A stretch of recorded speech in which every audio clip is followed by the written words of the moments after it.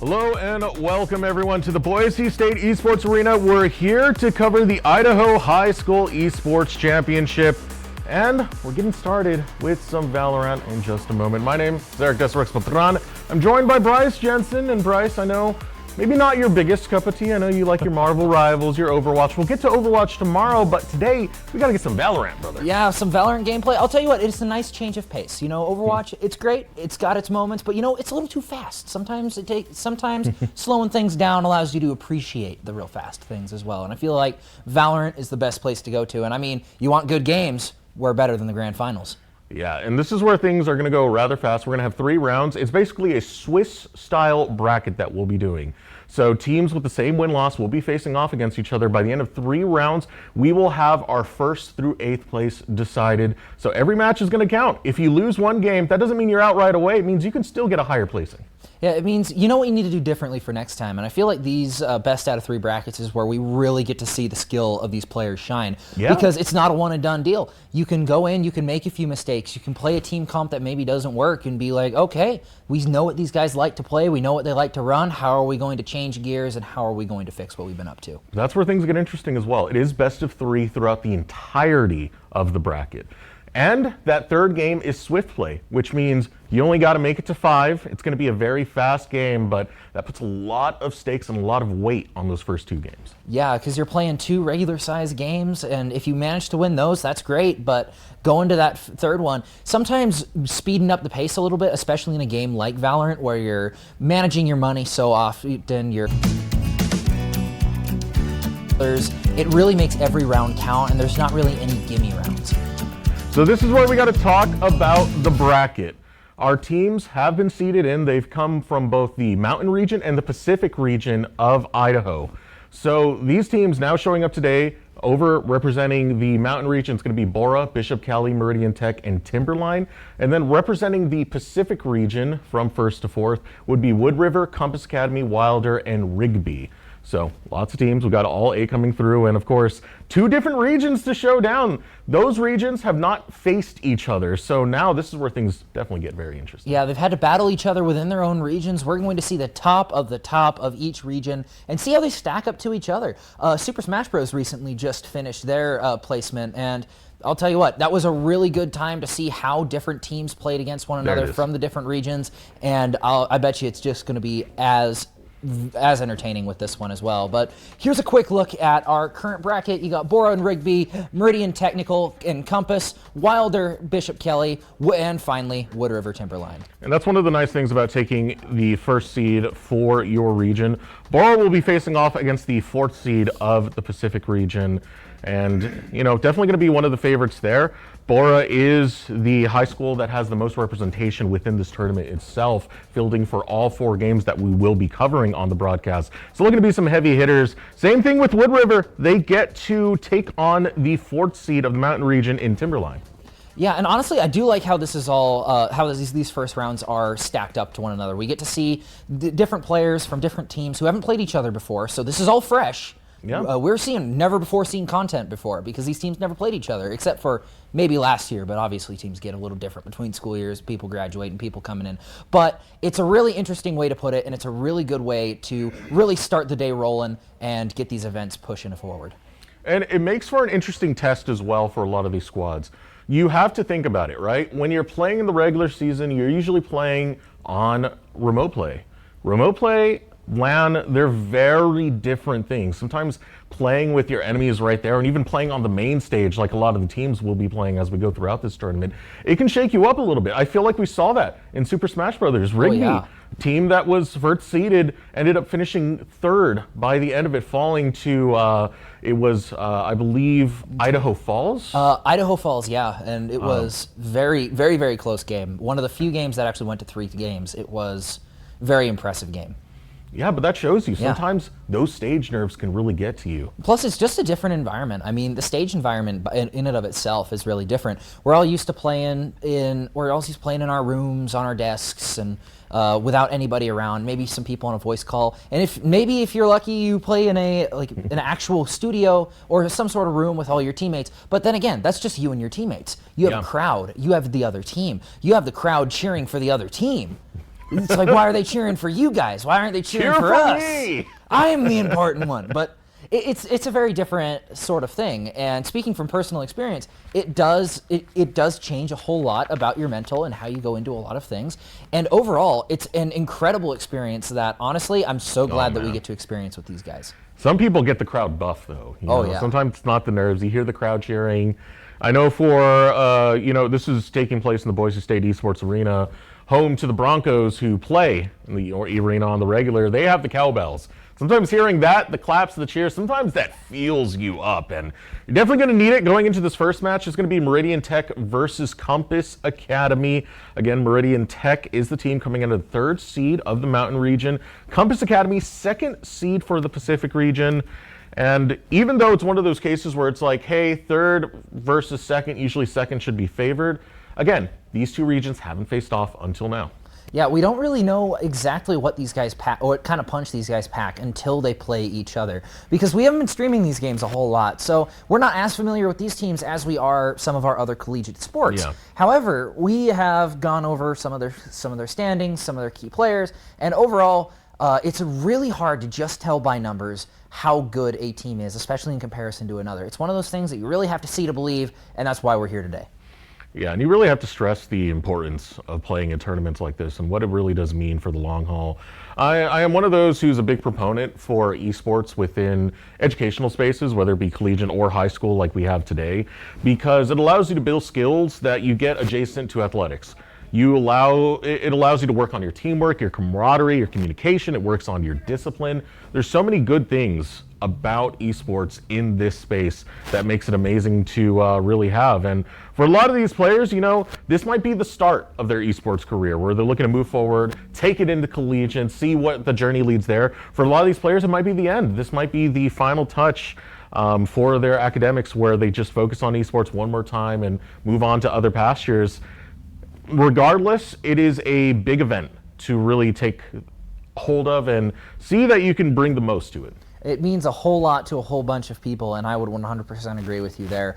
Also, something that I feel like doesn't get talked about a whole lot, there's a lot of parents out there in the arena tonight. Yeah. I mean, we see our kids playing these games, and we know what they're doing, but we don't really get to see where that really brings them. Where these guys aren't just playing to play; they're playing because they want to improve and get better on the main stage. And I feel like having an event like this, where anybody can come in, anybody can watch, you can see. So that's what my kid's been doing after school. So that's why my kid's up at 12 o'clock with his buddies screaming about a win at 2 o'clock in the morning or so. I mean, don't be up at 2 in the morning screaming. Because otherwise, you might incur some wrath. But it's a good opportunity to really show your skills. Yeah, I know Daydream, Jenny, she's one of the staff here who recently graduated from the Boise State program, played in the Overwatch team, right? And had a fantastic time doing it. Also part of someone who helped start up Meridian Tech. And watching Jenny's journey, I mean, this is something for a lot of the parents out there to really take note of, right? Going from high school, Meridian Tech, making that a very solid program, then coming into Boise State, and the Broncos, what they bring through their esports program, getting your degree, getting a scholarship, all this, there's so many benefits that really you can take advantage of when it comes to esports. 100%, I would agree, and no better spot to show it than right here. I mean, we're going to start off with 2 and 3 seeds. Honestly, that's the best place to start off. In my opinion, if you're going to start off with any game on the main stage, it's the 2 and 3 seeds. The 1-4 seed game, that can be interesting, but a lot of the time we know how that one's going to end. But 2-3, that's pretty close to each other, especially in an 8-man bracket. You have top four teams from one region, top 4 teams from another. Those 2 and 3 seeds should be fairly close to one another, and I feel like this is going to be a great way to really gauge the skills of not just the players playing, but also everybody in the tournament. How are these guys going to stack up? Are they up to the challenge? Can they back up the bravado that they've put in over the past few months? Playing Valorant over and over and over again every single week against other teams from their region. Can they back up their placement? Now, this is a moment where we should take a little bit of time to kind of explain this to the parents, because I know there will be a lot of family watching this broadcast and watching in the arena itself and don't quite understand Valorant. And Valorant, well, it's a first-person shooter, right? You get guns, you go around, you try and take down the enemy team. If you take down all 5, you're able to pretty much win right there. Or there's another thing, the objective, which is the spike. The spike gets planted, the timer goes down. The team who is attacking, who is planting the spike, could get a win that way as well. And it's a really fun game to watch as well, because you almost see it flip from offense and defense. You have two different players. You're playing on offense or defense. Then once that spike gets planted, it almost flips to defense, offense. You have two different teams playing two different things. And I feel like there's a lot of depth and a lot of really cool things that can be done that way, especially with the agent selection. Yeah, it's a hero shooter technically. It's a hero shooter. Every single character has a different moveset that can be used to either hinder your opponents or buff yourself or your allies and really help you out in a lot of different scenarios. I mean, there's a whole lot of different ways to play. There's almost unlimited different strategies that you can pull with these characters. I mean, there's obviously some most effective tactics or what's meta, but that doesn't always have to be the case. I mean, at the high school level, right, this is where comfort matters a little bit more than the meta. Oh, yeah. Right? Sometimes if that is the agent that you just feel best on, then that is the agent you should be playing through it. It's why I feel like we should see a whole lot of geckos, because we never see them anywhere else. Come on, guys. You got to play. I'm watching all of you. One of you guys better play gecko, at least once. I'm a little bit spoiled, personally, because of the Broncos, you know. My favorite agent is Viper, and we get a lot of that because of cost. You know, always got to shout out the collegiate program at the same time, because that's where these players could be headed to. But, you know, I'm hoping to see at the high school level we can still see some more Viper. Yeah, and honestly, I think Viper's just a good pick for a lot of these players. I mean, she's a really good controller. She controls the battlefield very well. And to be honest, in a game like Valorant, while your abilities do matter, it all basically comes down to fundamentals in the end. I mean, are you clicking heads? Are you clicking heads? If yes, you win. If no, you lose. Are you good at clicking heads? That's true. Yeah. Yeah, there's a lot you do have to think about in Valorant, though. Like, you know, for a lot of the older folk who might be in the audience, they might be looking at like Call of Duty, right? Which is simply, you know, see enemy player, take down enemy player. Where this is different, there's a lot of strategy that goes into it. You know, we talked about there's an attack side and there's a defense side. And sometimes there's different maps that kind of favor that. If there's like 3 points on a map that you can plant the spike, and some of those corridors are a bit on the long side, then that is where a map might be favored for one side or the other more than anything else. So being able to kind of utilize that level of strategy, being able to adapt, saying like, oh, they're mostly on A site. Hey, we can't really attack that because we don't want to take it when they're already set up. Let's rotate over to a different site to try and plant. It's a lot of stuff like that that you have to take in account for, and leads to a pretty deep level of strategy that is in Valorant. Yeah, it is, and it's always adapting, which is honestly my favorite kind of strategy. It's never do A, B happens, do C, D happens, that sort of thing, so on and so forth.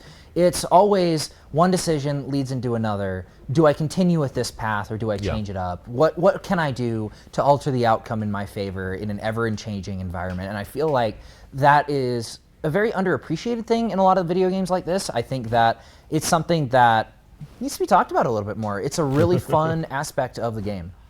Yeah, well, that's enough from us, because I am hearing that the players are ready. So, no, we got our caster desk, we got Fish, we got Nathaniel. Go ahead, take it away. Thank you, Desiree and Bryce. As they said, Fish and Nathaniel here getting ready for the Idaho High School Esports Championships. Compass and Meridian Tech, Nathaniel, you got to talk to the teams before. What are you hearing from both these squads? Yeah, so what I heard from Compass was maybe the most Valorant player thing I've ever heard, which was, we're going to play the vibes and click heads. Which, easy enough, right? Yeah, I mean, that really, you can't go wrong with that. Just enjoy what you're doing and then, you know, try to shoot the enemies and win. Meridian Tech, on the other hand, they said, I just wish our captain was here. Wait, what? Yeah, they said, I wish our captain was here. Apparently, he was up last night playing a new game that just came out and allegedly took a nap at 7 a.m., which may have not been a nap. Okay, well, we'll have to see what the impact that has. We do see the bands and picks comes here. So Breeze, Fracture, Lotus, and Pearl going to be taken away. We're going to go Ascent, Haven, and then Split. As we talked about, Nathaniel, right, Split is going to be Swift Play, which is going to change everything. So let's start with just the basics on Ascent. What are you looking for with these two teams? So Ascent, Haven, and Split are like maybe the most I don't know how to say it nicely. Bland maps. These are like the maps everybody just wants to play. Those are some boring vibes from Compass to pick Ascent first, right? Yeah, if you're going to vibe it out. That's what I'm saying. Ascent is like, for the past 4 years, it's been considered solved, and like everybody just plays the same comp that Cloud9 played. So there's a fairly good chance we just see the exact same agent selection from both teams, and they both just try to play something that kind of everybody knows, but you never know. There was a lot of nerfs recently, and then a lot of buffs to the initiator role just, I think, yesterday or a couple days ago. Of course, it's not just us. We also have Doc's keys to the game in Valorant, which obviously always goes, don't ego peek the op, diminish their econ and loot. Again, we're always talking about it. Don't ego peek the op, and then check your angles, please. It's brought to you by ICCU. Thanks to ICCU for their continued support of Boise Esports. Boise Esports has won multiple national championships and piled up more than 1,500 wins. ICCU, looking after your daily balance. Visit ICCU.com. And maybe for those who are unfamiliar, right, as Desiree kind of hinted at, there might be parents in here or somebody who's maybe a little unfamiliar supporting somebody. What does that meta comp look like? What are you those 5 heroes you're expecting to just be on both sides? So the 5 heroes are agents. Sorry. Oh, yeah, agents. It's usually Omen, Jet, KO, Killjoy, and I forget the last, but... Is there a flex in there scan that maybe one of these teams can bring? No, it's always the same. It's Sova. That's what you're thinking, right? It is literally the same 5 characters, and it's played in like 60% of the pro matches. It's a little lame, but... maybe we'll see something different. Unfortunately, the 3 maps we were looking at are like Gecko's worst 3 maps. Sorry, Bryce. We're probably not going to see Gecko. No Gecko. And also, the last patch that they released, they buffed every single person that fills the same role as Gecko except for him. So even less of a reason to play that guy. It looks like we're getting similar-ish ideas. Yeah. Meridian Tech is playing basically the same comp, but they're subbing out Tejo for Sova. They both are kind of similar agents in what they fill. They're the recon initiator. Yeah, Meridian Tech on your left there, the Dragons, the Compass Lions on your right. The Compass will be attacking first.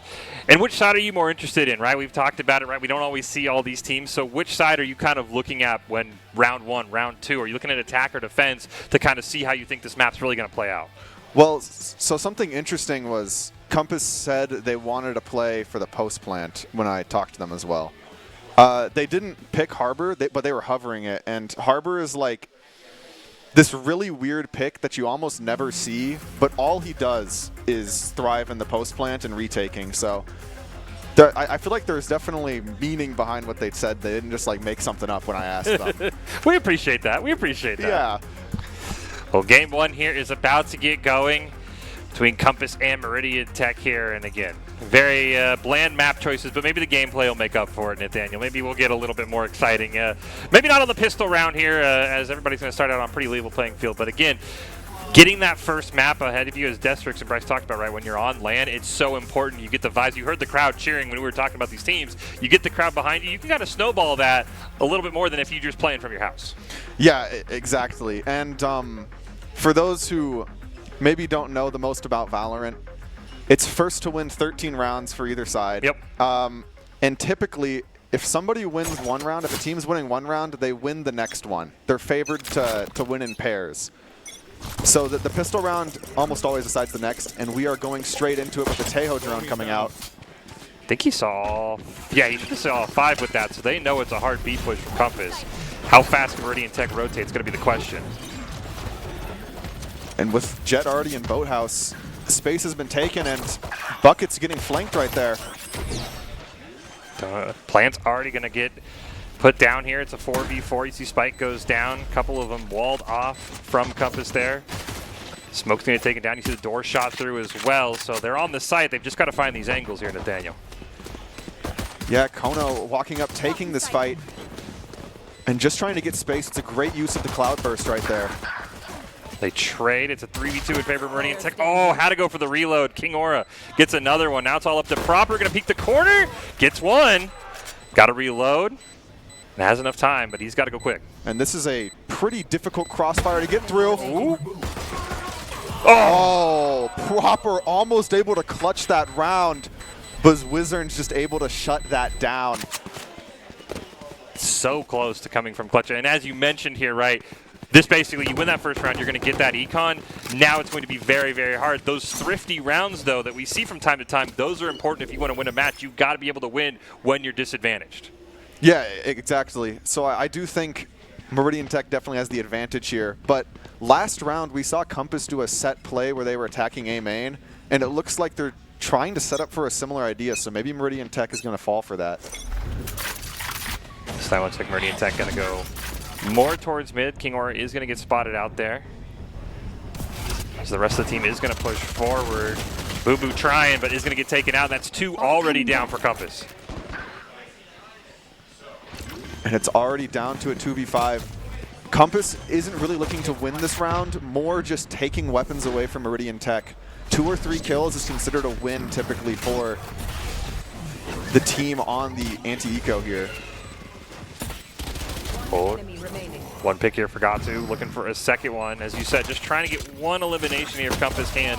But unfortunately, it's not going to happen. It is a flawless, and Meridian Tech picks up the second round. And that matters quite a bit because now Meridian Tech is carrying those not rifles, but Spectres and a couple of rifles into the next round, which means they have a pretty decent chance against Compass's fall buy. And it's Valorant, as you talk about, it's very momentum-based, right? Yes. Because as you said, when you keep your guns, you maintain everything you had as long as you live to the next round. You don't have to spend currency. You don't have to spend anything on those next guns. And so, as you said, it comes in pairs. Yes, Compass is going to have the better guns. As you can see there, they're going to go fully ours. But look at the cash difference, the credit difference there on your screen. Meridian Tech, even if they lose this, they can fully rebuy. Yeah, if Compass loses this round, odds are they lose the next. They're going to get the recon bolt. See, Conho did see a couple of them before dashing away. Is Nico going to throw the drone in? I don't think he spotted anybody, though.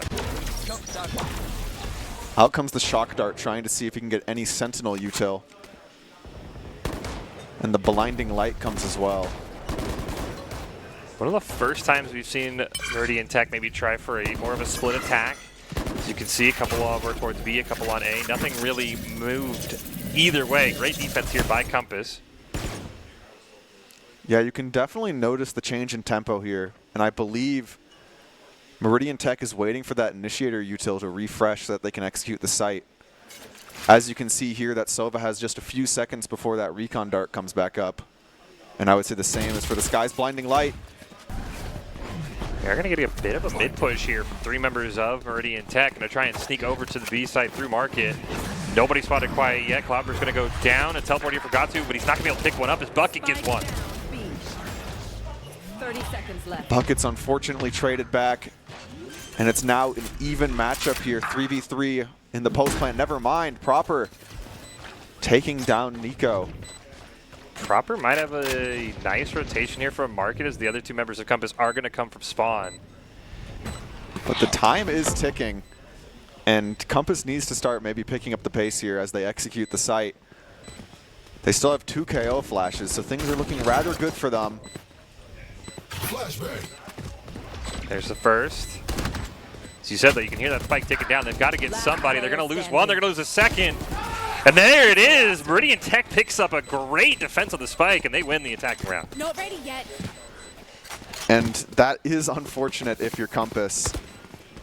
If we're looking at kind of what went wrong, this KO flash doesn't really hit anything, as you can see. It was just in the air, which is something that you can kind of expect when you're watching the high school level. Is maybe they won't have lineups and stuff, but I mean, it was still the right idea, yeah. And they still had a very good chance of winning that round. See, if you said Meridian Tech can pick up this one, they had a full buy, and you can see Compass. Yep, Odin. I think we had a scout, a couple pistols here for Compass. They're going to be outgunned as they're just going to run right in. Proper does get one, but it's traded out immediately as 2 are picked up here for Meridian Tech. Yeah, and so much space has already been conceded that it's going to be hard for Compass to retake this, especially with weaker guns. Bucket only a stinger in hand. It's going to be hard to fight those 3 people. And if Kono can find this pick, that could swing the round. standing. But nothing is able to connect there. Void gets able to one, get but 4. unfortunately that's not going to do much because they have the credits to spare for Meridian Tech. Yeah, Meridian Tech can still buy. And now, once again, we're at a round that is fair, or like a round that matters. Compass, if they win this, they have a great shot at the next one. If they lose this, odds are they lose the next one. And that's just going to be a continuing pattern in this game. Something to note, though, is that they have the KO null command. That ultimate, what it does is it shuts down every other agent from using their skills. So it's a very strong ability for trying to stall a push out. Well, good news is if you are a Compass fan, right, they are going to trade up to 12 rounds. You cannot win if Meridian Tech keeps snowballing. They do kind of get that reset eventually.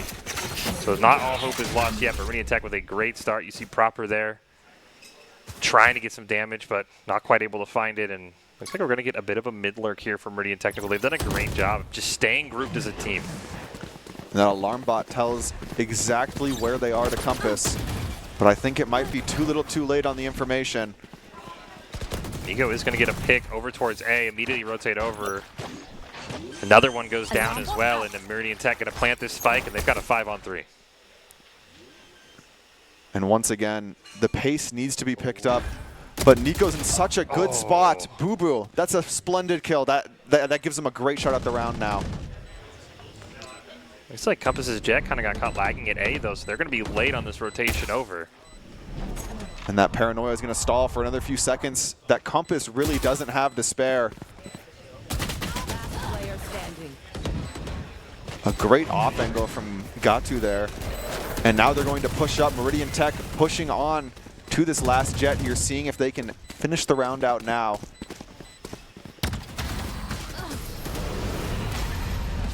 And that's a nice exit frag, but unfortunately Kono's just not able to make it out. And you can just see there the econ difference, right? I mean, even if Meridian Tech goes down, they've got several credits in the bank that Daniel to be able to regain. And I think really the thing that Meridian Tech has done so well is they've moved as a team, but you had Nico lurking on A, right? And that caused Kono to lag over towards A, and it never felt like Compass had a full attack back on Meridian Technical. What I think Meridian Tech is doing correctly here is they keep changing their pace and their tempo, and Compass, like, they're always one step behind on what that is. So I think once they start getting the feel for how Meridian Tech is going to play, maybe they have a better shot at these rounds. Oh, Nico and Proper right next to each other. This is a dangerous crossfire to be swinging into. Of course, the players can't see the silhouettes we see. That's why they're not just taking the free shot. As one does go down, as the traded Jets there, they get the recon dart. King Aura going to pick up a second, and it's on for Meridian Tech. They're onto that A site right away. Nico going to pick up a third, and it's already a 5v2. And with Sheriffs in hand, just getting a few kills is important, as we're pretty close to Annihilation and Lockdown, which are the Killjoy and Teo ultimates. Ooh. And that Teo ult is now guaranteed as long as he dies this round. Killjoy just needs to get a few picks. Last player standing. King Aura's going to get that, and Wizron will pick up one. So a couple of nice picks here and there, but again, Meridian Tech, they get on the site, as you said, they change their tempo, and once they plant, Compass has not found a way to kind of re-attack the site. Yeah, and the Killjoy lockdown, which they weren't able to farm up here on Eternal Void, is very important for that. It's basically a guaranteed retake if you have it. But something I would like to see Compass do is call a timeout. The momentum thing, it's not just the economy. You get into like a bad mood as you start losing rounds, and it's good to just have a minute to reset. Ooh. Oh, the op is a great switch up here. Oh! Oh! No! He's blinded, unfortunately. Not quite able to get away. Nico going to shut that one down, but Proper cleans it up! That's what Compass needed. Exactly what they needed. And so what you saw there, sometimes Valorant players get this idea that using Odin's, judges, and ops are for the bottom rung of society. But really, they're not. Just put the op in the bag, drop the ego, and just hit a sick clip like this. Absolutely insane. That's about the best you can get to not calling a timeout, right? Because you just immediately flip the script. Did they? They didn't look like they saved the op, unfortunately. They did. They yeah, did. You're yeah, right. They you were did. able to find it. And that means mid is just completely, no one can go there. I like this from Compass, though, right? Or from Meridian Tech. They know mid is a no-go. They know that Kono's not great in the close range. And so they're immediately going to push on the B site. We're going to get one trade here. Bucket's going to get one, just spraying with the Odin. Pick up another as well. Bodies are hitting the floor right now. And as this round plays out, Meridian Tech is just kind of alone on site here with no utility left. Spike planted. Out comes that KO ultimate, One making enemy sure remaining. nothing can come through. They knew where King Aura was. Somebody's had to get the kill. Kono with the knife's going to pick it up. And Compass, they win their second round in a row, and that's what they needed. Yeah, and so with the guns that Compass has right now, 2 Odins and an Op, what that means is pushing into them, especially where the Odin and Op is basically impossible. You have to just... The only counter to this really is having your Sova drone out the Op and then shooting the guy through a smoke, which is like a really coordinated play, or just go where they aren't. Because what the Op and Odin lack at is retaking site. So I think Meridian Tech trying to fast push the site was smart, but maybe they need to scout out a little bit before they push so that they don't just run into 2 Odins like they did there and get completely fried. It did take 2 ults from Compass, though, to retake that site, Yes, right? So you it try did. that again, they're not going to have that same utility. You do see, I believe, both Killjoy ults are ready. Oh! Kono doesn't care. As you said, the op just denies space, and that's what Meridian Tech's running into.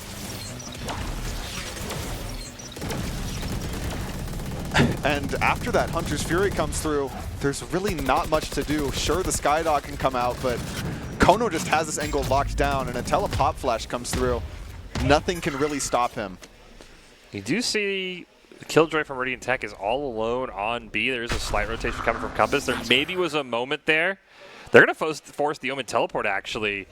I'm curious what the rest of Meridian Tech wants to do. I thought they had a good bait, but you can see the Spike is all alone on B. So the rest of the team is Kono. Gets another one. The only problem, Meridian Tech's not on that site. No, they are not. And retaking with the op is once again a little difficult. King Aura just coming in and shutting down Boogle. And all of a sudden, this round looks the way of Meridian Tech. Spike planted. It's 2-6. Do you just eco and hold the op here if you're Compass? I think saving the op is the wise play, but we're watching a high school game, and the fun play is to go in and kill everybody. They did say they were playing off vibes, so yeah. I'm not sure what's going to happen here, but it looks like trying to push might be the call here. don't have a good angle, unfortunately. You can see Wizron holding down Marcus. Proper going to spray through the wall, pick up one. He's going to push out, immediately get taken down, so it's all up to Kono. Gets blinded. Can't quite hit the first op. Smoke going to go down. And I think you just got to get out of here, unfortunately. Maybe pick one out on an exit frag. Yeah, make sure that they die to the bomb and can't keep their weapons. Ooh. Oh, that is an unfortunate death for Compass. Because now they have the op, which means they can contest it. And for people who don't know what this operator is, rifles, they take 4 shots to the chest or 1 to the head to down somebody. The operator, you just shoot them anywhere and they die. It's less accurate when you move and you move less fast, but on these long angles, there's really not much to do against it. And we might have the, there's a timeout called, but we also have the curse, right? As we talked about, Ego comes into a big part of this, right? You know Meridian Tech has the op. If Kono has the funds, it wouldn't shock me if he kind of tries to force an op off in the mid. Yeah, just it's buy like the op and see, you know, who's better? the real opper around here. That's something that happens a lot, I feel. So especially, you know, at any level, really, right? There's that ego of like, okay, I'm better as we pop in. Timeout is done. So we see Wizron going to pick up one, and immediately a plant going down here from Meridian Tech. We see Kono got the op again, but he's got to retake with it once more. luckily, Compass does have the Killjoy ult, and if they're able to walk into Tree, which is where the Killjoy is located right now, that's player 5 on the map, they can retake the entire site. What this does is basically all of Meridian Tech's players, they need to leave this circle or else they'll be stunned and unable to use abilities or weapons for a couple of seconds. See, they are going to get, it looks like they detained a couple players. 2 players were detained here. Blinded. As it is going to be Compass, they are going to be, we were almost Killjoy ulted our own there, but it is Compass who's going to be able to pick that one up. Yes, and like I was saying, that Killjoy ultimate, the lockdown, is basically a free round on this map. Yeah. So great use of it. Sometimes the best play is to hold the ultimate until you just know this is just, I just want this round. Yeah. And they did that correctly. And as you can see, look at Meridian Tech's money. It's finally depleting. There is an op, but on the side of Meridian Tech, I'm going to be curious to see what their jet can do with that, right? But as you said, we've only got 2 rounds left here on this before they swap, and everything goes away. Is King Aura going to pick one up? Kono not going to stand a chance without the op, unfortunately. And the smokes and the rest of the utility is coming down as they just execute this site. Bucket, not really much to do there alone on site, and got hit by, I think, every piece of utility they have to offer, Meridian Tech, that is. Ooh, King Oregon. Oh. Great peek by King Oregon. Proper, going to deny it, but it's all up to Proper, unfortunately, and this is going to be a very tough 1v4. Not sure what Proper can do, but I'm not sure if saving is... No, saving is the correct call. He has 250 credits. He won't be able to buy next round, but I think he wants to go in and see what he can do, what business he can get up to. They might push him here through market. Yeah, Nico's actually going to be able to get the pick. I think he flanked around. So, unfortunately, as you said, not able to save. And now, last round before you swap, and the credits, it's not looking good for Compass. Yeah, no, it is not. And I just want to give my condolences to Bucket last round. I don't know if you saw what happened, but he got skydogged, shock dart, blind, and then he got teleported on and died. And sometimes it's the lone defender, right? It just feels like everything in the world just hits you and you can't do anything about it. Yeah, there's not much really to be done there other than die, but good on him for lasting so long. One of the rare times we're going to see Meridian Tech go for this 3-2 split. Probably look for at least 1 pick, and then that'll be the site they go towards. Nico going to throw out Shock Dart, Recon Bolt, really just trying to find anything, and nothing's going to connect. And this operator now shutting down mid for the other team. Look at this sight line. I mean, there really is nothing you can do, especially when you don't have the utility to clear it out. And if we look at Meridian Tech's posturing, You should run. it seems like they're about to execute the site with that lockdown. Attacking Killjoy going to come out. As you said, anybody caught is going to be shut down. They do get a trade. Bucket going to pick up 2, so 3v3 going to be here as the spike goes down. Nobody's going to be detained, so now the site free to push in here for Compass. 1 through market with Proper, 2 from spawn. And they've got to make sure they get their angles right. We've seen this before, Nathaniel, and it did not go well for Compass. Yeah, they just need to make sure that every angle is accounted for. Last player standing. Walking past Oh, a each bit of other. a timing there. Oh, he found him. I heard him laughing. I think Simple D knew he was there the whole time. Was just Switching waiting for him sides. to turn around. We have now swap we switch sides, sides. though. Yes. So everything resets, right? No credits carry over. The score does, but nothing else carries over. So now's your best chance if you're Compass to kind of, as you mentioned, win that first round. That'll snowball. All of a sudden, now you have 9-5.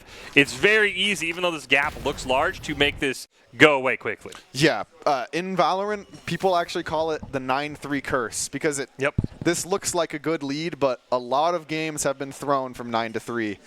And this map is attack sided. Typically, it's 5-7 at the half here, so it's nothing crazy is what I'm getting at. Compass just needs to win this pistol round, and like we can see what will happen. I mean, yeah, really, as you mentioned, it's kind of if you're Meridian Tech, you're looking to get King Aura to get that Killjoy ult as fast as possible. As you mentioned, that's almost like a free round on this map, and you only need a few more. Shots are going to be traded in mid. Doesn't look like Gatu took a little bit of damage, but nothing too crazy. Out comes the KO flash into market, and I think this is a bit of a mid-B split. I'm not certain, though. I'm trying to talk quiet so the players can't hear. Drone coming out, and that's going to find 1, and I think the execute is just about to begin. do think Nico's Dart got a couple, though. They are going to trade. It's got to picks up one, and now Boo Boo. We're just, bodies are flying. It's 2v2 right now, Nathaniel. It is indeed 2v2, and the spike is just now in the hands of Compass. Oh, maybe we but they know where everybody is, and so rotating is maybe a good call here. Oh, you got to hit that shot, unfortunately. And we are going to see a nice rotate here, though, from Boo Boo. So they're going to at least get the spike down. Of course, very important, because even if you plant it, you do get an ult credit, and that's at least something left for Compass. And it gives the team $1,500. A rifle costs $3,000, so a good amount of money to have spread across your team. But notably, Boo Boo is one shot to every weapon. He has to headshot everybody, and they have to hit a body shot, which, you know, is a little bit difficult. But if anybody can do it, it's Boo Boo. Not ready yet. Meridian Tech was walking around. I think he knows they're up there. He's also got to avoid the shock darts. Time's starting to run out here for Meridian Tech. They have no idea where he is. Defuse going to start. Is he going to be able to pick up one? He does. First headshot. And he's stalling the round, but the bomb is half. I think he played that great. I think, but they win. They got it. He did just enough. That was just enough. Did just enough. As you can see, Compass won that round by 0.71 seconds. Just coming enough. Down to the wire. Great job of kind of ringing around the rosy by Boo Boo. I don't think they knew where he was until he got the kill on Nico. No, they did not. Sometimes the smartest play is to avoid fighting. Sun Tzu probably said something like that.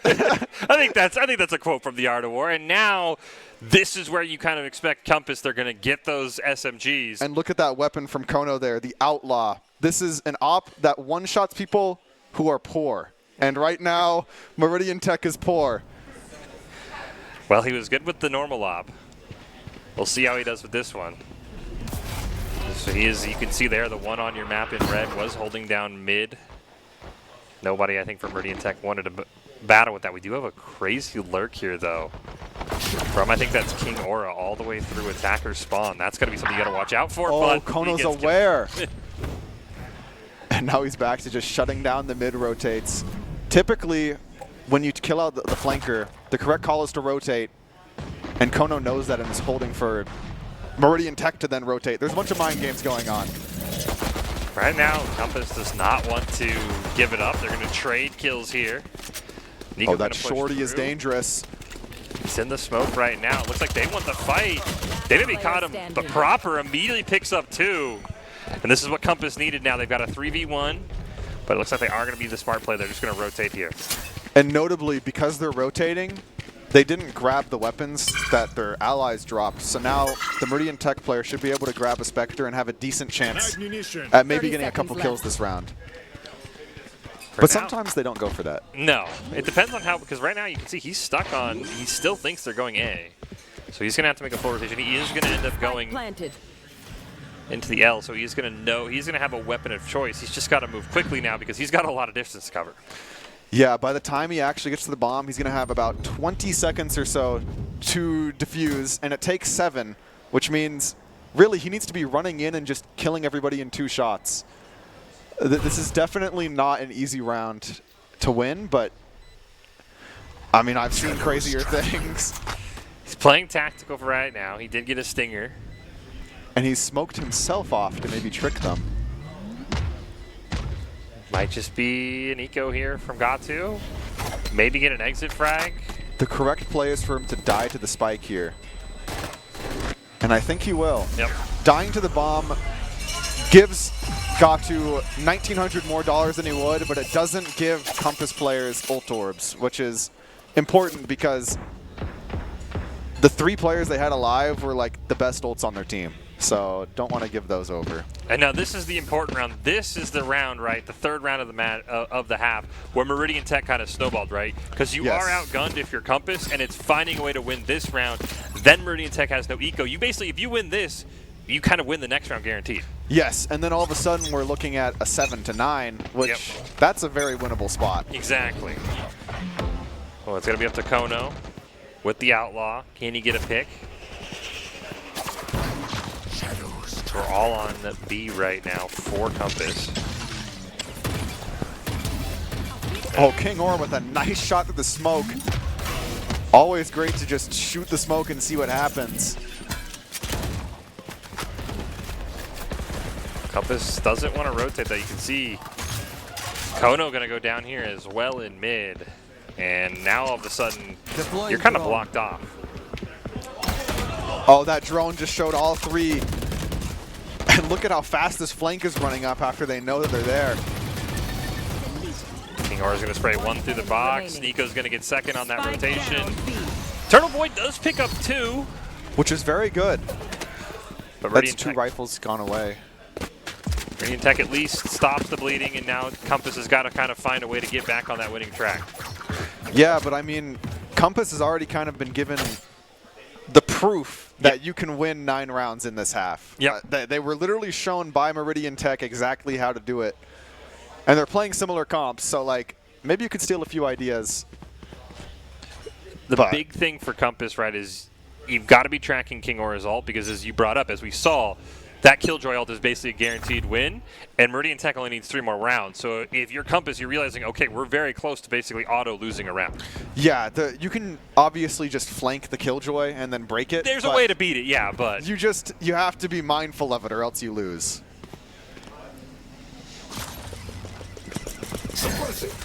you see here, over through A main, they are going to get a little bit of info here. They're going to suppress 1 from Compass.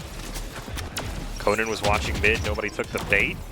And King Aura, once again, through the smoke, going to absolutely get an insane pick. Boo Boo tried for the flank, not going to pick it up, and Compass's attack, once again, is just shut down.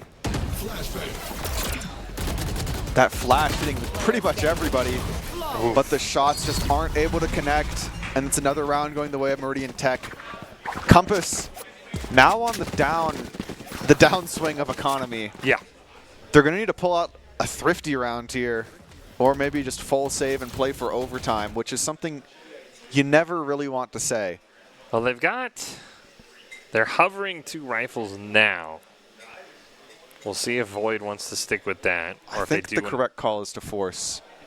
Because if you let yourself play for overtime, Meridian Tech can do this thing where they do nothing, get 5 ults, Yep. and then just win the round.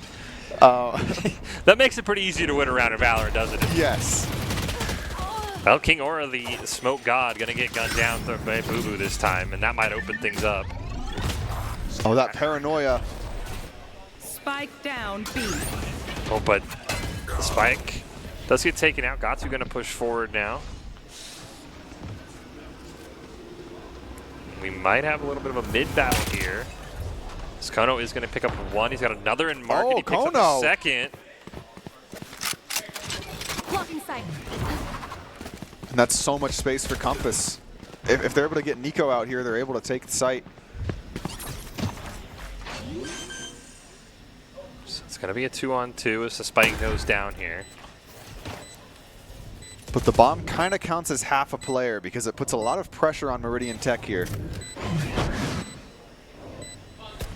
Covering your angles, you're going to see the smokes. Last player standing. Nico is going to pick up 1. He's been a force for Meridian Tech, and he's going to do it, a 4K in the round, and Nico kind of willing Meridian Tech to get the game point. Yeah, no, Nico definitely MVP'd that round. I mean, you saw it right there. A lot of those kills were kind of just like, I don't know how he's getting them, but good on him, you know? Yeah. And it looks like, oh, he disconnected there, but he's back. You can see King Aura is 1 ult orb away from having that Killjoy ult. Yeah, you could just grab one of the ult orbs in main and There is 4 ults for Compass, though, right? So obviously they're not in the luxury of being able to just jam all 4 and win a round because they need more than that. But if they play it strategically, they can kind of match everything, at least ult-wise, that Meridian Tech throws at them. yes, Compass has the Annihilation, or Armageddon, I think is what it's called. Oh, well now they don't. He's dead. Spike down That A. ultimate counters Killjoy ult. Well, there's no counter anymore. The Seekers are going to come out here as well for Meridian Tech. And the Hunter's Fury, plus the Paranoia. That's a dangerous combo. And they're just throwing everything here down on A long. Gatsu going to get another, but he is going to get taken out. That was the KO though. And being able to revive that KO means it's now even kill again. Big thing is that you can see on the map, they're just trapped in their own spawn. Aura, oh, he had them all walk right into him, but just couldn't quite get it, and that was what Compass needed. They're now able to rotate for free, and a great teleport here from Boo Boo means Spike is already down. And this is a very difficult retake here. But I wouldn't like take your hand off the keyboard and count it as a win yet. But I'm just saying there is a lot that needs to be done in a short amount of time here. And breaking that door is going to give away your position to the entire team. See what Wizhorn can do here. He's going to get the blind onto Boo Boo, going to push into the site. Does see the Jet, picks up one, but Eternal Void and their minions there are going to be too much. Yeah, just kind of put into the microwave right there. Yeah. Not much to be done when you're mullied off and slowed in a corner. Well, here's the round we've been talking about, right? There is a Killjoy ult for Meridian Tech, so it's going to be up to Compass to either find the Killjoy ult or have Bucket stay alive long enough to counter it. Yeah, and something you can also do is, if the enemy's Killjoy ult, you just hit your own, and then it's like, well, now nobody can play the game for 15 seconds. Yep. But can you afford to use your own Killjoy ult when you need 6 more rounds, right? That's going to be the big question. thing. The ult management here for Compass is where they're going to have to make this if they want to force this into an overtime. And it looks like there's a bit of a one-way here stopping whatever plan Compass had, but as that falls, and they take the ult orb, it looks like they're about to execute. Tailwind just ran out, and that's kind of their main way on the site. Go ahead. Stand your ground. Well, there's the double Killjoys that we talked about here. Kono is going to get one. But Bucket's going to get the plant down on the back of this Killjoy ult. And they're just barely able to get back.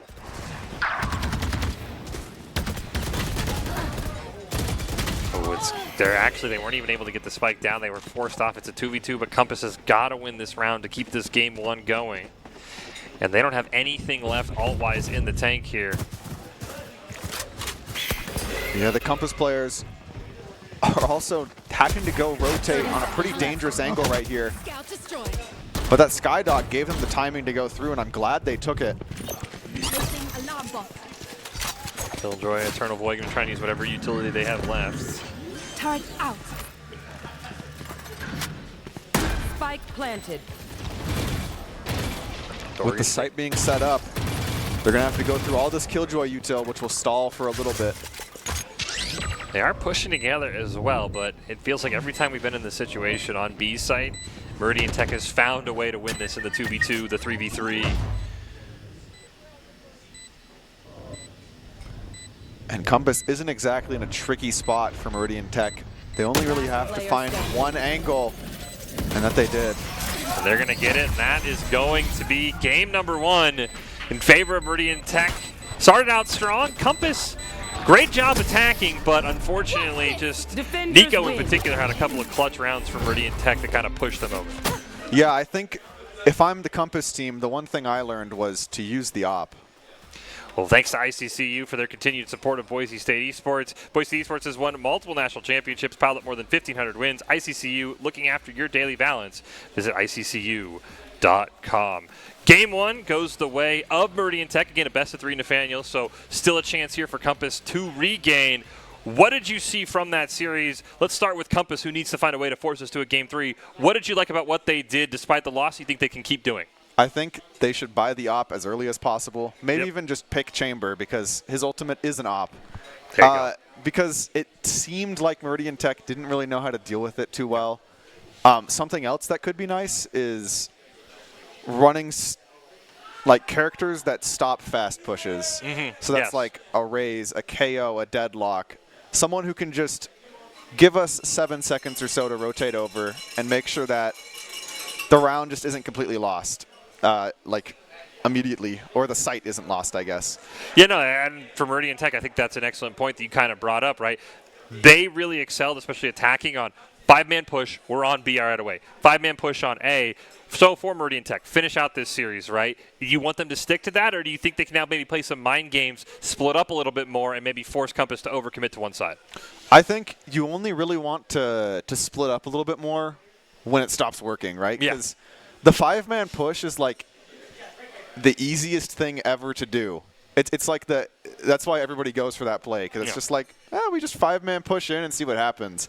But once it stops working, because what that does is it makes sure that your team only has like such little space to work, right? So if you don't get into A, now you have to clear the entire map to go anywhere else.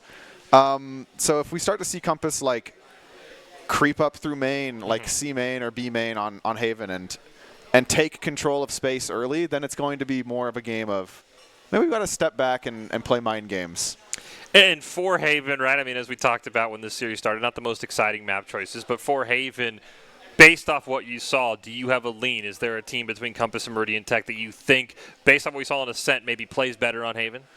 Well, so on Haven, there's two like main ideas to how to play it. There's we're going to play slow and controlled and bait out their util and then finally execute a site with 3 seconds left and bore everybody to death. And then there's I'm going to pick Neon and run it down. I'm going to pick Waylay and run it down strategy. And if I saw what I was seeing there, I think I'm going to see Neon and Waylay and Yoru and running it down, which is the more entertaining way to play the map. Yeah. But yeah, so and the team that was 5-man pushing, I think is going to have the better chance. So Meridian Tech probably is favored for this map.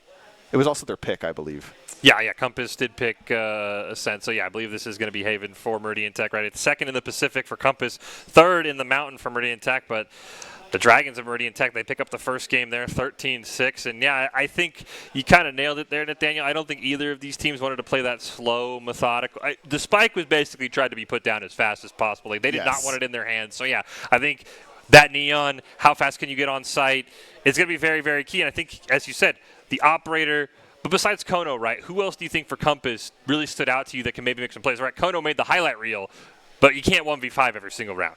Yeah, I think the Tejo was playing really well because it's kind of underappreciated, but if you're the guy sitting on site getting hit by every single spell, every round on repeat, it means that the team has nothing for the rest of your team. So even though you're dying and it looks terrible, you're still doing a lot. And it sounds kind of like I'm coping, but like this is an important role to anchor.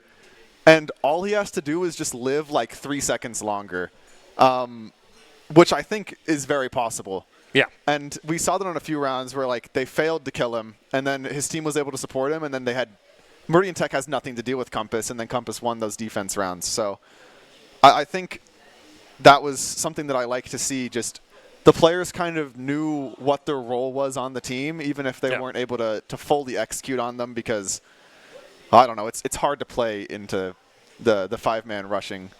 Yeah, whenever you're the anchor on the side, as you said, where the 5 members show up, you're just kind of like, all right, guys, get here as fast as you can. I think the other thing, you mentioned it in the game that I would love to see either team really do, right? Compass maybe one of the team in that game would pick it. Take your timeouts, right? We only saw one called the entire round. You get one per half. They're key in kind of just killing that momentum, right? Because stinks inside a snowball, and we've seen plenty of teams, right? You take a timeout, all of a sudden you get a thrifty, right? So I think that is something that either team's really got to keep in mind when you're down. Maybe just call a timeout, right? Like, don't just keep saying, "Oh, we'll get them next time. We'll get them next round." Just take a timeout. Take that 60-second breather. Yeah, and also something about the timeouts is, I would say they're like the attackers like them more, because when you're on the attack, you're the one setting the pace of the round. So if you get a full minute to decide what the pace of the round's going to be, it's like you got a full minute to plan stuff, and the defense still just has to react in the moment. We'll have to see what either team has in store here. Again, Idaho High School Esports Championships of Valorant. It's only round 1 here. We've got 8 talented teams. As we saw, Ascent went the way of Meridian Tech, 13-6. We are now on to Haven.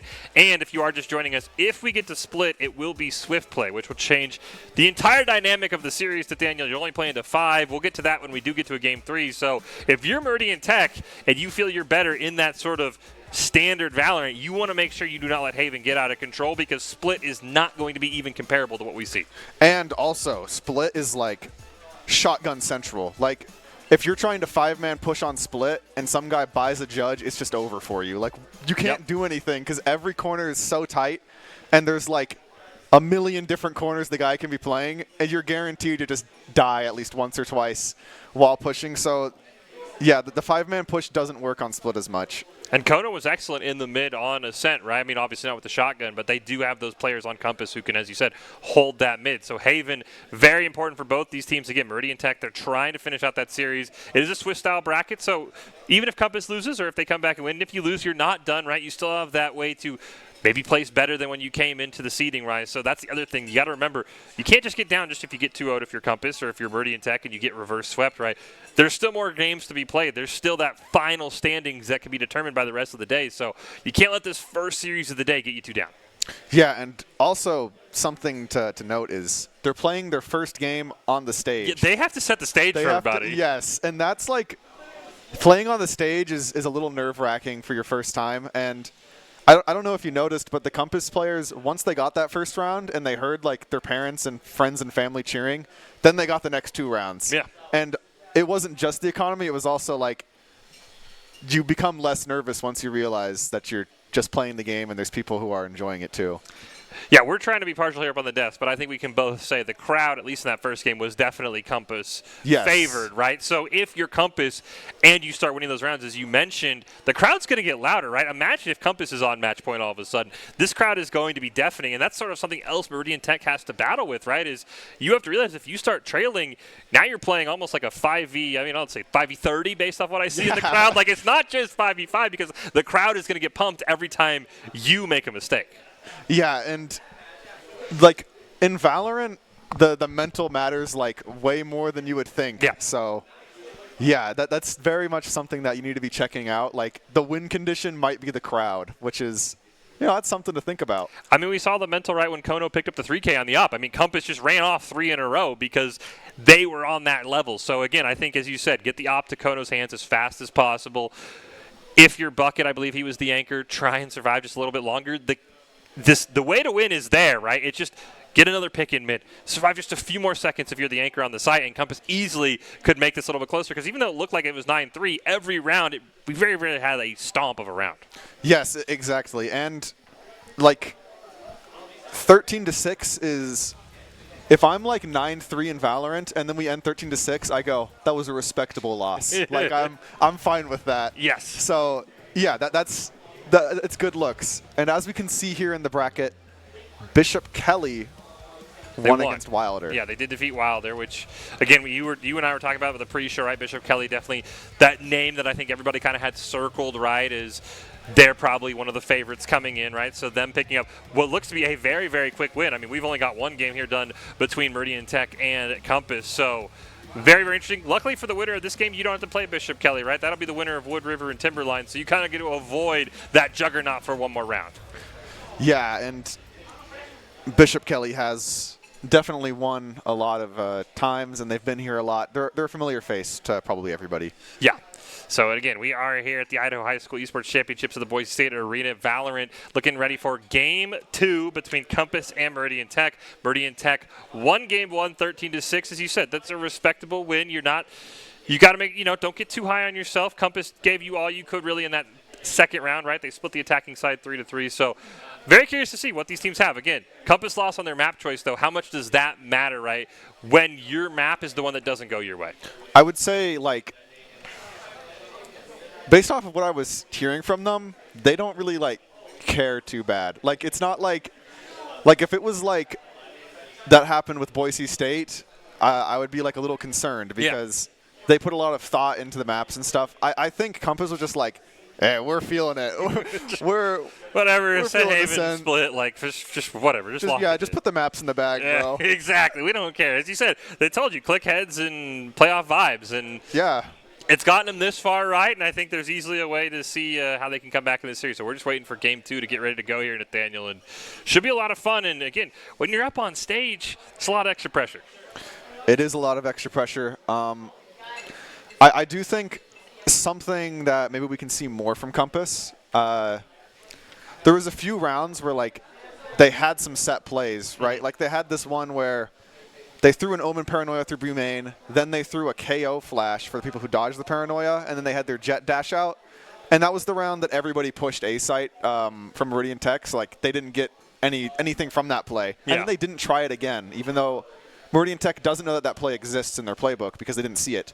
And just something I maybe want to see is like more of these set plays, because a lot of the times, even like that's like the most expected set play to ever exist in Valorant, right? Yeah. But you still fall for it every time. That's why it's the oldest trick in the book. And so just having set plays and then just getting like a free kill and turning that into a free round, that's something I would like to see more from them, because I didn't see a lot. They got dissuaded to do it, I guess. Yeah, when you miss it, it's easy to say, well, okay, they're never going to be there. But as you said, there are plenty of times where over on B side, and I think you're right. It's one of those where you have to stick what got you here, right? You can't just say, oh, well, they might know us, they might have scouted us, right? As you said, as long as you practice enough, they're still going to fall for it, right? Even if they expect it. So, again, I think you're completely correct. I think Compass, maybe just get back to the basics here. And, again, I think you have to find a way when you're picking your team, I think, as you pointed out, to try and slow down this map as best as you can, because we expect a Neon from Meridian Tech. We expect them to say, we want to hold W, we want to get on the site, and we want to immediately plant the spike, because that's how they jumped out to such a large lead. Yeah, exactly. And I mean, if I want to like get a hypothetical roster or whatever, Harbor is the guy that slows down stuff, and then also if you fail to slow down, you can retake. Once again, Harbor is like a terrible, like nobody ever picks him pick, but he could be good here. Like this is like the situation where you pick him, I guess. So maybe they can throw out the Harbor that they were hovering. What else do you think? I think a Killjoy would make sense. I think Killjoy makes sense. I wonder if there's a world where Viper makes sense, right? That all is, again, it can at least slow down. Because I think the biggest thing for Compass is it feels like Meridian Tech is probably going to win attacking, right? They're probably going to have the advantage because they seem like a very strong attacking team. But denying around, right? If a Viper ult wins you around and you can go 8-4 or even 7-5, right? I think that is where Compass really needs to succeed is, as you said, the Harbor, the Viper, I think the Killjoy. I know you can't go too defensive, but I think if you can find ways defensively to take a round or two, I think that is really where Compass is going to succeed. Yeah, and on the note of you saying the Viper Pit, something I noticed Meridian Tech wasn't really doing is playing for the ult orbs and the ult economy, because it's like that's like the cherry on top to a lot of Valorant teams is when you start doing that. But if you're able to exploit that and then just have a bunch of ults that win you free rounds, it's something to think about. We are going to see the hovers right here as we get ready for Game 2. Meridian Tech, the Dragon's going to start off on defense. Compass, the Lion's going to start out attacking. It looks like we have got Boo Boo going to back on that Omen. Was very strong in the last game, but everybody else still kind of thinking about their choices. Now the lock-in's going to come through, Nathaniel. And we are seeing from Meridian Tech kind of what I was expecting. Neon Waylay Breach. That's like we are in that field. We are just going in and seeing what happens. And then on the other side here, this is a stall kind of retake comp. We have Phoenix ult, which is we're going to farm. Like maybe they're playing for Phoenix ult, farm at Phoenix ult. We have an extra life every round, you know? Well, Game 2 is here. Meridian Tech looking to wrap up the series. Join Bishop Kelly as those winning in the first round. Compass, meanwhile, they're looking to take us to a Game 3 on Split, where everything is going to be just a little bit different here. As we get set for Haven, of course, there is going to be those 3 sites to attack. It'll be a little bit more interesting to see how Meridian Tech wants to split it up when they attack, but it is Compass who is attacking first, and we didn't get to see much of them attacking, right? Ascent, they ended up losing pretty quickly. I think we only saw about 6 or 7 rounds of attack, so curious to see what Compass does.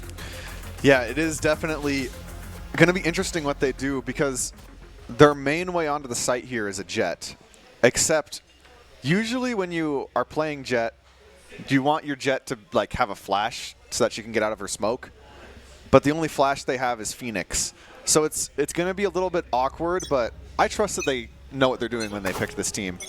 Back in a flash. Well, pistol round, always the most important here. As we see, immediately Simplety is going to pick up 1, and that's not how you wanted Game 2 to start. And as you said, they just want to run forward. But they are going to end up trading out 1 for 1. Ooh.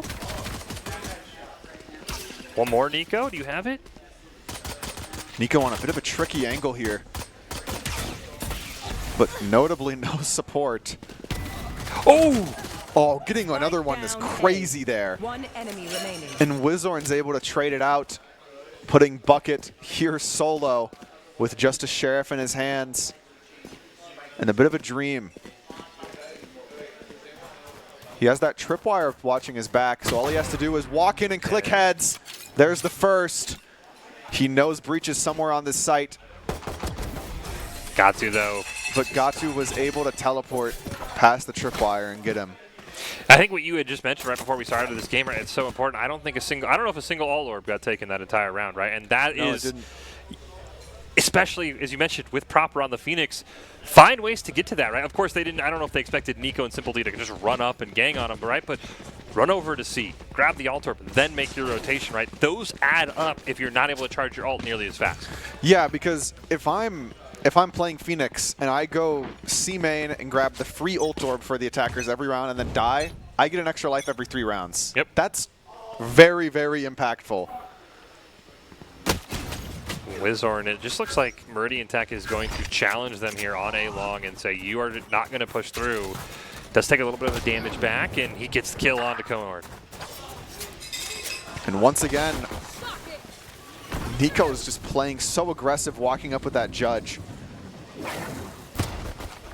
It's one, at least a little bit of damage, finishes the kill off. One enemy remaining, and a flawless here for Meridian Tech. And you talked about it, Nathaniel. You pick Neon, you play fast. Yeah, exactly. And Neon Judge, I believe this just got nerfed because everybody was upset about how strong it was, but Nico's still showing that it works. And once again, I don't know if you noticed, ult orb not grabbed. Something that's interesting is both teams are fighting for the space of A long, which is what you're supposed to do. That's what everybody says to do on this map, right? Yep. A long is important, but I don't think they understand why. It's because you get that ult orb and you have the space. And so maybe they'll change things up here. Going into Garage, this is a great spot for the curveball, but it misses Nico. And he's able to find one with that judge, looking for more. Oh, he's going to survive everything. He's going to pick up one more at least. Swap out for the Vandal here. See if he can push forward and finish off Compass. They do have 2 members alive, but you can see the Sova barely hanging on. Pretty much one shot to even a light breeze at this point. Yeah, just walking up, getting that tricky angle though. Nice flank from Eternal Void. And now this round looks pretty good for Compass as long as they're able to keep Simple T from running up.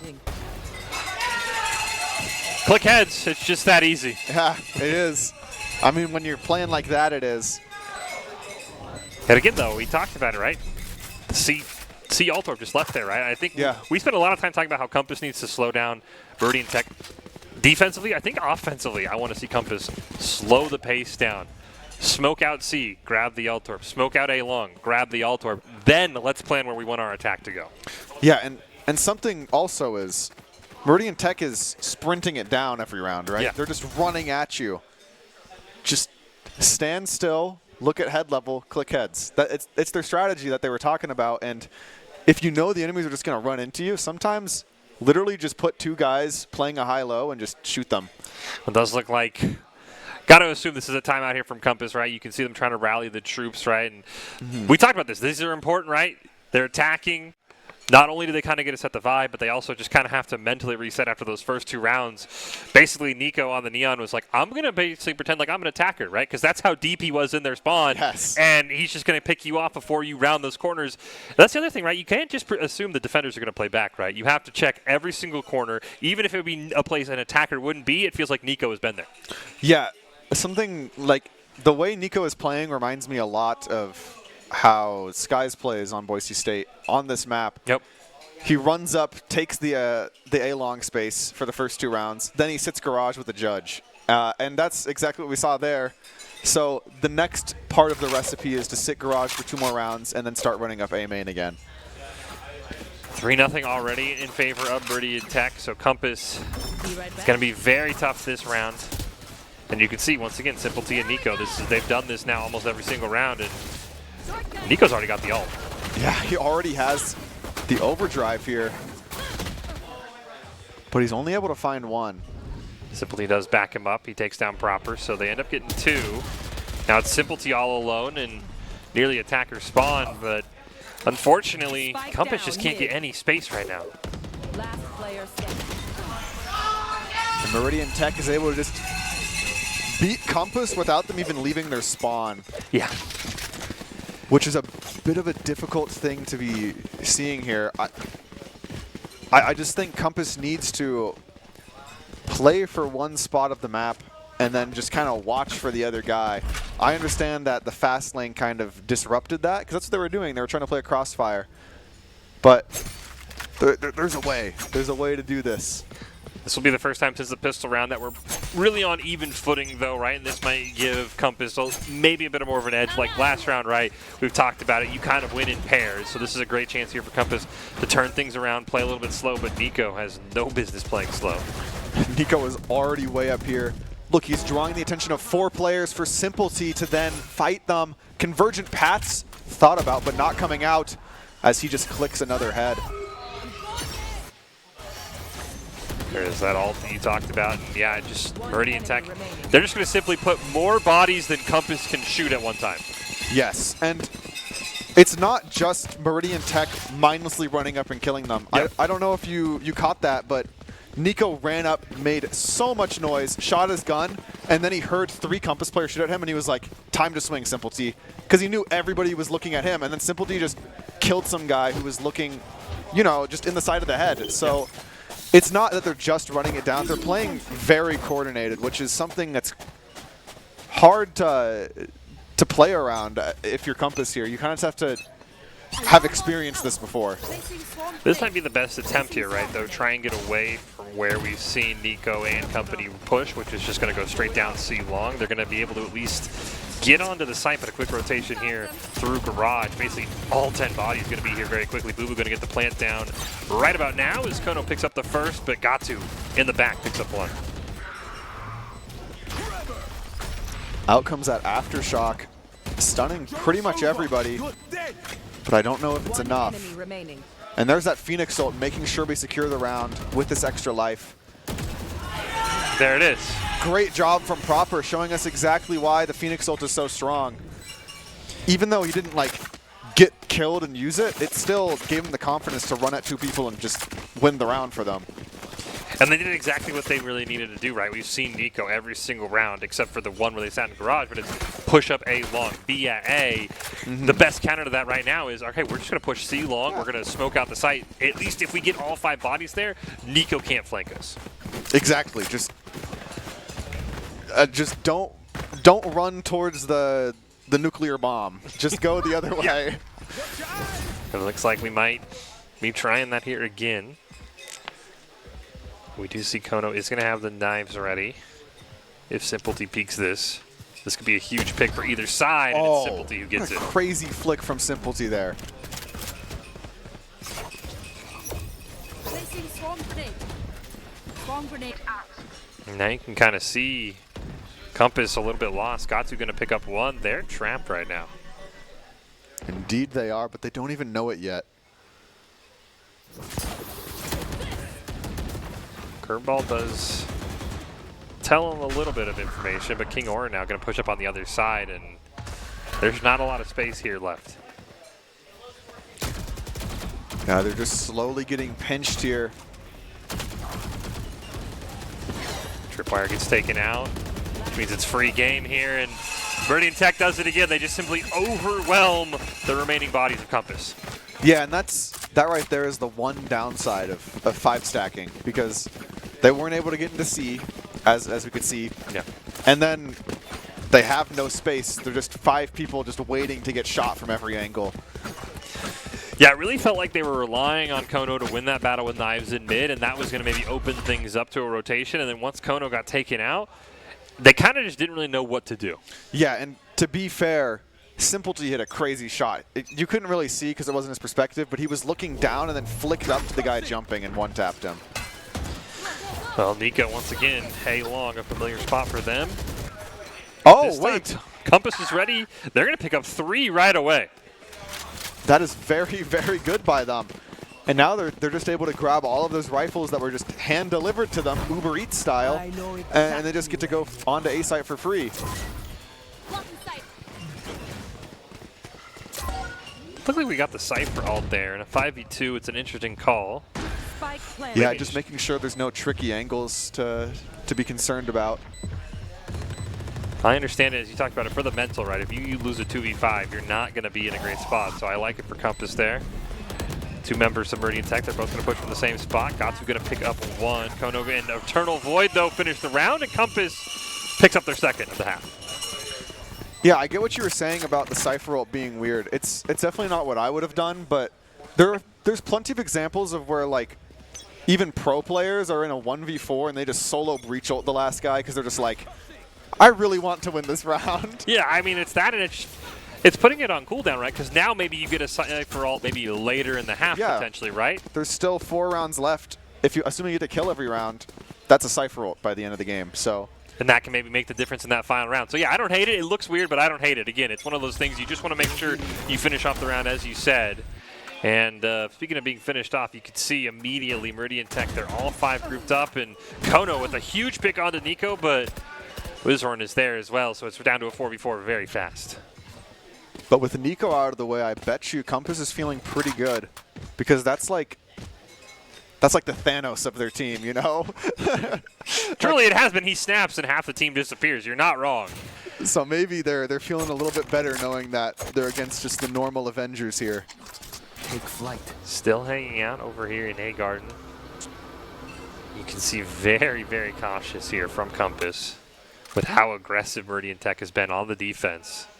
But you look at your map and they're all clear right now. Yeah, there's not a whole lot of space. Yeah, you've got some space to move. There's that alt orb. Maybe you play for that. You've got the Hunter's Fury for Eternal Void. That can maybe clear out A site if you want. I think they're waiting for the recon bolt to come up and see what's on site. As that comes through, it sees nothing, which tells them, hey, just walk on. It's a free site. But it's a little bit of a trick. They are going to get the spike down here. Meridian Tech has the Killjoy ult if things go wrong, and right on cue, there it is. The Hunter's Fury can kill it, though. Is he going to get it? He does get it, but it's going to cost him, unfortunately. And this is not exactly an easy 1v4. So, something Compass did there that I find interesting is they chose to plant default.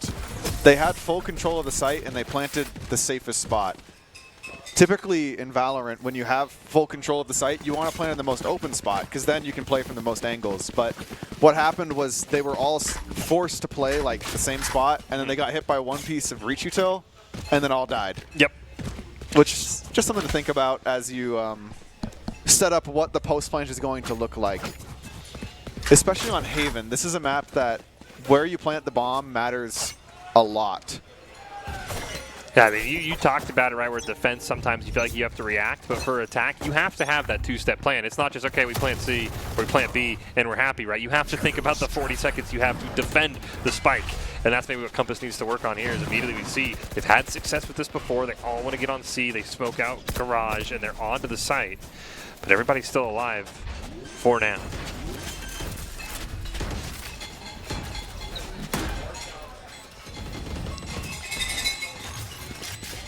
Site's just completely theirs, and Meridian Tech looking to play full retake with the convergent paths.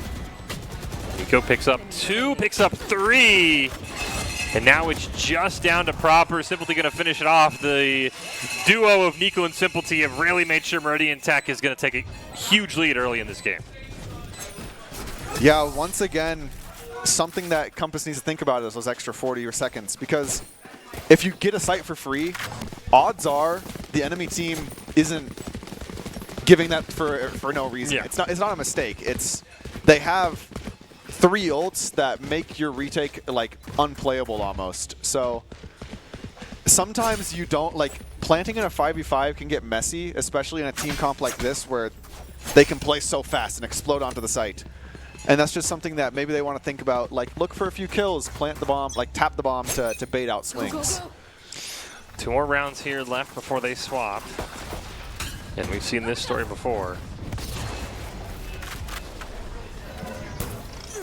This time Nico is forced to stop a little bit before we've usually seen him, but look at your map. Look how surrounded Compass is right now. There's that Phoenix ult we were talking about. Simplety gonna get the Phoenix ult immediately. 2 more go down, and here comes King Aura trying to spray through the smoke. Gets 1 more as well, and they're just stuck in this box right now, but they end up actually somehow pulling it off, and it's still down to a 2v2. Yeah, Compass has guns now, so this is looking a little tricky for Meridian Tech. And with that Omen teleport from the shadows all the way onto C-site, that's a free plant. And it's going to look pretty hard for Meridian Tech here. The Compass players planted in the correct spot for long. That breach ult no longer matters because they don't even want to play site, really. The breach ult's still going to come through, the Rolling Thunder, but as you can see, it's not hitting anything. That off angle from Boo Boo, and now Proper with the crossfire. It's down to a 1v1. Wizorn knows Proper's there. Gonna bait the defuse, didn't get him. Smoke's gonna fall, and Proper with the blind. They pick up the Thrifty, that's massive. And that was excellently played by Compass. It really looked like they had a plan for that round, and they played through that plan, and then they just won. So, I mean, it was really on the back of the Phoenix ult, right? He ults early when 9 players are all in the A box, right? And then he's still alive at full health, and he's able to make this play. You talked about that pick, and it comes through for Compass. Yeah, exactly. And then the spur of the moment decision for Boo Boo to just teleport over, play on that off angle, super aggressive. That's not what you're expecting if you're Meridian Tech, especially the way that they've been playing so far. Well, we saw 9-3 in game 1. We'll see if Compass can avoid that fate here. Is Kono, we've seen it with the op, and he's immediately going to get one. This man is different with the operator in his hands. And that's huge because we talked about it, right? Now the Cypher ult that we were worried about, it goes through, and Kono's going to get a second. And the site's basically theirs, Proper with a proper flank there. Able to keep control of Garage. It's going to make the round so much harder for Meridian Tech as they have to funnel into this operator. Well, there goes the operator, unfortunately, as King Aura is going to take care of that. Great angle here. Proper holding through Garage. Pick Simplety with a great flank, and there it is, Compass, 2 in a row to end the half. Yeah, and 8-4. That's very nice by them. Sides. But I think what we were saying was Meridian Technical, they have drafted this comp for attack. Yeah.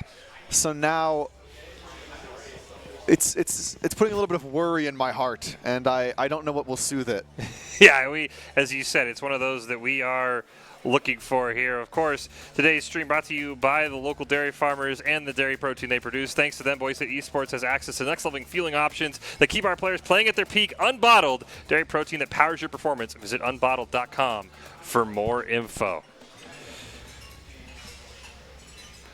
Compass really needs to find a way to bottle this attack of Meridian Tech. Yeah, come on. I had to. That was a good one. That recon bolt giving early info. Go, go, go. And I think Compass is trying to bastion down the site here. Well, speaking of playing fast, it's Nico already on A. But looks like that might have just been to draw some eyes. A Simplety on the other side of the map gets a massive pick, and you see the spike is already down at C. Spike planted. Yeah, now Compass has to retake this site and long. And they don't have a lot of time here or utility, as it is the pistol round.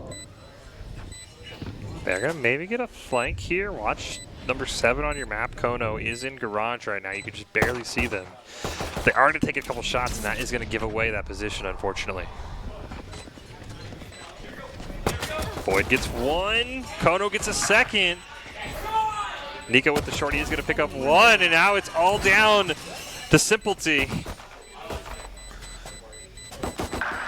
And huge from Compass. They take the pistol round. That is a very important round. I would say maybe the most important round to win here, as we're now going into the anti-eco round here. Yeah, you almost, we don't want to mark it down, but in pencil you can write 8-6 right now just because of the advantage they have. And you can hear it, at least here in the arena, right? The crowd is for Compass, right? If they start to pile these rounds up, again, we talked about this in the break between games, Meridian Tech is now just not battling Compass, they're battling the crowd. Yeah, and it's if you're just like a person walking in right now, it's especially hard not to root for Compass as they are behind. Here's that recon bolt lineup again, checking out A lobby, but it finds nothing.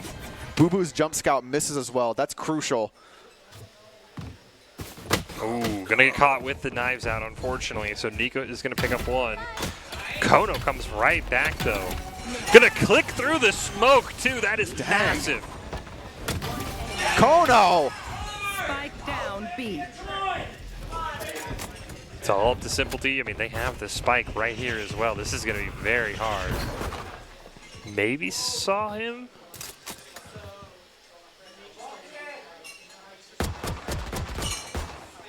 Oh, Simplety not getting that kill. That almost puts the stamp on the round, saying it's 8-6 here because there is just not much for him to do now. No, even a pick doesn't really help you because this Compass can full buy next round. And it's Eternal Void who gets it, and now all of a sudden 8-6. Compass gets their full buys if they want, and Meridian Tech will have one as well. And now this is where we've talked about a lot, that third round when you win. Can you win with the guns you had? Because I think you only lost that one member. Well, something that, I don't know, that we didn't see because the tab button wasn't pressed. Kono bought a Bucky and a Ghost. Bucket had a Stinger, another Bucky. That's a bunch of cheap weapons because they're looking to buy ops and rifles. See, they have enough money for rifles as well. Compass is looking to win this round and tie up the game. As you mentioned it, get the op in the hands of Kono as fast as possible, and there it is! There it is!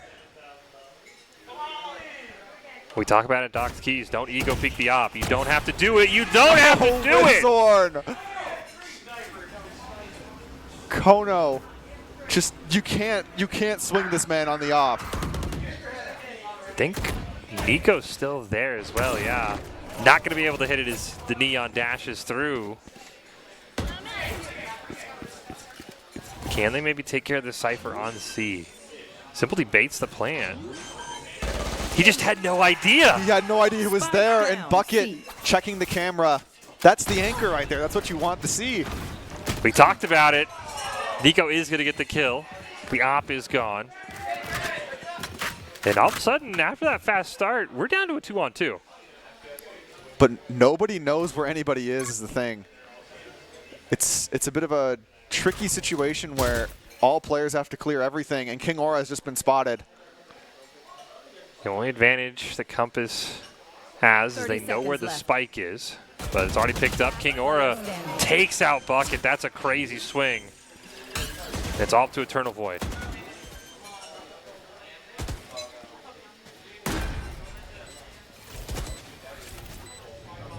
And Compass just, they really do need this round, so Eternal Void is going to try his best to clutch it.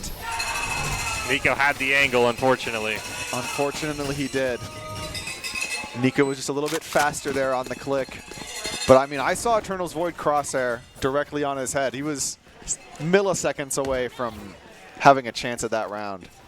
Yeah, really, I will say, as much as the op plays are hype, and a big shout out to Kono, right? It was a great job by Meridian Tech. I think they were down 2-4 at one point, and they were able to find their way to get those picks. Didn't even think King Aura or Nico lose any health. So a great job stabilizing, and now this A long is probably going to be a lot more open than it was last round. Oh, most definitely. I don't think the op can be afforded. Well, there's Kono's one. taken out early. Oh, he ran right past him. Proper and Eternal Void, they're holding on to A. They're going to just push through the smoke. Proper going to pick up another. Crossfire.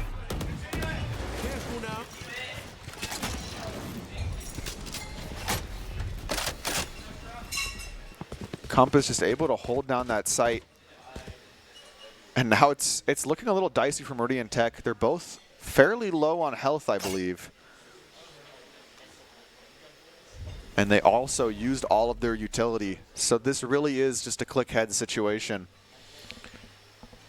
Looks like they're actually going to loop around. Very rare do you see one attack go right and you end up right at the same spot. A bit of a double back. Oh, proper! Just spraying them down. Flicks on him. A great job with the Omen. And now all of a sudden, Compass, they're back to within 2. And this was like crazy from Proper and the Sova. The Neon Wall comes up, and then Proper was aiming literally just with his mini-map and killed like 2 people through the smoke. And then the Sova, Eternal Void just wasn't spotted and was also able to find one. That was just not what you want to see, like, as Marine Tech is entering. They didn't clear their angles. Doc's keys to the game, you know? They are going to get that Phoenix ult. You talked about this to Daniel. That's what he needs. Just walk in and kill them, and then he's gone just like that. Immediately puts Compass up 1. You see Kono in his favorite spot as well. And it wasn't the way maybe you and I were expecting, but this is what we wanted to see from Compass. They have slowed down the Meridian Tech attack. Yeah, they most definitely had. Meridian Tech is now thinking things a bit through, and Proper is just shooting them while they think.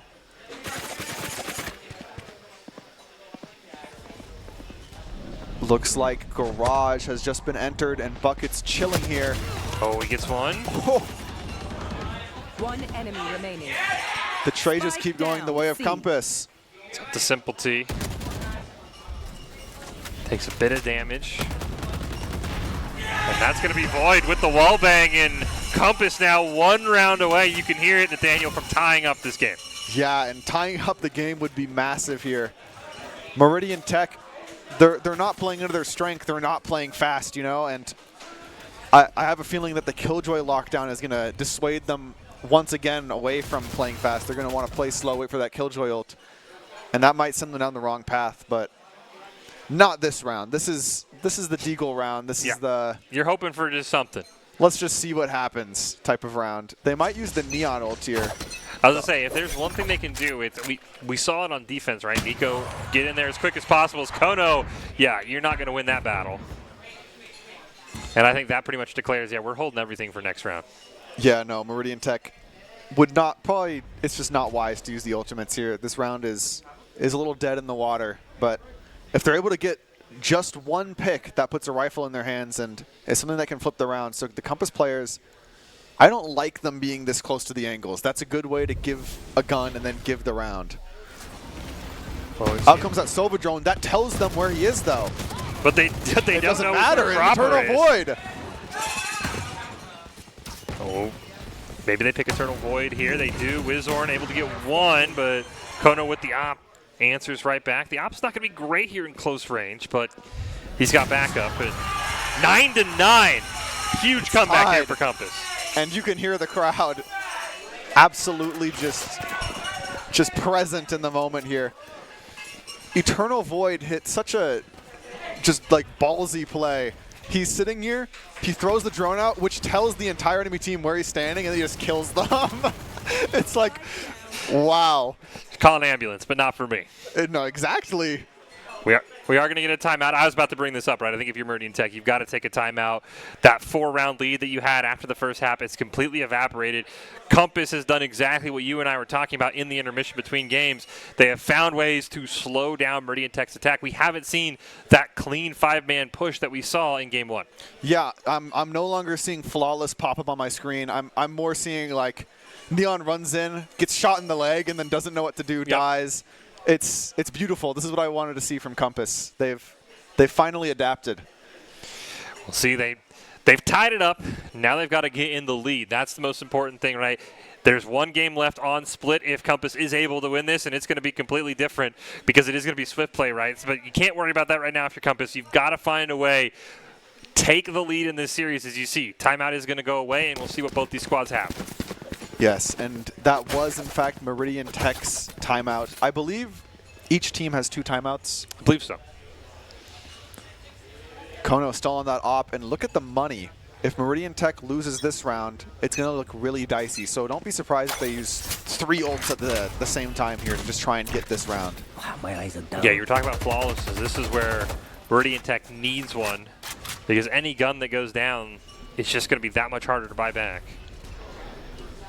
Doing a great job here. You can see avoiding that jet over on A-Long. You don't want any part of that if you are Meridian Tech.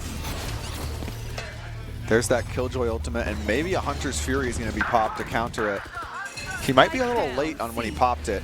Trades are going the way of Compass right now. Eternal Void finds one with the Hunter's Fury. They do get to detain. Spike planted. That's enough to get the spike as King Aura gets one. He's going to peek the corner right into the Opto.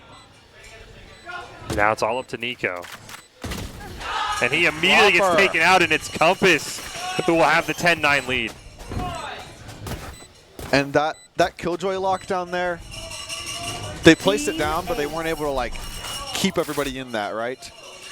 I think Meridian Tech maybe should have used the conversion pass of the Rolling Thunder to just try and disrupt Compass further, right? Make sure that that Sobel can't come through, because now you've played one of your cards. You know, you played your ace, but you didn't win. No. And you only have 2 more left. So it's something to be worried about, especially when you have this guy on the op that's just liable to kill 3 on your team at any moment. Yeah, and not only is it that, right, it's we'll see if they do it here, right, but A long feels so shut off, you lose that ult orb that you and I have been talking about so much. Jump peek here from Nico. And they're going to force Kono to dash away. They're trying to smoke it off, and they will at least be able to push onto A long. Hopper just spraying him down. Getting everybody, really. Another one with the op there for Kono.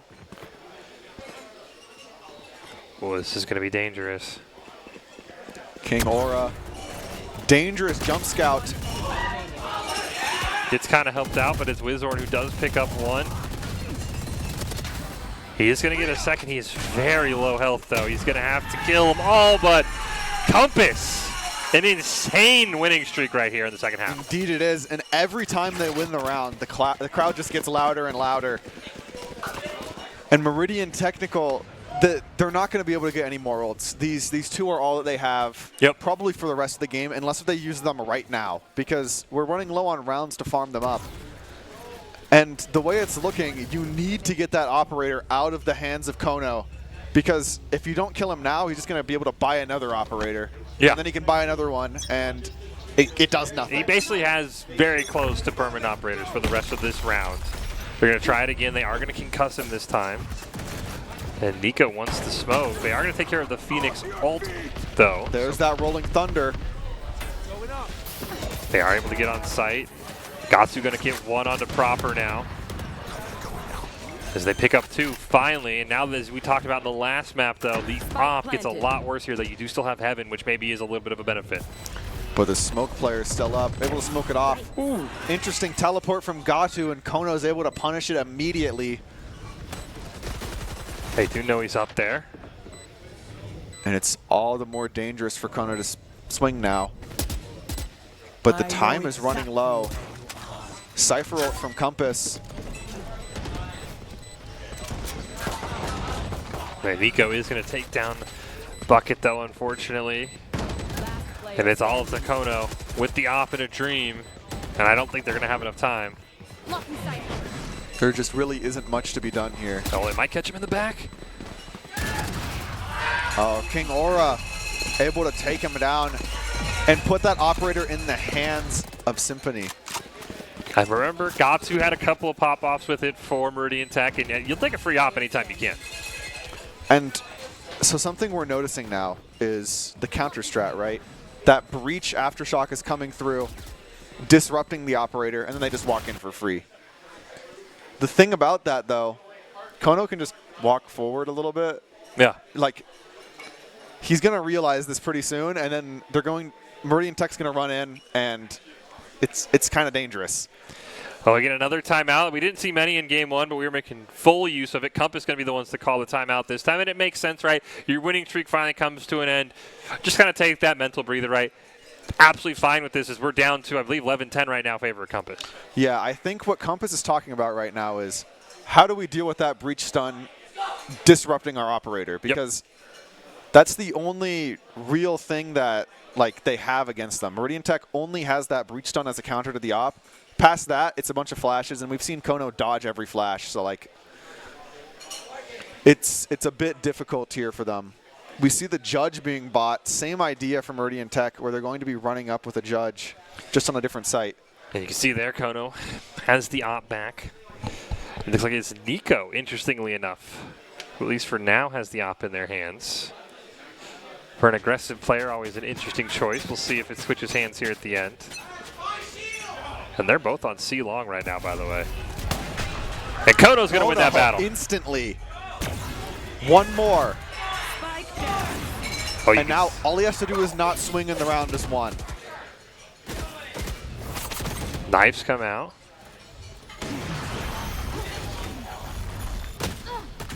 That's a great job dodging that. Does take a little bit of damage. Has to be careful as he knows there's still an op there. He picks up a third. Finds a third. Oh, you can see Nico once the ego is there. It definitely is. The wise play is just to do nothing and win, but he wants There to it get is. the ace. Kono clip farming a little bit, You can hear the crowd. They're chanting for it. and he still has that Blade Storm up if he wants to. Scottu gonna peek. Oh, they. Looking just to hunt down Gatu here. Bit of a fake smoke to maybe feign what exactly he's thinking. And this teleport should be heard. And I think it was by Proper. 30 seconds And left. Kono looking gonna for go that up. final kill. Oh, Gato He's is unable gonna to at least find it. deny the ace.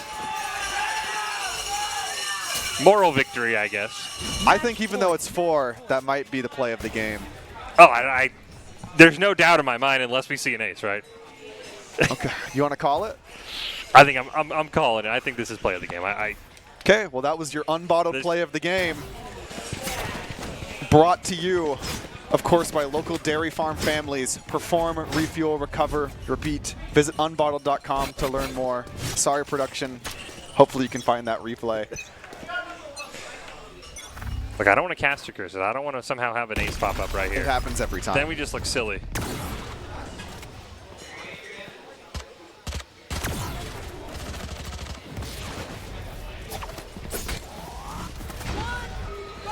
We've seen this. Convergent before. paths. They find Proper, though. They are smart enough. They've caught on. He stood there every single round. I'm out of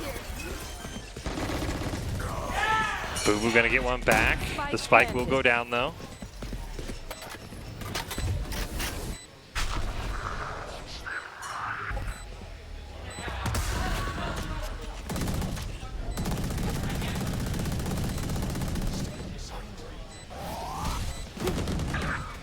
Zorn gets one back. Compass knows all he has to do is win just this one round. Trying to find the people below him is Boo Boo.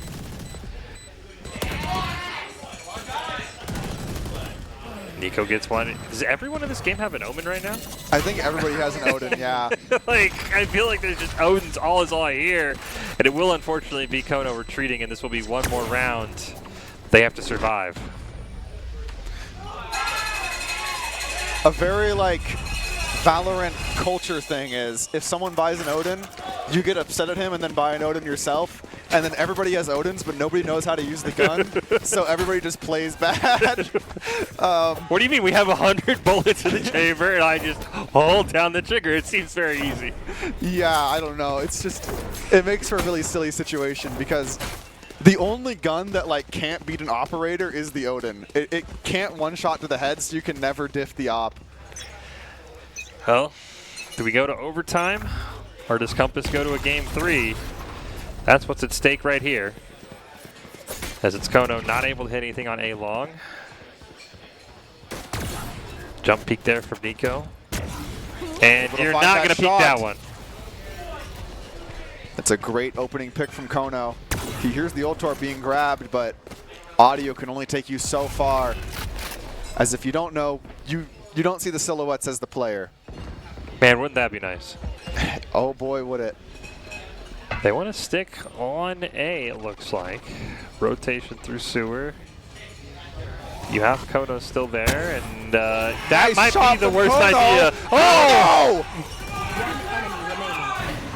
Spike down A. It's not going to get the ace, unfortunately, as Proper does take down King Aura, but it's up to Didn't Gatu. get the full house here. 2 kills, 3 kills from Proper and Kono. Bit of a self-flash from him. I like the attempt. I like the attempt. 30 seconds Got to left. make it to the spike and have an absolutely insane play. Oh, there it is. No. Defenders win. Another 4, and Compass forces us to a game 3. And like we said earlier, game 3 is a swift play. Yeah, game 3 is going to change up everything. These players, they spent all year grinding for this moment, and that's the kind of ambition Drake Cooper is built on. Drake Cooper is a Boise-based advertising agency, employee-owned since 2020, and a proud sponsor of the Idaho High School Esports Championships. Good luck and have fun to all the competitors. They're having a lot of fun right now. Oh, I can hear it. They're having a lot of fun. And as you said, so quickly, well, I'm sure we have plenty of time, but quickly explain to us what difference it makes that we're going to swift play for game 3 over standard Valorant. So I don't play swift play because it's kind of like the for fun mode, but I believe it's first to 5 rounds. Yes. It might be 7. I think I believe it's 5. I believe it's 5. There's no overtime, if I remember correctly. Yes, it is just straight up It's first to just 5. You don't have to straight win up by first to 2 like we 5. usually see. But you can turn it on the custom game. I don't know if they do that. And then the economy is like really goofy. It's like if you lose a round, you don't win the rounds in pairs. You have enough to buy the next one. And it makes getting the op extremely easy. So that's something to think about. A little bit of a dicey situation. Also, ults start halfway charged. So it only takes kind of 1 round to have your ult if you pop off. So with all of that in mind, right, and as, you know, as goofy as it is, as different as it is, who do you think has the advantage in this between how you've seen these two teams play? Well, we were saying Meridian Tech likes to run it down, Yep. right? But we're on Split. This is the only map you don't get to run it down on, really.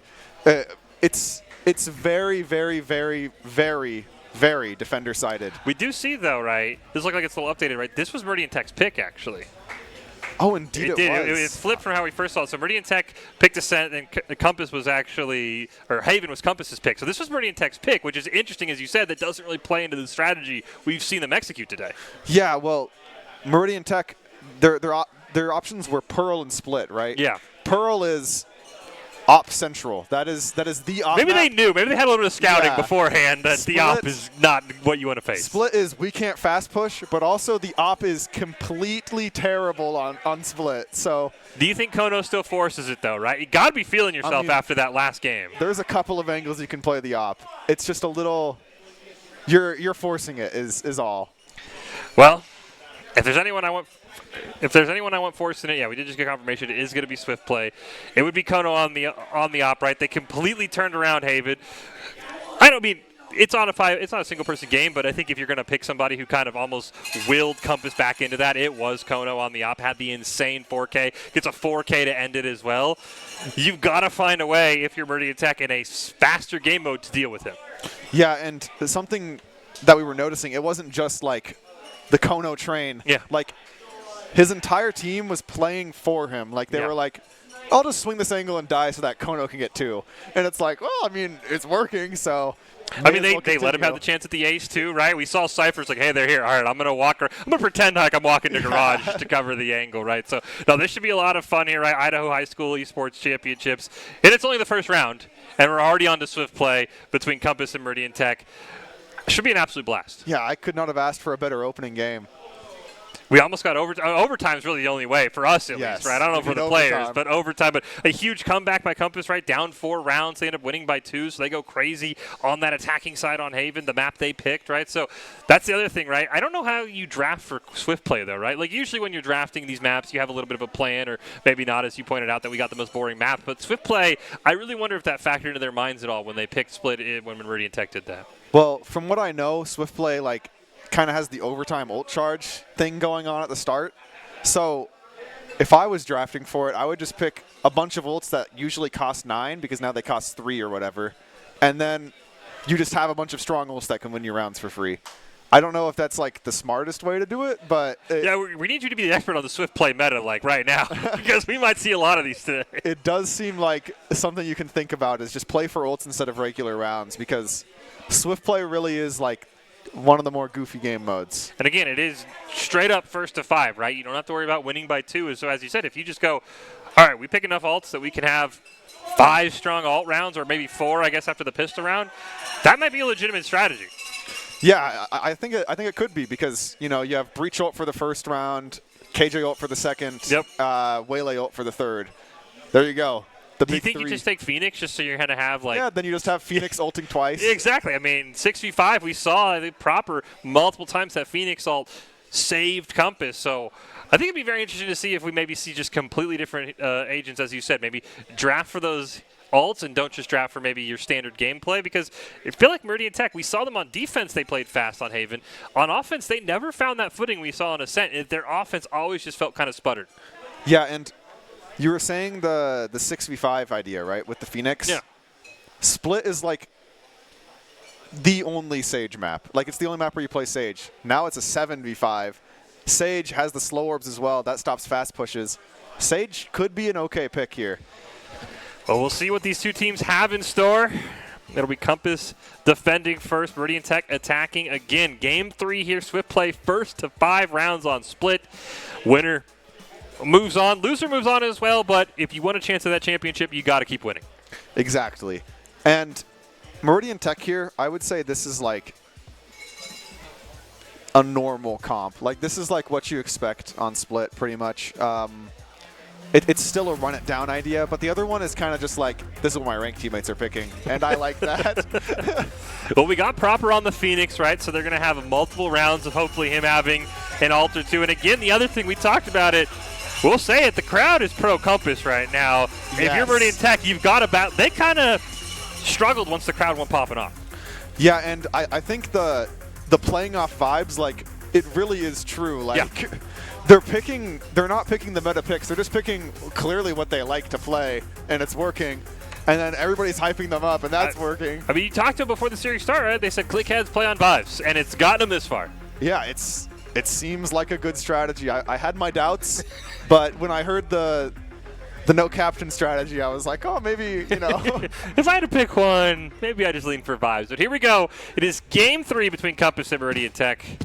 Who will be moving on to the upper side of this bracket? Who will be moving on to that lower side? We will find out very shortly. And notably, Kono's on the Reyna, which is not a normal pick. Bucket just going to try and shoot through it. Is Nico, though, back on that Neon, who gets one. Gatsu going to pick up a second. And all of a sudden, Meridian Tech with a fast start. Yeah, able to just get on the site very quick, which is a regular for the Split map. But another thing about Split is, even though the site is almost impossible to push fast, we'll see it here, the retake is very easy for the defenders. Maybe not a 2v5 easy, but Proper cooking up with that hot hands. Paranoia coming out onto Nico. Oh, he is going to be able to land it. He's only got 3 HP, though. 3 HP in a dream, and that dream is quickly denied. First round goes to Meridian Tech. And so, as we said earlier, usually if you lose the pistol, you're broke and you have no money. But it's Swift play, so Compass has enough money to buy like Bulldogs and Spectres, while the other team has Bulldogs and Rifles, is usually what this goes like. So once again, it's not really even an advantage for Meridian Tech winning that first round. Yeah, the snowball effect you and I have spent all day talking about, that goes right out the window in this one, as we see. Exactly. I mean, we talked about this, though, right? Meridian Tech, even on Split, they're finding ways to get on this site fast, and when they get attacking and they get going, it causes a problem. They're going for a bit of a more standard strategy here for Split, which is that split push. It's the name of the map for a reason. And we'll just see as they try to bait out utility and play slow. Meridian Tech just trying to find where Cypher is and then not go there. That is the go-to strategy. Well, he's on B, and the spike is lurking in B garage, but nothing quite yet. Boo Boo going to throw out plenty of shots, but nobody goes down. Kono and Nico both going to pick up one. It's Kono with a second, but again, Wizor answers right back, and we're down to 3-3. Huge. They just keep trading back and forth here. Indeed they do. But this rifle being in the hands of Meridian Technical matters quite a bit. Compass has a Guardian now, which gives them a pretty good chance, but that Vandal is real strong. Wizor is incredibly low. Yes, one shot to the body will do him in. It's just about finding him because it is a bit of a tricky angle he's found himself on. Going out. He might have seen that. Doesn't want to commit on it just yet. They do see Gatu there. Time is running They gotta low. watch out for Wizor though. The flank, a teleport, but it doesn't matter. Wizor had his back. Meridian Technical picks up their second round. And Wizorn played that very well, just, you know, just chilling there. Yeah. Waiting for his time, really. And then once he realized nobody was going to be on the angle that he, like, nobody was watching him, just might as well flank behind and play with my teammate. I think it's a very good way to play that round out. Yeah, Gatu then quickly realizes, right, nobody knows where Wizor is. And a great teleport, but it's only going to be a trade. So 2 rounds down. Remember, 5 and you win. Meridian Technical just needs 3 more. So they split up once again. Kono in a great spot, but Nico's the one who gets the pick. And now they're going to be able to just run onto A site and execute. Bit of a trick here. Cage triggered. Cypher Cage making a lot of space alongside those smokes, and the Seekers creating even more. This looks like a pretty easy plant for Meridian Technical to get down. And now they're able to take control of Heaven because they planted the bomb for it. Some forward thinking here from the Dragons. You talked about this on our last map. It's not just about planting the spike, it's about planning out how you defend the spike. So you do see Nico taking quite a bit of damage, King Aura low as well, but it's Wizor and Gatu pick up a pair. And now it's just down to a lone member and a flawless from Meridian Technical, now 2 rounds away from claiming the series. Last round in the half. And people are chanting Compass in the crowd. It could be comeback season, we never know. Well, they've got 1 more round and then they'll swap. Usually Meridian Tech's been a little bit better attacking. Yes.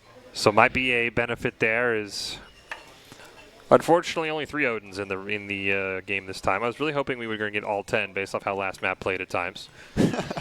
I would have loved to see that. It felt like we got really close a couple of those rounds. Proper with his Phoenix ult flashing, unable to find any value though other than some information. Kono with a nice pick, dismissing away, and re-peeking into Mayo looking to see what exactly he can do. He finds another. Down mid. Does get taken down by Wizor. But those 3 picks are massive. Bucket gonna answer right back, and now it's down to just 2 members for Meridian Technical. Bring them down.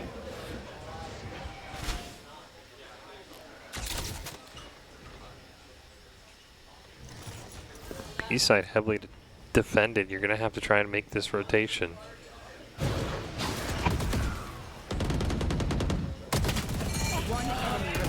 They trade out, and it's Eternal Void, and Nice. Compass at least has a little bit more wiggle room. Switching sides. Indeed they do. And I would say the attack side is probably the easier side for Compass here because they picked Reyna, Phoenix, which are 2 duelists that don't really do much on the defending side. But once they get on the attacking side, they can be kind of monsters that can run the lobby. So we'll see just what happens. Of course, they will play 4 rounds out, and then there will be a tiebreaker round, I believe, if there is a tie. Yeah. Which I think they swap back the defense, Compass does, if I remember the rules correctly. I believe you are correct. But Compass will have nothing more than just rattle off 4 in a row and be on their merry way. Kick off here, first round for Compass attacking. And you can just note how much more deliberate and how slow this attack is compared to what we saw from Meridian Tech, who just wanted to get on site and find somebody. Yeah, Compass really making sure to take space and bait out utility and then go in when it's just down to clicking heads. Bring them down. Out comes that Prowler, seeing one male. Ooh, Eternal Void gonna sneak through, but Simpleties Spike picks up down, first B. blood. In worst case, that's a spike as well, as 2 more go down for Compass. This It's looks all like it down to bucket here. could be, unfortunately, another flawless if you're a Compass fan and not in the way you wanted. He is able to at least get one, but Meridian Technical, they find a way to win, and now Compass has got to do something. And now we are going into the rifle round. Compass just needs to find a few kills and get that bomb down. But that's easier said than done, especially when King Aura has a judge here, and he could really be anywhere. We talked about this when we saw Split on the map selection, right? A perfect map to just pick a judge to just be somewhere. Yeah, just buy the judge and like kill 2. It's not very difficult. Where are you? So I would say he's maybe the prime threat for this round. See, him and Kono might be meeting in the mid here very soon.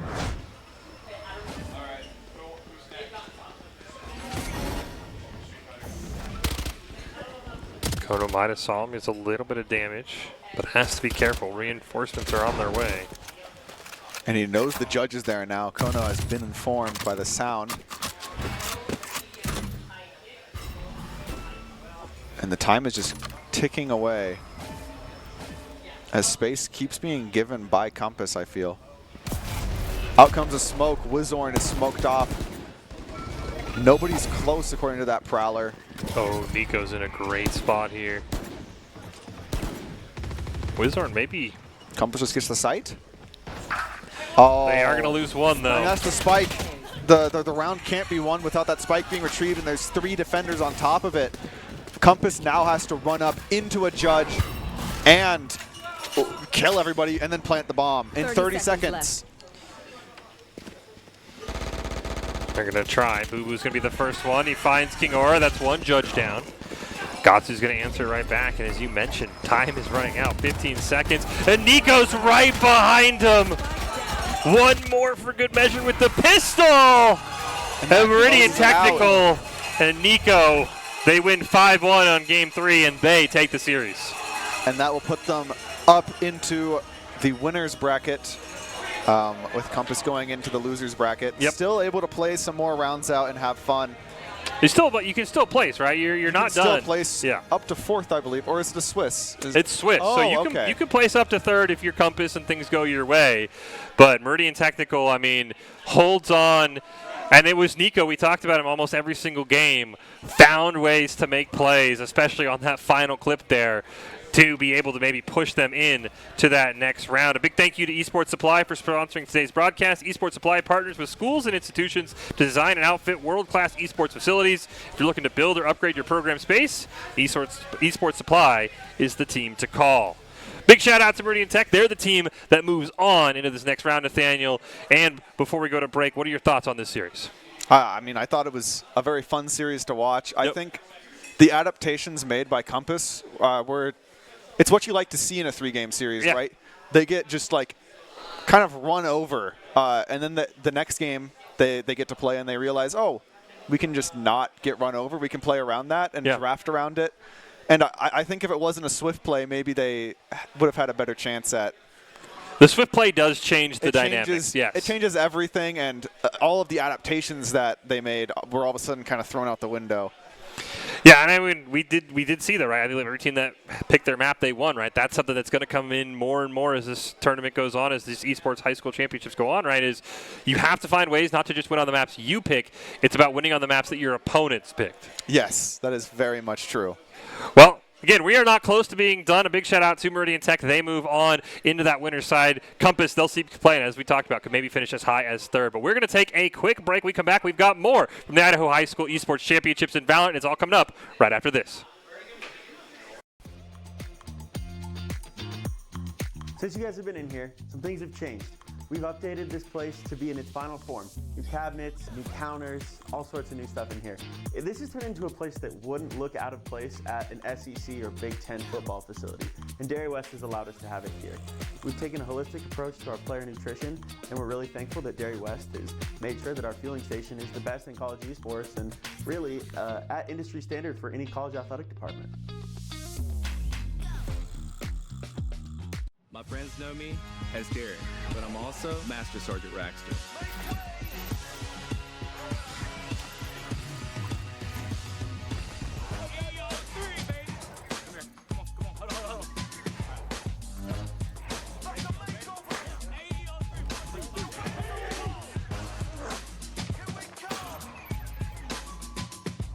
This is my life in the Air National Guard.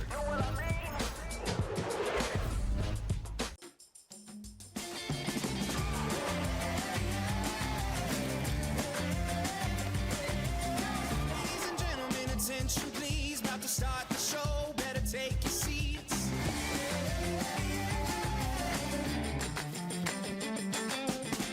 It's time to let the curtain rise. We're gonna shake the room. We're gonna honor. Now earn up to 4 times the rewards with the ICCU Premier Rewards Visa credit card. It's the credit card from the credit union you love. Scott Matlock, underrated recruit, has built himself into one of the best defensive players in the Mountain West. What would you do if you couldn't fail? Would you see every setback as a catalyst to keep going? This is the innovator's mindset, because innovation demands daring.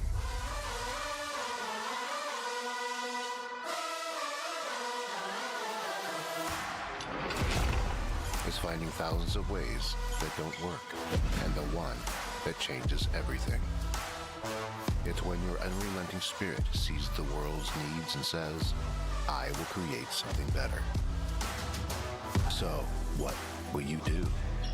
Will you let your genius run wild? Give yourself the space to be great. Set your sights on something even bigger, because we know changing the world doesn't happen by chance. It comes out of the blue.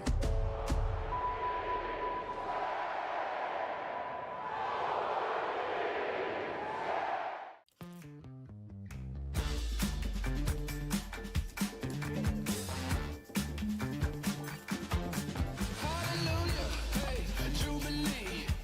I got a feeling that it's moving to my feet. Take a picture, would you look at me now? Something outside so that everyone can see. Now earn up to 4 times the rewards with the ICCU Premier Rewards Visa credit card. It's the credit card from the credit union you love.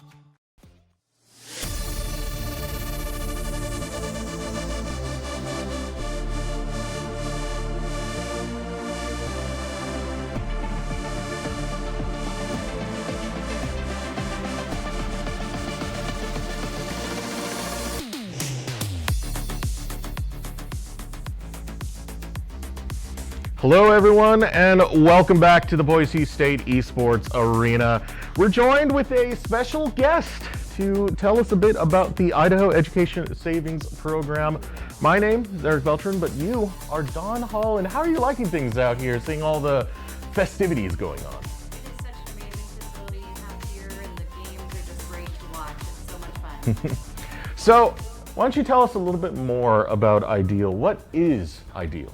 So Ideal, we are Idaho's 529 Education Savings Program. We are the official 529 for the state of Idaho. Any money you put in, you can get a state tax deduction for, and it grows both state and federal tax free.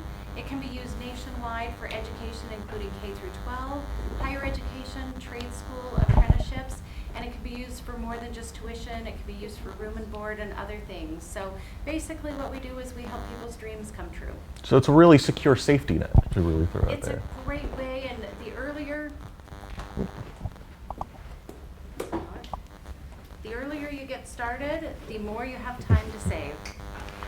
Okay, just to restate that real quick, because I believe we had an issue with the mic. Is that working now? Or, do we got audio? Do not leave. It's do not working? leave her hanging. Okay. Okay. Sorry about that. You know, that was my fault. I played with the mics earlier, messed it up. It happens. They just look so fun. You know.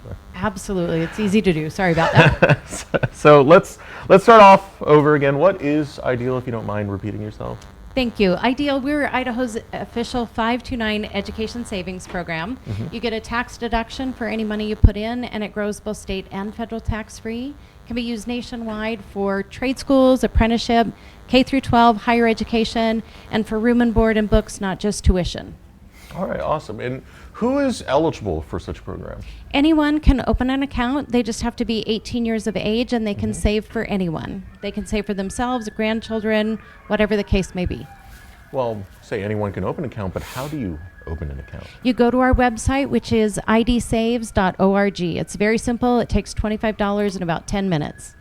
And what happens, say, if I have a child and I open an account and my child doesn't happen to go to college in the end? Well, again, it can be used for lots more than college. And now at the K through 12 level, even at the public school level, you can use it for supplies and other things. But if you don't use it for anything else, you can also roll it into a Roth IRA, or you can always take the money out. It's always your money.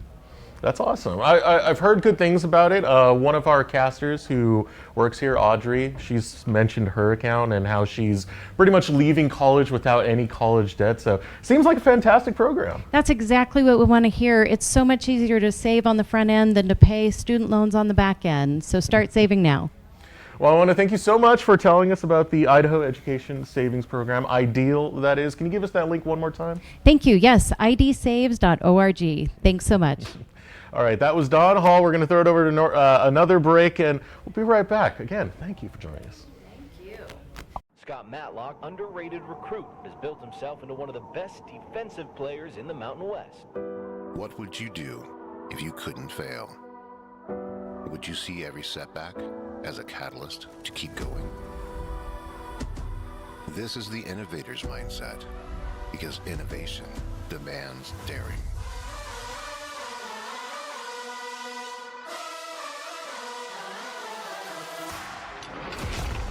Is finding thousands of ways that don't work, and the one that changes everything.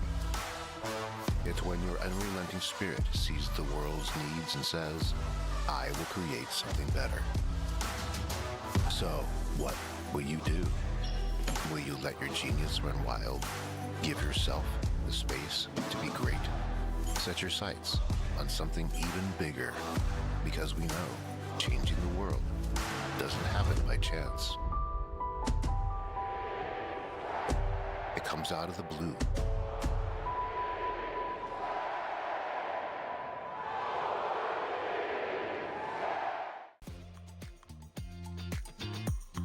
Since you guys have been in here, some things have changed. We've updated this place to be in its final form. New cabinets, new counters, all sorts of new stuff in here. This has turned into a place that wouldn't look out of place at an SEC or Big Ten football facility, and Dairy West has allowed us to have it here. We've taken a holistic approach to our player nutrition, and we're really thankful that Dairy West has made sure that our fueling station is the best in college esports and really at industry standard for any college athletic department.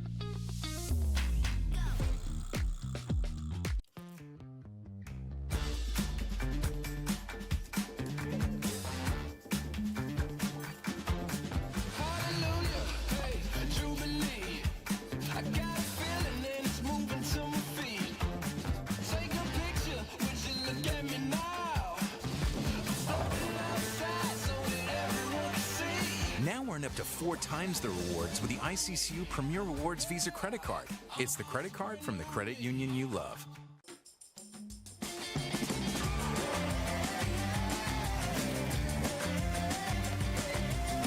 Ladies and gentlemen, attention please. About to start the show. Better take your seats.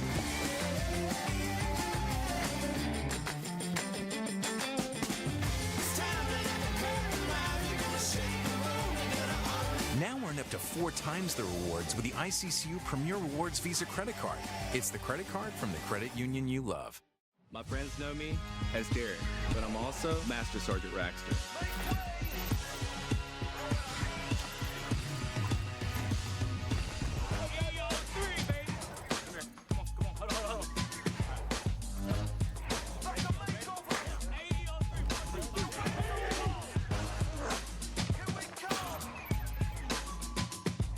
This is my life in the Air National Guard.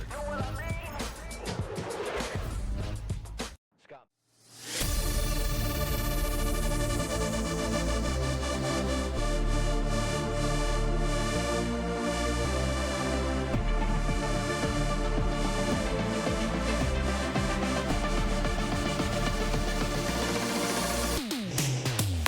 Welcome back, everyone, to the Boise State Esports Arena, where we have our victorious champions when it comes to State of Idaho high schools playing Super Smash Brothers Ultimate.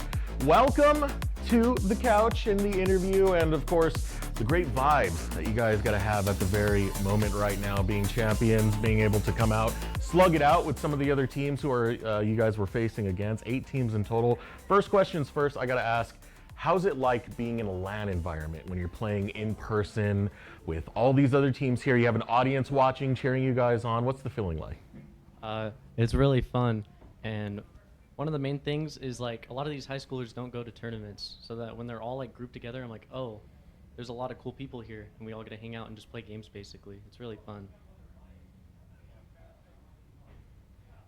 Oh, don't be shy. You can pass around the mic. Yeah, Biggie.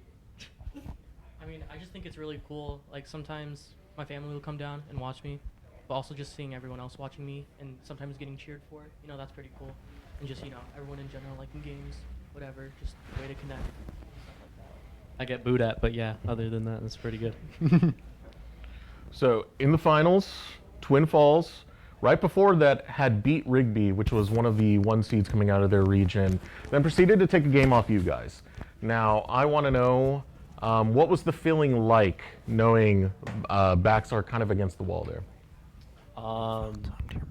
Okay, so it's actually completely my fault. I switched to a different character, and I definitely shouldn't have. So we kind of just made our own stress. We were actually expecting Twin in Grands. They go to our tournaments all the time. So we play them like every single week, basically. So like we knew those guys hand to hand. So it was a good like grand finals. A lot of their players were feeling really good today. Hypershot was doing really good today. Better than he usually does. I'm really glad he went back to Falco because he's really good on that Falco. And JR and Tucker, they all played really well. And I saw that Tucker was clutching up a lot of their games against Rigby. Rigby. Yeah. And they were really good. And as soon as Kinley got 3-stocked, I got a little scared. A little shaky there, So, Coach, question to you. When you do end up in that situation where your team is going to a series, what do you do to kind of talk to the squad and make sure, hey, we're all going to be level and we're all going to show our best for this final game? I just remind them they got to take it slow and forget about what happened last game. I mean, it can be scary because you can lose momentum, but yeah. I think they're really good at just saying, you know what, this is a new game and we got to start over. And then it was a little scary because Jaden and Kinley kind of went out first, and then they're kind of our stars, but Doopy clutched it up first there at the end, and we left it to him, and that was a nice feeling. I was stressed though. Yeah, I feel like you can't help it when you're in a grand finals, right? So talk to me a little bit about the overall journey, because you have to play through the regular season, you have the play-ins that you do as well before you make it to state championships. So what was that like, whether it be like bonding as teammates or just playing against opponents? All right, pretty much. We play a game. I either sweep them or I let these guys play a little bit. And then what we do is we go over to our friend's house and we play Smash for like 6 hours, and then we call it a day. A lot of Smash, a lot of practice. And then the season games, they're online, so I don't like value them as much, I would say. I think we were joking around a lot during a lot of those games. Like, we had a lot of fun until obviously we had to do it in person. Things got a little more serious.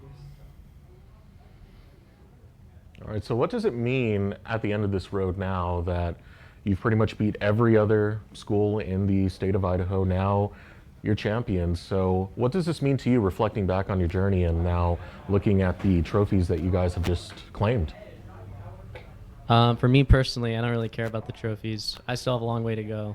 I'm an okay player. I want to keep playing the game. I want to be the best in the world, actually. So wow, that's where I'm headed towards. And hopefully our journey through CSI, both of us, can get us there, because we'll be playing for them starting school next year.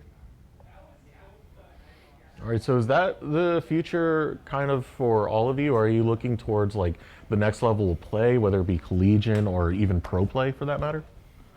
Yeah, probably just going to more majors and going to more tournaments and driving these guys to other tournaments in Idaho and Utah.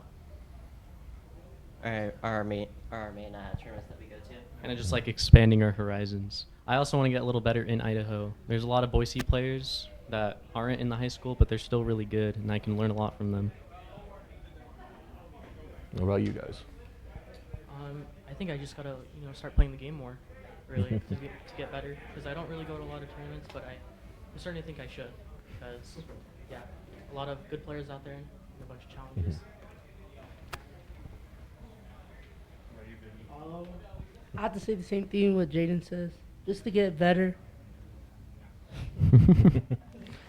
And then, Coach, how does it feel for your squad to be champions? It feels great. They put a lot of work in. I remember last year Kinley telling me they want to be the best Kazuya ever, and I was like, okay, that's a cool goal. But he proved me wrong. He's come a long ways. He's definitely probably the best Kazuya in the state. And maybe he'll be able to go on from there and actually stand up to that title. He has a lofty goal, but he's put a lot into it. All right, before I let you guys go and go celebrate your victory, do you got any shout-outs? We'll just go down the line that you want to give for the camera. My mom, for sure. She's the reason why I'm here, and she helps me through a lot of goals for the game as well, and gives me gas money. I'd like to shout out Logan's mom for the gas money. It gets me to a lot of tournaments. Shout out to Hypershot and JR, who are about to get interviewed for the twin team. Those guys are really cool, and I hang out with them all the time, go to tournaments with them. Shout out to Mr. Young. I probably wouldn't do this program if it wasn't for Mr. Young. I think he's really welcoming to new players, and that's not a skill a lot of coaches have. I think they're a little more focused on, like, do this, do this, do this, and it's like, guys, just chill out and let's have some fun. Shout out to my mom and my dad. They're pretty cool sometimes. Shout out to my whole family, my sister, my mom, my dad, my brother, my sister's boyfriend, all of them. I probably wouldn't have been here without their support, and it's just nice to see them, like, just be glad that where I am right now, doing what I love to do. I want to shout out to my parents who encourage me every day to play and all that. I'll just shout out to my team. I mean, they're living my dream, right? When I was their age, there wasn't any of this esports stuff. It was just us in our basements or at a friend's house. So I'm excited that they get to move on to collegiate level and enjoy it. I do it for them. All right, so that's Burley, everyone. Shout out to our champions for Super Smash Brothers. I want to thank you so much for joining us for this interview. And whatever future endeavors you guys might have, I want to wish you the best of luck on that. So thanks again for coming. Thank you, too. Thank you. All right, so that is our interview. We're going to start getting ready for Valorant right now as we get a sort of switch going on the couch. Always nice to hear from champions, especially those growing up within the esports era, so to say. You know, I kind of reflect the same thing. I didn't get really to really be too much a part of that, and now seeing what esports has done, not just on the collegiate level, like here at Boise State Esports, but on the high school level on top of it. I am now joined by Bryce, who's ready to get back into it. Oh, yeah. Valorant. We got another match coming up. We got another match coming up. Hopefully it's not as much of a nail biter as the last one. That was insane. That one went a little bit insane. I mean, yeah. Already coming back from a pretty monstrous deficit to win the game in round 2 and then bring it to swift play round 3. Definitely nothing to scoff at. And we're just going to have to see where this next game is going to take us. And if I remember right, we're going to be watching Wilder and Rigby. Yeah, it's supposed to be Wilder and Timberline, but we will see if there needs to be a fix on that or if the information we got was wrong. Either way, we got a match coming up. Before we jump off of that match, though, I do want to give some credit over to Compass, who put up an absolutely fantastic fight in that first round going against Meridian Tech. You know, Meridian Tech, strong team. They were definitely the favorites going into that matchup. But Compass, especially Kono, him on the operator, man, some of those flicks were disgusting. And to be able to take a map off Meridian Tech, Haven, as they had it at the very end right there, taking it all the way to swift play. I mean, hey, it is what it is, falling out of the bracket early and going into that consolation bracket, but still a big deal to be able to, you know, walk off knowing that you took another team to the limit. I mean, we've heard from several people that Compass is kind of a dark horse in this race. I mean, they're a team that has taken maps off of some of the best in this bracket, and they are really just a team that you need to be watching out for, especially when you least expect them to take maps off of you. And we really saw that. We saw them really struggle to play into that super fast composition that Meridian Tech was really pushing out that first map, and we saw them struggle a little bit more in that second map as well. However, in the end, they were able to bounce back and restore and kind of regain their momentum. We saw them push it all the way to map 13. I believe it was 13-11 if I remember right for that second map. Swift play didn't quite go their way in round 3, which is it's unfortunate, but it really played into Meridian Tech's style of play. That super fast. We're gonna get you. We're gonna get a shotgun down your throat in 5 seconds. But yeah, coming into this next matchup, Wilder versus Timberline, which I believe is what it's going to be. This is Pacific 3rd seed going against Mountain 4th seed. Timberline having a bit of a rough journey to actually get here, going 2-4 on the regular season. Yeah. But they made it, they clutched it out in the play-ins. That's the most important thing right there, which is why they had the 4th seed. For Wilder, it was a much better performance from them. They went 4-2 when it came to the regular season. When they got into the play-ins, they were able to 3-0 in Group C, and now it's got them in the situation where they're looking like a pretty potent team to step up to the bat.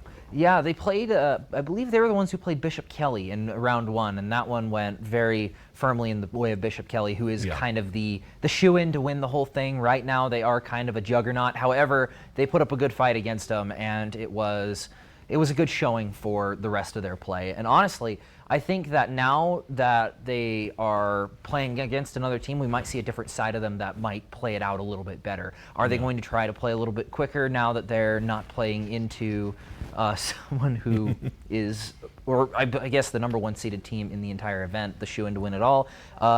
It really just comes down to how they pick maps, who they want to play, and really how they decide to play maps. Yeah, I mean, in this game as it is, right, you always have to keep in mind that you do learn a little bit more from losing than you do from winning. So even if you take a devastating loss, and, Bishop Kelly does get the better of you, it's a good team you're falling against, and it's not the end of the road just yet. You are going to be playing, hopefully, for contention of that 3rd, 4th seed, that 3rd, 4th place, I should say. That does, reap its own glory to that regard, but first you actually have to win this game.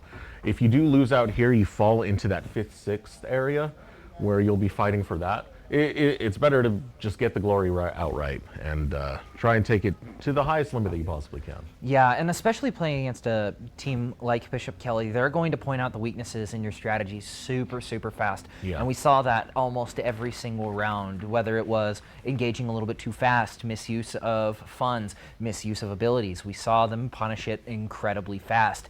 And really, it's kind of a blessing and a curse, because obviously it feels bad to lose, especially in such a dominant fashion. But also you learned what parts of your strategy might work, what parts of your strategy won't. The rounds that you win, why did you win? You can look back on those and say, here's how we won these rounds. Let's continue to try and do this. Let's evolve this strategy a little bit further. We've played what should be the hardest game of the tournament right now. Yeah. And we should be able to refine our strategy moving forward. Yeah, I don't know. It's a very interesting bracket, to say the least, that is being played right now. I know I had called it a Swiss bracket a little bit earlier. It's somewhat Swiss style, because if you lose one and then you win one, you don't go against a team that won one and lost one. It's getting straight into the placing right away. So it does hurt a lot to lose rather early, but it's still something where you have 3 rounds of play. There's still upward trajectory that you can find. It's not quite as forgiving as the double elimination brackets or anything else. However, I will say it does streamline the process a lot. It makes it very simple for teams to get into it and really figuring out your placing. And also it puts a lot more emphasis on winning all of your games, because you don't really have that secondary elimination bracket to really fall into. I mean, some great games have been played in the losers bracket. Some great runs have been made through it. However, I feel like it makes players play at an even higher level, knowing that we only have one shot if we want that podium placement. We really need to win every single game, make every single play count. And when every person is thinking on the same wavelength, it really goes to make amazing games.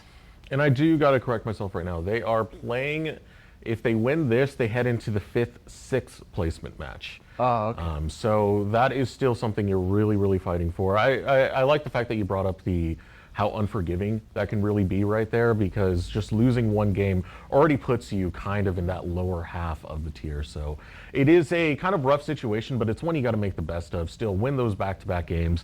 It's going to be a good one. Wilder versus Timberline. We're hearing now that the casters are ready. So Nathaniel, Fish, go ahead and take it away.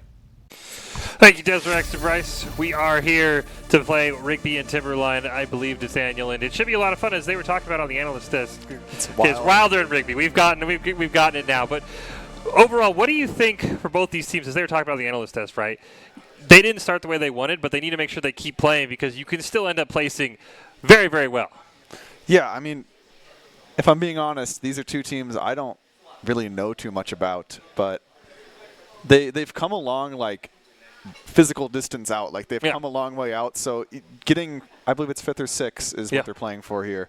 But if you win this, you go to the 5th, 6th yes. game. Yeah. So Yes. It still matters a lot. Like, you don't want to come out and like be last place, I guess. Yeah. Or have a chance at being last. So if I'm them, I'm playing with like all my heart. And Rigby here has picked Split. And then we have Pearl, Lotus, which are some kind of more unique maps from what we saw earlier. Yeah, we got a little more exotic this time. Yeah, I would say so. Split, of course, we kind of know what to expect. The defenders are going to win that half usually. I don't know which team chose defending side, but I would imagine Wilder did, because they have the option to pick. And then Pearl is a bit more of a strange map that we don't really see much, but it's Chamber and Astra are the vibes for that map. And then Lotus it's one of those 3-site maps where whichever team knows how to play slow should win. Well, Lotus, of course, would be Swift Play Right, so that's going to change everything. We saw Split for Swift Play Right, and it was really nothing like you would expect from a standard game. Of course, we have Doc here to help us out with his keys to the game, which are know your win conditioning, chat strats every round. We saw it a bunch. Taking those timeouts can be very, very important. Take out your one, and hey, you know what? If you didn't take them out, make sure you take them out again. Make sure you take out your one. Doc's Keys to the Game, brought to you by ICCU. Thanks to their continued support for Boise State Esports, ICCU has watched Boise State win multiple national championships, pile up more than 1,500 wins. ICCU, looking after your daily balance. Visit ICCU.com.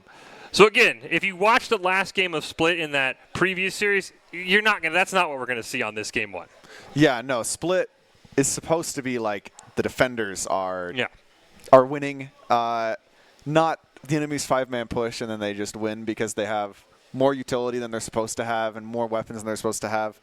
But I don't know, that's just the way it is. Yeah. Sometimes Split goes that way. I feel like if you are winning on Split, you just win the map, is usually how it goes. And if you win like 3 rounds in a row on Split, odds are you're just going to win every round, because it's one of those maps where like there's only a couple strategies and the rest of it is just shooting people. So if you're winning a lot of the rounds, it just means that you're better at shooting people, which is like kind of an issue. That's the core of Valorant, as we talked about. And you mentioned it, right? I mean, obviously we haven't seen for these teams, right? But those big plays, right? Those ops that can turn around a map, as you mentioned, that's not really a viable thing on Split. So with these two teams, what are you looking for early on? Is it the playmaker in the mid with Judge? Is it somebody who's just holding sightlines? A great anchor we saw at times. What is that sort of key that you're looking for, Nathaniel, to kind of differentiate between these two teams? The easy way to like lose on Split as the attacker is planting in the safe spot, because if you plant in the safe spot, now your entire team has to play in like this tiny little box, and then they all blow up and die to the utility. So you want to make sure that you plant for heaven so that you can have one player lurk through mid, 2 guys play main, 2 guys play site. That's a lot more that the defenders have to deal with on the retake. The way you lose Split on defense is by sitting back and doing nothing. You have to take a little bit of space so that you have something to play with. If you just let the enemies walk at you and you don't fight for garage control or fight for B main control, fight for it, like if you're not fighting for control of anything at the start of the round, usually you're not going to have a good time during that round. And I think maybe the most important thing that we talked about it a lot, we didn't see it all the time with Compass and Meridian Tech, is taking advantage of those alt orbs, right? Fighting for that alt orb in garage, going over to A and really just As you mentioned, you can play slow. You can't just do nothing, but it's just take your 2 free ult charges on your best hero or your best player. Give them the ability to have that game-breaking impact more often than not. Yeah, and part of the reason why Split is like so defender-sided is you just place down 1 smoke and then you get the ult orb for free. Like, there's not a whole lot the attackers can do other than like you place down the smoke and then they have to throw 3 flashes out and drone you, and it's like at that point you can just throw the smoke and then not go for the ult orb, and now they waste all their utility and you win the round. So it's definitely something to think about here. Well, we are heading in here. Rigby and Wilder, of course, starting things off on Split. We'll get the full first to 13 here, and you mentioned the Sage in the last game as maybe one of the only maps that she's playable on, and it looks like Wilder's going to do just that. Yeah, the Wilder comp is, I mean, it's wild. It's fitting. Yeah, no, this is like 5 agents I would never expect to see together, but I mean, maybe it'll make it work. I don't know. Sage is good on this map. She shuts down that mid rotate. We will have to see here between Rigby and Wilder here. 5th and 6th place, if you could pick up this win, you move on to that game. And again, as we talked about, as we heard the analysts talk about, right, just because you lost that first game does not mean your day is over. You have to refocus on this matchup. And we'll see exactly what happens here on Split. So overall, before we hop into the game, more excited about the boring map choices or the exotic map choices from the 2 series you've seen? I'm more excited to like get Split out of the way and see what's actually going on, you know, because Pearl is an interesting map. There's a lot of shenanigans that can happen there. It's good for the Judge, the Odin, the Op, the Vandal. It's good for it's an all-rounder map, and like everybody dislikes it, but I think it's fun to watch. Well, that's all we care about is our own personal enjoyment here up on the desk. Is these 2 teams get ready to go here. Choosing to set up the Cypher here on A, which is a bit of an interesting idea. You usually see that on C. Yeah, usually the B player, the B site has the Cypher. B, excuse me.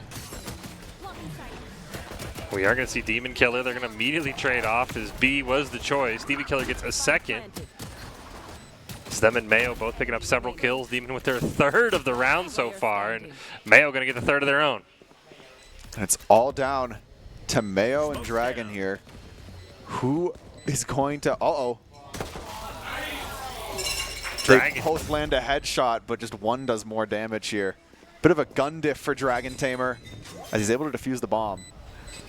I guess it worked out that the Cypher wasn't on A or on B, able to rotate all the way over. But I wonder now that you see that aggressive B push, you're like, all right, Dragon, you're gonna go hang out in the garage now. I think the way you want to play this is... Look at their team. They have KO and ISO, both characters who can turn off Cypher Trip if they hit him with their spell, right? So an idea is throw down all the Cypher util and then have the Cypher just play like some random angle in mid just so that he can't get his stuff turned off and then his team can play off his tripwires. Well, for now, it looks like he's still... sticking to A, just cooling You can't hit him if he's over there. Yeah, no, you can't. But of course, all of his utility will be over there as well. And there's those ult orbs. Great job here. Denying by the Demon Killer. Just trying to deny that ult orb. Sage going to push forward. And now Garage is going to be taken, but immediately 2 kills picked up. Demon Killer just running through them here. All right, a flawless. I mean, yeah. It really has felt like we've just seen Jets today just kind of go crazy. Yeah, no, a lot of players like to just lock in Jet and just aim. It's a very common thing to see, especially at the less like super coordinated levels of play. Well, I don't need to put smokes anywhere. I don't have to plan on the map if I just jet around. Yeah, that's not my problem anymore. And also, Demon Killer, like, he clearly trusts his team to like throw the utility and do everything else for him. He's just like, I'm just gonna kill them. You guys support me. This will work. And 6 kills already. I mean, almost. He has his ult almost. And he's just going to go full rifle, it looks like. He had that from last round. He forced the rifle 2nd round. When it works, it works. And when it doesn't, it really doesn't. But we are going to see complete change of strategy here. Oh, this fast flank. Oh, here's the Judge. Oh, the Bucky finding a couple of shots. But here comes the man of the hour. Last player standing. Demon Killer's not even going to make it there. It's actually going to be Wraith who picks up 2, and there's Demon Killer. Get a little bit of value, and Rigby off to a very, very quick 3-0 lead. I feel like the Trojans have, like, evil names, like Demon Killer, Destroyer, Wraith, Nexus, and then the other team it's like Giraffe and Mayo. Like, I don't know. This just feels strange. Doom God's a little out of place. Yeah, we do have Doom God at least. Yeah, but no, I'm with you, and at least they're living up to their names, right? Especially Demon Killer. Ult on round 4.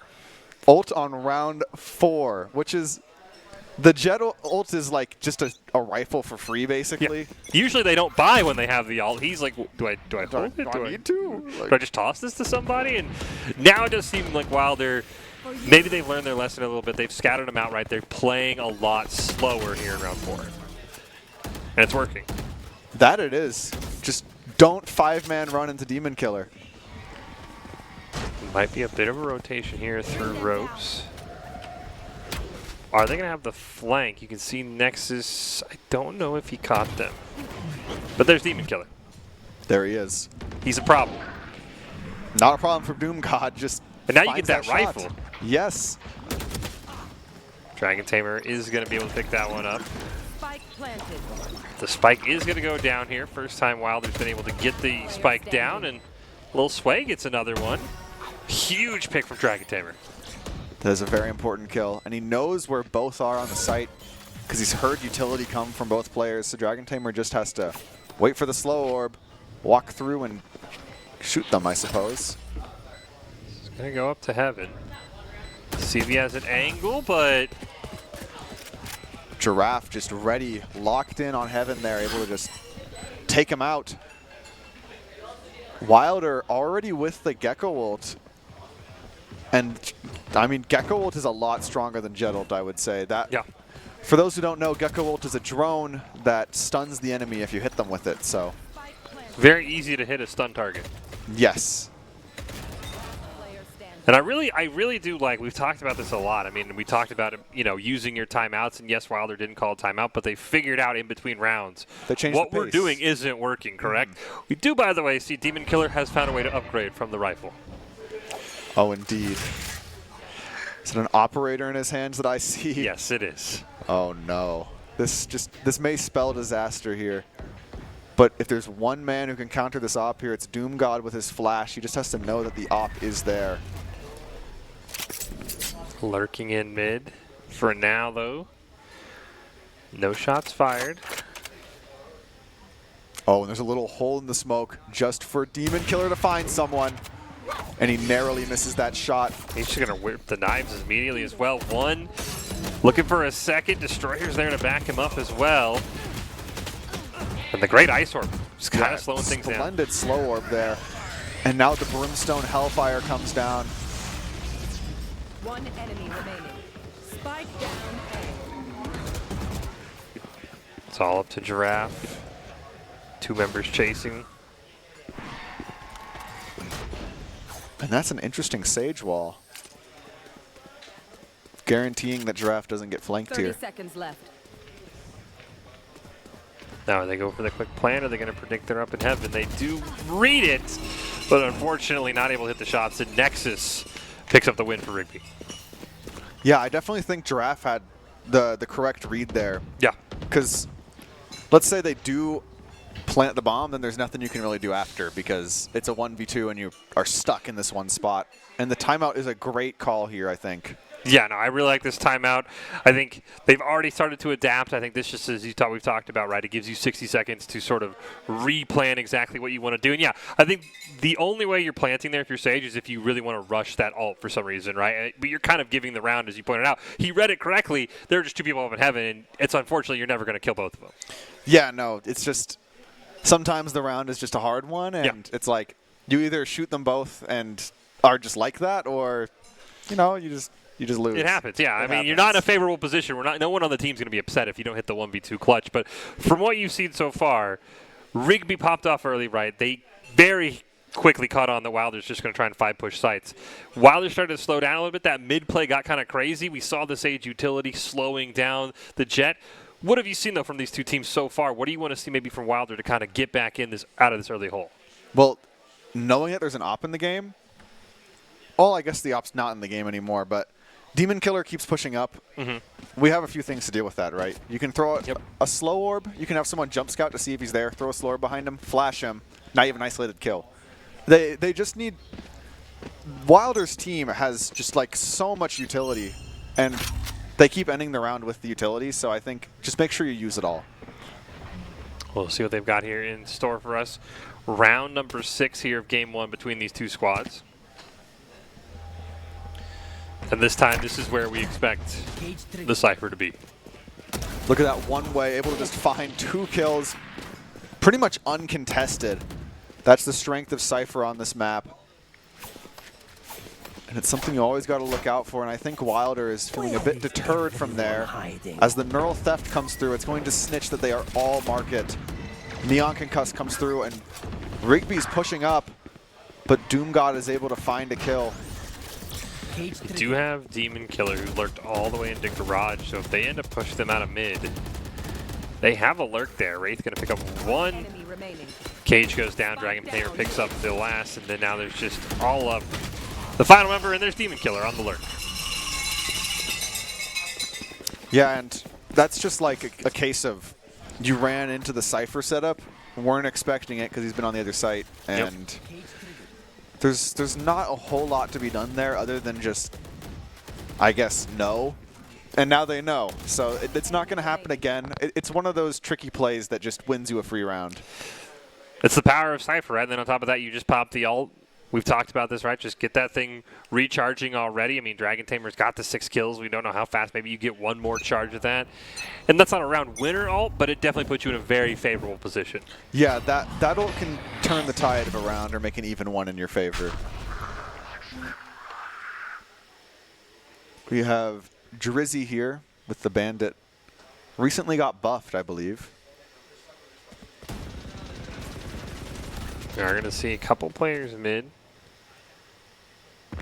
So far, just a couple of smokes gone out. Lots of spray going through that smoke here in heaven, and Wraith is able to find 1. Demon Killer finding 2 in mid.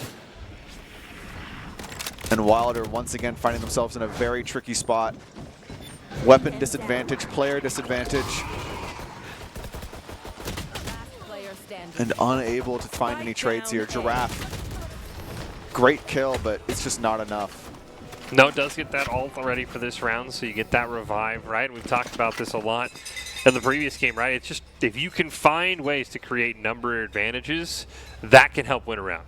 Indeed, and the Sage ult just gives you an extra number for free.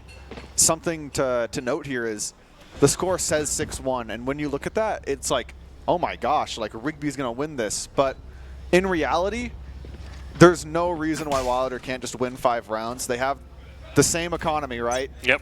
And there's no correlation between it, so it's still a tie game possible here. We're going to get that KO ult. And Doomcott on the op will trade quickly. Mayo going to pick up 1 more, and just like that, Wilder in business on this B site. Taking control of the site with pretty much just 1 ultimate, and they still have so much for post-plant. They have Brim Molly, Gecko Molly, Thrash as well, KO Molly. They have so much to play just to stall the round out. Rigby has to play this very fast. You do see, it looks like we're going to have Dragon Tamer maybe coming in on a flank, so can they keep their eyes on Garage? As Wraith picks up 1, Dragon Tamer though on that flank does go down. Wraith going to get a 2nd, however. Now it's just Wraith and Demon Killer. Wraith a 3rd. And Brimstone maybe got caught thinking they were in Garage, and I think the defuse here for Wraith is just going to stick. And that right there is what I was talking about, where the easiest way to win a free round on attack is planting in the wrong spot. You'll notice, I mean, the HUD is covering it, but they planted in that corner. Usually people plant so that the player who's sitting Garage here, this Gecko, can see the bomb. Because that he can't see the bomb, it forces the team to play on site, which is unfavorable angles for them, and then that caused them to lose. So, yeah, Mayo got pulled to Garage when he killed Dragon Tamer, and as you said, we saw it there in the final kill, right? Couldn't see the spike. Yeah, he just couldn't do anything about it. His molly missed because he thought the bomb was planted there, so that's where he threw the molly, and it's just how it is. what Wilder now has in store here. As What a Destroyer. crazy shot. I think it was just through the smoke, easy headshot, and send them back. The cease comes through, getting that ult orb. This is what we like to see. Yep. And now the Fade ult's online, and it's looking a little bit dicey here. Be trying to follow that Prowler, get one. Unfortunately, Mayo's there. Doom God gonna get a second. He's got to be careful that he's got somebody behind him, and it's Demon Killer. He's always on such tricky angles. There's that Sage revive. Is it not? I believe it is. Well, Destroyer taking care of business. They are at least going to maybe get the plant down here for Wilder. Spike planted. This is a very tough spot, nearly impossible. Destroyer with the 4K and the defuse. Yeah, he already is going to have his ult back up in 2 rounds, which is kind of crazy if you ask me. I think we saw an example of Doc's keys to the game right there where he said, get your one, get your one. I think what he meant was go for one and only one, because Nexus killed somebody and then he kept going and died. And sometimes it's better just to take the small win instead of risk the round, you know? Yeah. We really, you know, in a game like Valorant is maybe it's insulting is just make it sound that easy, right? If you kill one person on the enemy team and then don't die, you cannot lose. Yeah, the round is won, basically. Yeah. Did sound like we got the ult there. Yeah, nothing was seen there by the Nightmare. Operator finding an easy kill here. You know what's worse than a Cypher holding B garage? It's a Cypher with an op holding B garage. Yeah, that's something I don't want to see in my game, because there's not a whole lot to do there. No, you're trying to figure out how to get through the tripwires, and then he just shoots you. Though they do get one back as Wilder. Mosh pit coming through, displacing that Fade. Gonna make a kill on the Demon Killer, who's been a real pain for Wilder, but now it's the Destroyer who just had a crazy round of their own. In a 2v3, we'll see if Wilder can pick up their second round here of the half. They're planting the bomb here for Heaven, I believe. And they have plenty of utility once again for post-plant. All Wilder has to do is stall for a little while. Dragon Tamer looking peek around this corner. Not ready Great for shot. it. Great shot. And the kill contract comes out. This guarantees the round. Even if Drizzy dies here, both of his teammates will be watching the body. And it doesn't even matter. He's able to just take Destroyer out clean in the 1v1. And it's a great job by Wilder.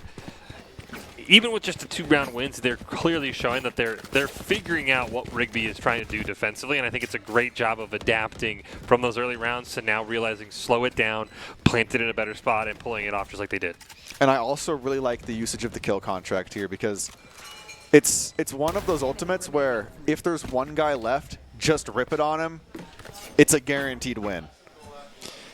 It's perfect use, and with just 2 rounds left, we'll see if Wilder can continue to shrink this gap. Somehow dodges that op shot. He had his shield around him that makes him immune to 1 bullet.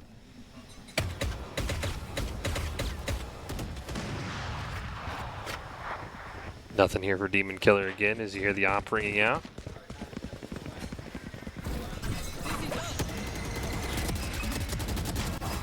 Destroyer, though, just... They finally moved the Cypher utility over to B, and we're just seeing why it's so powerful. Yeah, it's really hard to get through that cross-section, especially if your KO isn't able to find a knife onto him.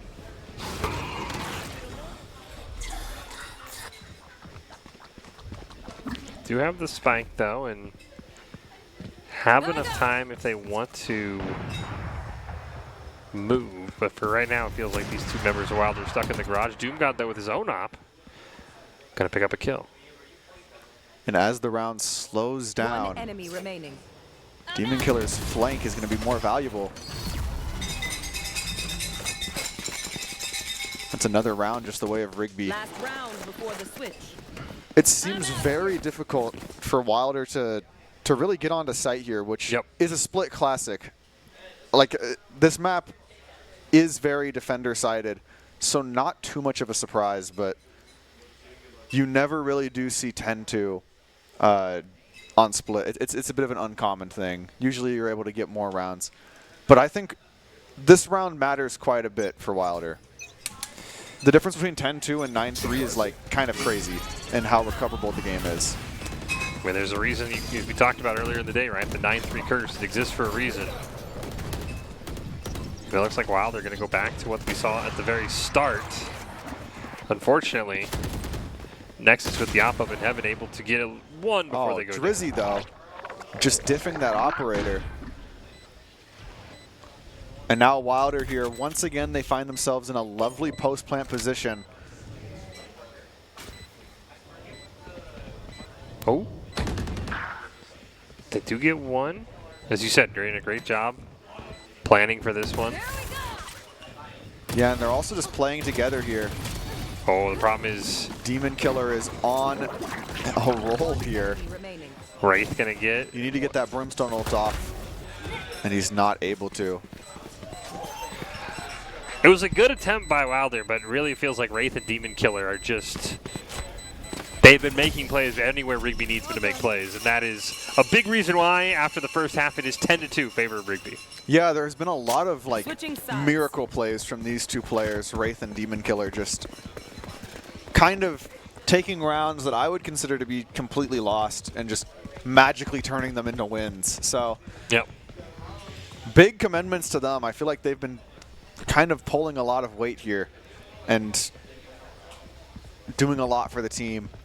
We'll see exactly how the attacking half goes, but if I had to guess, if you're in a state where it's 10-2, you're just going to go, let's just run in. Let's just 5-man run in and see what happens. Because once you get the 10-2, the people who are up start to get a little, I guess, disrespectful in how they play, and they'll just run in because they feel like they can. So that's something that Wilder can look to play towards.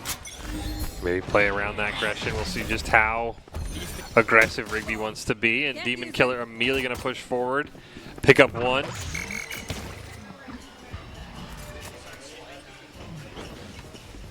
And there's Doom God going to answer right back. However, you can see B-side has been compromised as the rest of Wilder kind of walks over, and it's traded out. So it's 3-3. Destroyer just can't quite finish him off. He's just got a sliver of HP left.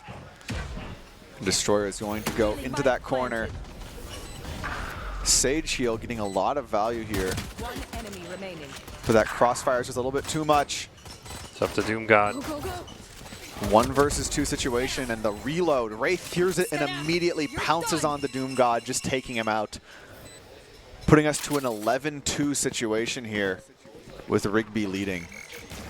What went wrong here was, at the start, Wilder had this set play where they were like, let's have ISO put his shield on, get rid of everybody's utility with his undercut, throw the Gecko Dizzy out, and see what happens, right? That seems like a pretty good idea. Yeah. Unfortunately, Rigby is 10-2, so they're going to go really fast because they don't care. Like, they have rounds to play with. In a usual world, they would have been half a second later, and maybe the play would have worked. Well, nice shot there from Drizzy, punishing the early swing. And look at that mid-control from Rigby, though. Destroyer on ropes. Is he going to be able to get a flank one? Oh, and then he's out just like that. He gets his one, and that's all he wants. That's what you've been talking about. You just get your one, you run away. Next is going to pick up one, and all of a sudden, despite the early pick, Rigby has the numbers advantage. Destroyer push forward. Quick double tap there from Destroyer, taking Drizzy out despite the gun disadvantage. And now it's all down to Mayo, as well as Sage here. And we'll see what exactly they're able to do, but they need to drop down from heaven and then clear 3 angles at the same time. It's just not exactly a favorable spot to be in. Well, they're going to walk right into Wraith at the same time. And Rigby going to put themselves on a quick match point at 12-2, though Wilder is going to have their opportunity for a full buy here, so they should have slight weapons advantage. But look at Rigby. They also have full rifles. Yeah, they didn't want to save. They're just like, we'll just... Yeah, they didn't buy last round. They made sure that they would have enough for this one. it's a bit of a risky strategy, but sometimes, I mean, when you're this close to winning, you just do whatever because you have so many rounds to throw away that you can go for the gambles. We'll see if the gamble does pay off for Rigby. So all 5 members immediately over to A. Drizzy going to pick up 1. Gets the reload off, but Wraith right there. Great knife by Doomgod. Going to give him all the info he knows, but I think he already knew how many people were over here, unfortunately. And look at this round 3 Odin.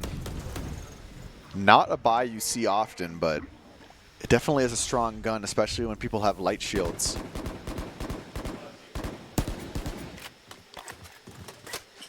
Looks like we are going to get just a full rotation here from Rigby, and you can see the B side is pretty much wide open right now. And it looks like the Rigby players are discovering this, walking into the empty B site and just taking what is theirs. Couldn't find the shot exactly there in heaven. And Destroyer takes out Doomgod there in vent, and now it's a 3v4 retake with the game on the line. Little sway, first one on the side here for Wilder. Going to be able to pick up 1. Mayo able to help trade out, so it's down to a 2v2, but it's Destroyer who picks it up, and it's just down to Mayo. Needs to get a miracle, and it's not going to happen. Wraith with the 3K in that one, and a quick 13-2 in favor of Rigby in game number 1.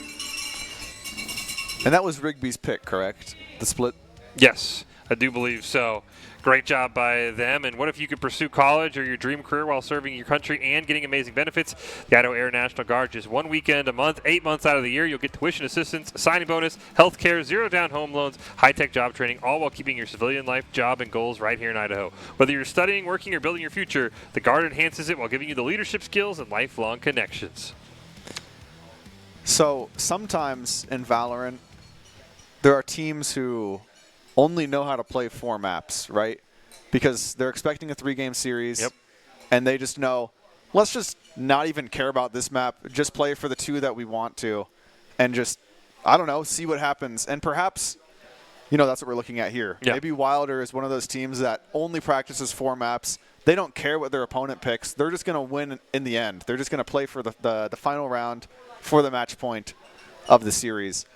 I'm not sure, but I've seen it before, and it's a viable strategy. It's a viable strategy, right? yes. I do think, obviously, the swift play sort of throws a bit of a hook in that, right? That last map, more of maybe a coin toss than if you're used to, because the game, as we saw, it just doesn't play the same. But I do think Wilder at times showed they were adaptable, right? They didn't just keep doing the same things that they maybe started off doing. Really, it came down to, I mean, you see there, Wraith, Destroyer, and Demon Killer just kind of really just toggled on and said, we're going to have absolutely insane games. I mean, 22 over 5, 18 over 8, 19 over 7.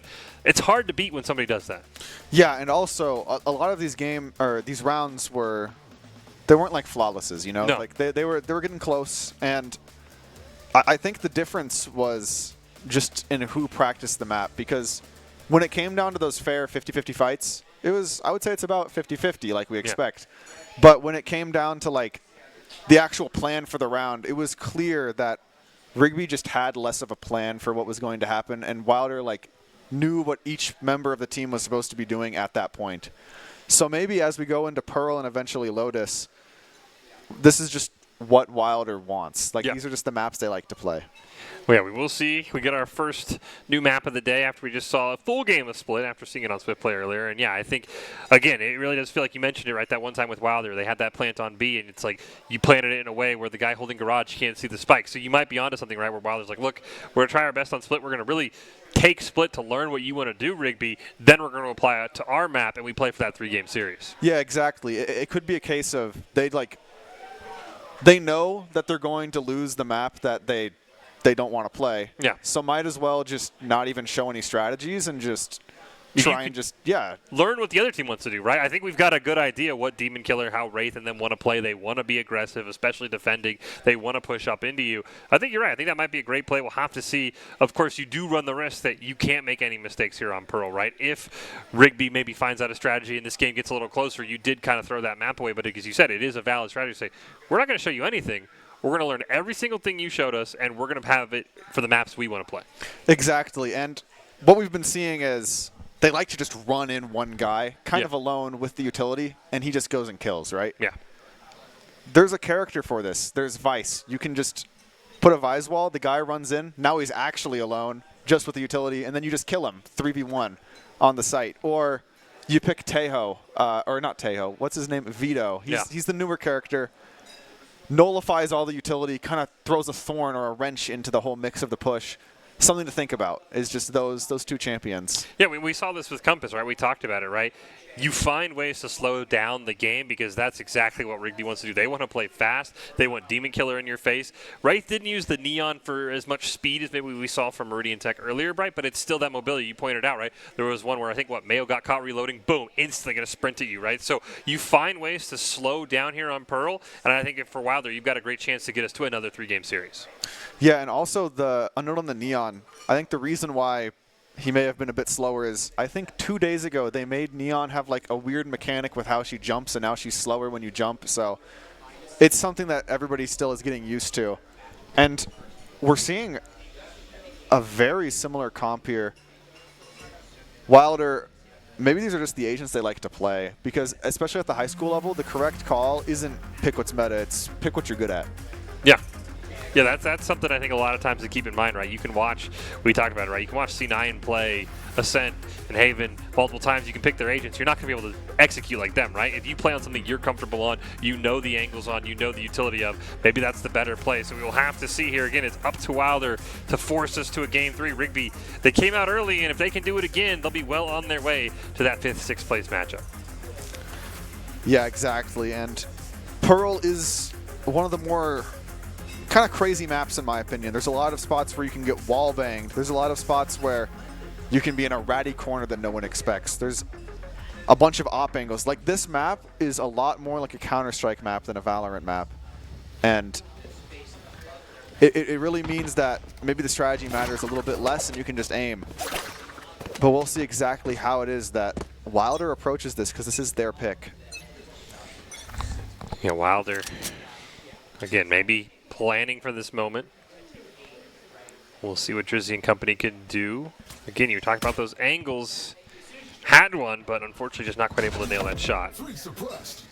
Yeah, and already just disabling 3 of their abilities. That's going to put a halt into the push, but the Sage, Giraffe thought Mayo was holding the angle for him, but it just wasn't quite the case, and Destroyer is able to punish that and find 2 there.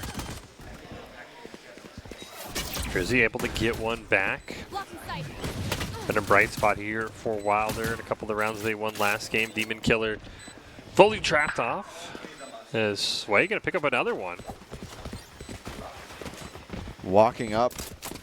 They still have all of their initiator util for this retake, so that's definitely a good look for them. Dizzy's going to tell us where Demon Killer is playing, and now they just have to play off that information. Great angles here. Drizzy going to get one.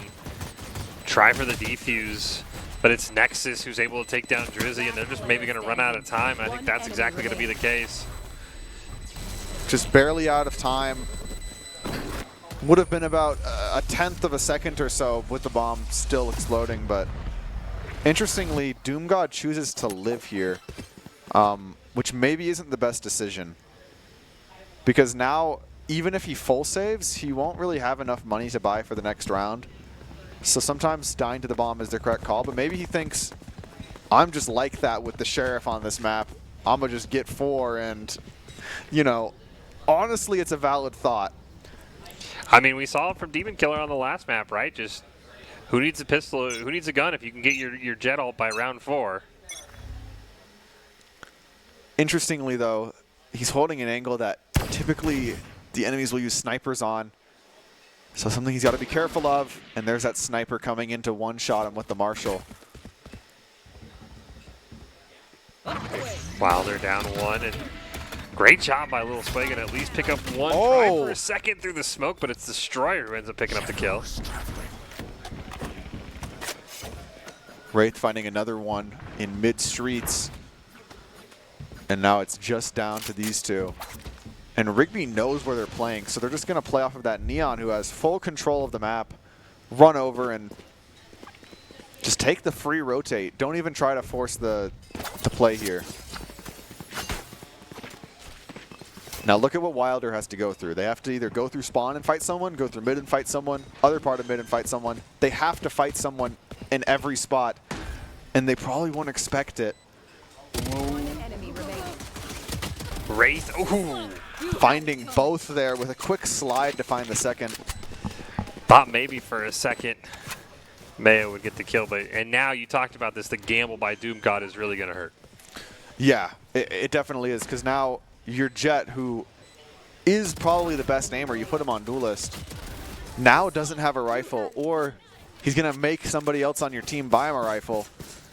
Just maybe not the best thing to be seeing. And it looks like the entire team is going to choose to save, so they're sacking another round off of that half force. Not exactly what you like to see sometimes. It's going to give Rigby a lot of momentum. And unfortunately, Dragon Tamer does have the op, and that's going to make this even harder. Demon Killer, though, picking up a great kill on the Doom God. I feel like I'm watching the sniper and shotgun only main mode. This is wicked work. Destroyer in such a tricky angle already up here. I'm not certain if Wilder's going to expect it.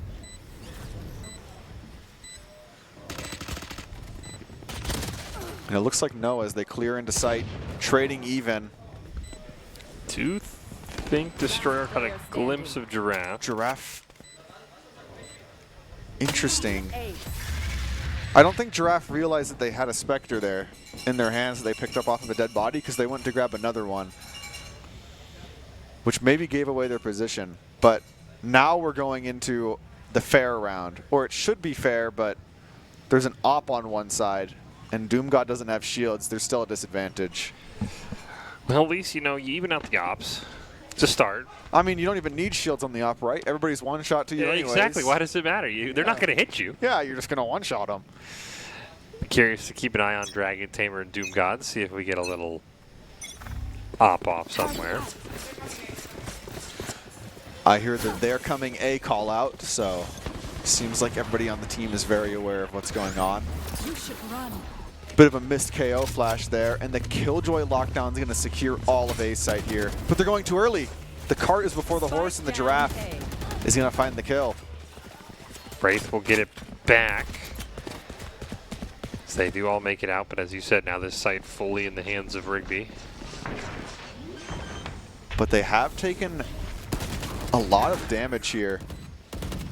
Rigby has one player is one shot and two who are full. Wraith in a great little spot. But he's one shot to the grenade. See if Demon Killer and Dragon Tamer can do it. Demon Killer gets the first. There's two ops here, by the way, which in close quarters is never going to feel very comfortable. Last player standing. And here's the last one, getting opt out. And that's exactly the win that Wilder needed here. Able to just defuse that bomb, put it on your Gecko, who's going to have Thrash up any minute now. And it seems like Mayo's a little excited to have won that round. Well, you get two ops now. Two ops is a lot of ops. I mean, you know how much control you have over every single long angle on the map, though? Where do you even go? You have to go mid. There's somebody on both of the long angles on the map. I think it just feels good to get a free op. Giraffe with the ghost is maybe a little crazy here. But perhaps they just expect somebody to die and grab their gun, which is an idea. Be able to buy the next round. Looks like it ended up being Drizzy who the op got passed over to. And it works out. Great shot from Drizzy there. And that's that kill that we were expecting. So now our Sage, oh! That's why you're going to get that one as well. And now Doom God can actually push up. Dragon Tamer gets a great pick there. I think they both were pushing up with knives out in their hand. Nobody was there to cover the timing.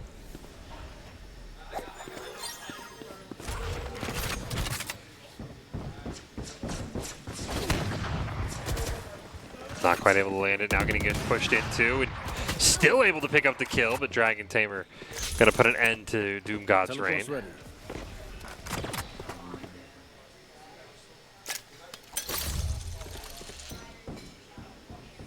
Here's that teleport. Able to Just misses. plant the spike and maybe rendezvous out. Doesn't expect Drizzy to be up there. Last player standing. Mayo ends up grabbing the op. Does get taken down out to 1v1. Do wonder if Drizzy swapped off. They are on an op last we saw. They did swap. They get the kill, they get the defuse. Yeah, it's always best to use your secondary if you're not on a long angle like that. And now Wilder's kind of bringing it back, I think. That op really did help them. I don't know about the double op. It's a little risky of a maneuver. Looks like we've gone down to just one, though. You take advantage of the free one when you give it to you, I guess. That was a great kill there by Doom Yeah, God. Doom God, that was maybe the most impactful kill of the round. I think if he dies there, the round's kind of over, but they'll pass the very op. good on him. Giraffe the Great not going for shields. You want to play? Let's play. Can't use that. I think he's pressed at least 3 or 4 there, so great job there by the KO.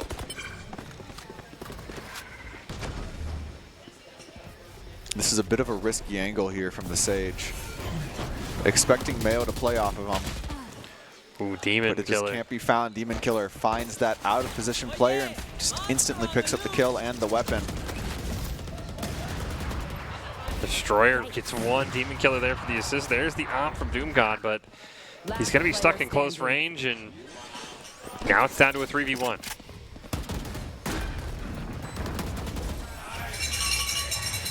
Nexus with some nice shots there to close the round out. This operator, this one's just been kind of been passed and forth, pretty much. Yeah, no, that's the same op that's been used like every round. It's just ping-ponging back between teams. Which is something you don't usually see is the rounds ping-ponging like that, but you never know. We have Kaolt up here again on the side of Wilder, so that's pretty helpful for stopping any sort of fast push. But I don't know if you want to commit that on a round like this where... Yeah, it looks like this is an eco round here from Wilder. where you have such little money. Maybe your world, you jet knife, get a kill, and then let it go. You pick up a free gun, but it's actually Demon Killer who will do the knifing.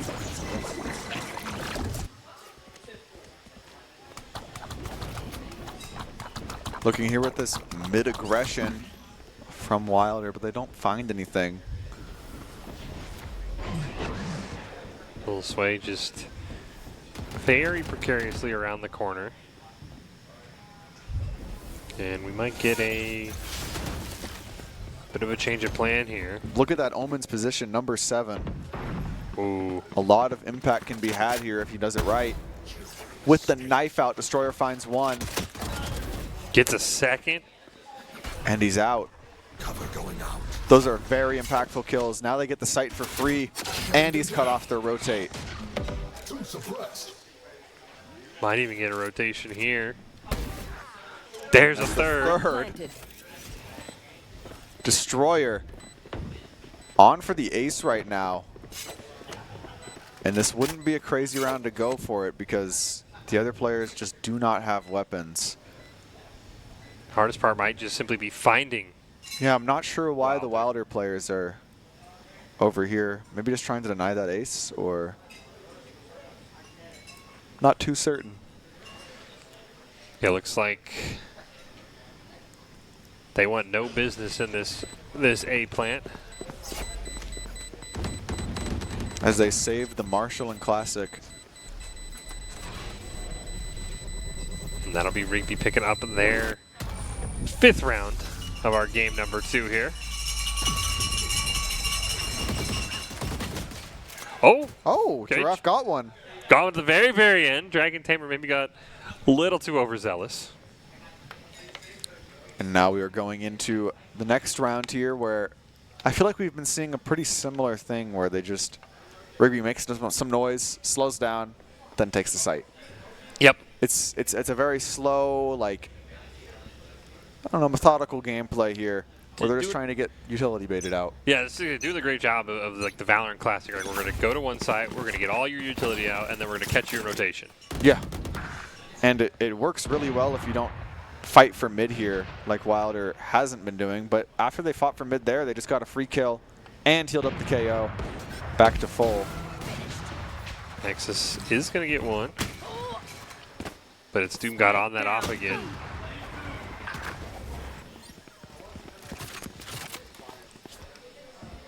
It is a 3v3 though. As I say that, Dragon Tamer going to get one, and that's unfortunate. That's your heal, because Doom got also very, very low. Yeah, and from here, it looks like they're going to use the Omen TP to figure out where the enemies are playing. As they take control of site. And now it's a 1v3 retake where Doom God has only an off here. This is a very tricky spot for him. Paranoia comes through, but it misses. Destroyer's shot to the wall, however, does not. He's able to take them down. Bringing it to a 2-6 lead. Rigby has the Killjoy locked down. This is a very, I don't know, I wouldn't want to be in this position as Wilder. No. But they have Brimstone ult to counter that Killjoy lockdown. They have KO ult to stop the fast pushes, and they have Sage ult to bring numbers back in case they lose a trade. So it's not the worst spot to be in. They maybe need to use their ults now on this round so they have a chance to use them a second time later. You are kind of hoping, though, they do commit the Killjoy ult, because as you saw there, I mean, it is a hard eco for Wilder, so they need to make sure that they, if they take a Killjoy out here, that's almost kind of a win. Yeah, if Killjoy uses her ult here, I would consider it to be a win if I'm the Wilder players. I would be jumping for joy. That pop flash there to retrieve the rifle. Very nice idea. Sometimes the utility doesn't matter for kills, and Little Sway finds one, but is quickly traded out by Wraith. Wraith doing an excellent job this series for Rigby. Big reason why they have the lead. Destroyer just missed, I think, a pair of Wilder members. Walking up here, maybe find the pick on the bomb planter, and that they do. Giraffe still has revive, so as long as they don't get picked off. And it looks like that round's going the way of Rigby. Unfortunately, Mayo can't commit the Brimstone either, and Rigby going to pick up their 7th. And again, you talked about this after the first game, right? It's not like these are just 5-0 flawlesses. Every single round has come down to this like 1v2, but it's Rigby who continually has found ways aim better, have better angles, and win these rounds. Yeah, I do think they're just, I mean, the score reflects it, just kind of outplaying them slightly at each spot, and then eventually, you know, the 1% sway in your direction builds up enough until it becomes just a favorable round for you. Well, if the scoreboard doesn't deceive me, there's 3 ops on the map right now. That is a lot of snipers here in the field. Any angle longer than like 10 meters, you're praying you don't peek somebody. Like that. And looks like Dragon Tamer forgot to pray today. He has been taken out. That operator, just such a dangerous weapon to be swinging into. Giraffe on the classic here. Ooh, definitely don't want to fight the op. And Wraith quickly takes her out. Yeah, if you're Rigby, you're trying to get this in as close quarters as you can. Get rid of Doom God on that op.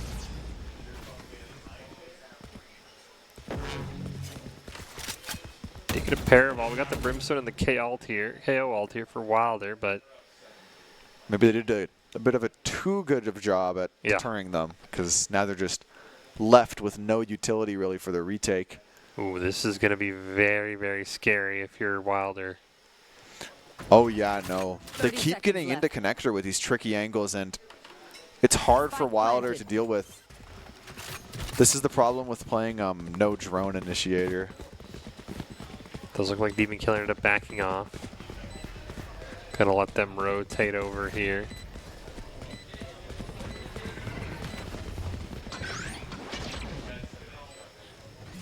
All 4 about to swing out here with that KO flash, and we'll see just the chaos that comes through. Demon Killer is gonna get 2 to Drizzy's one, unfortunately. Picks up another and has to reload.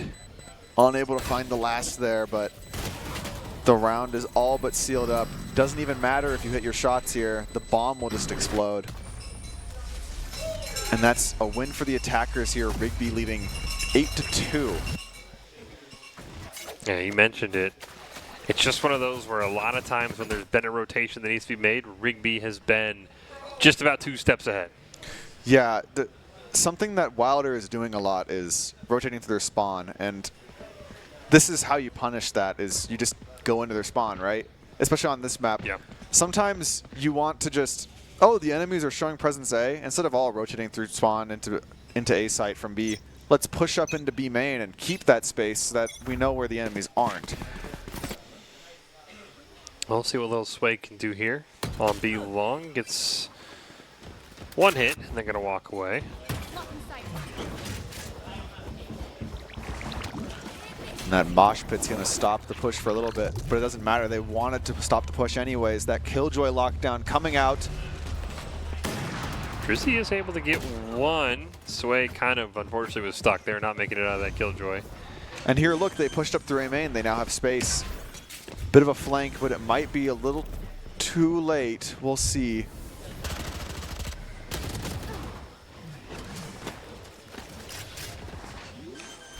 Dragon Tamer just now going to get the spike down. We get that revive coming out from Giraffe. Puts him in a very favorable spot. Immediately trades flying out, so Wilder now up 4-2.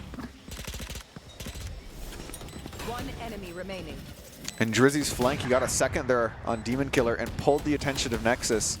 This is going to allow for a pretty easy defuse once those Nano Swarms come down. And just like that, Wilder wins the round once they decide to not all rotate through spawn. I think that's the importance of just keeping some of that space. It makes it a lot easier for them because I don't know if you saw during that post plant, but instead of it being a fair 4v4 or 4v3, so Rigby should have been winning there on the site. Because there was the flank they had to deal with, 2 people were staring the wrong direction, and Drizzy was literally just standing there doing nothing and just creating value for the team. We are going to get a timeout here. From Doom God, I believe that would be Wilder. Side of the defenders here? Yes. Okay. And yeah, Wilder Yes, Wilder. timeout. So, and again, they've shown these flashes, right? As you mentioned that last round, right? It's about, can they keep applying this, right? Can they avoid rotating through their own spawn? Can they take control of mid? They've done this in the last map too, right? We get a couple rounds where it feels like Wilder's figured it out, and then Rigby either makes them uncomfortable again or kind of adapts, and that's kind of where Rigby has been winning this chess match. Yeah, I will say Rigby has just been faster to adapt, so maybe it's a good idea here to call the timeout and be like, let's change it up again. Like before they can even change it up on us, let's just figure out a strategy. I'm not too certain really what else there is to do. That round felt very clean where it was just Rigby was pushing in and they got the space denied, they got shot, and then the flank came through and won the round here. So I think if they keep that up for this round, they can go into the next half 8-4. One more round left here. Double operator. Once again. This time it is for Wilder with the double operator. We've seen Rigby do it a couple times. You want to play? Let's play.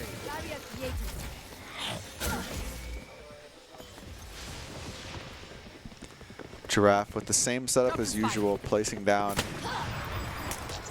Oh, Mayo with the operator shooting over that wall. That's a bit of a tricky angle you wouldn't expect. Wraith running in fast with this ultimate, but they're pop flash and immediately killed by Drizzy. Destroyer trading them out. Destroyer just gonna TP away. Site. That's so much space here, just given to Rigby through that ultimate. Unfortunately, the spike was the last one to rotate. Yeah, they forgot to drop it to the Omen, and that's precious time ticking away. Now, maybe you get a pick here if you're Destroyer. As you see Drizzy just now, or Lil Sway, excuse me, just now made it over to the site.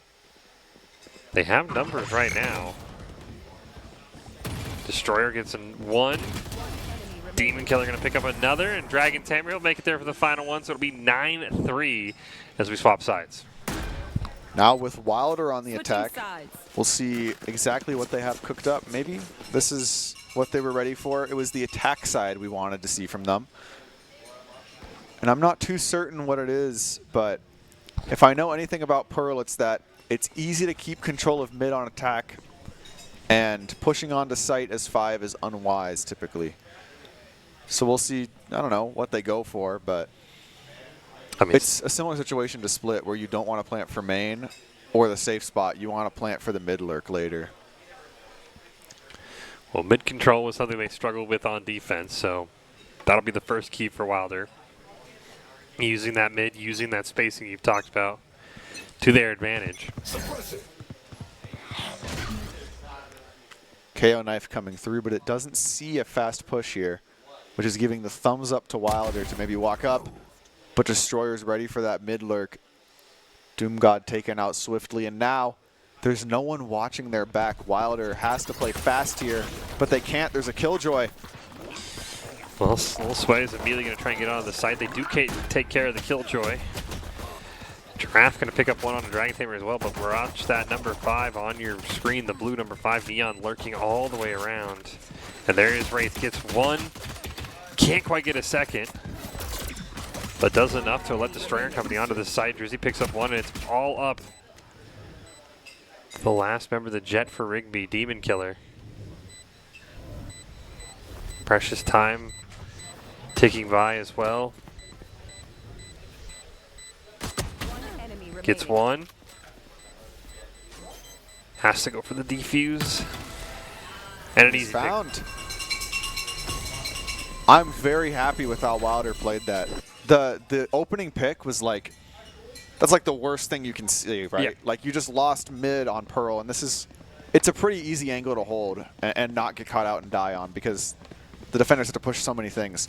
But then they realized that this is very similar to what they were seeing on Split, where they would get pincered and crushed and die. And so they chose to instead just pick up the pace. We have no one to watch our flank, and it worked out. That was the correct call.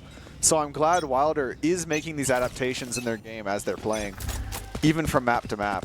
Yeah, great tracking. You can see two members even turned around right when you kind of knew Wraith was going to be there. Dragon Tamer not quite able to land anything with the Marshall. He'll get one more shot at it, but he's going to get smoked out.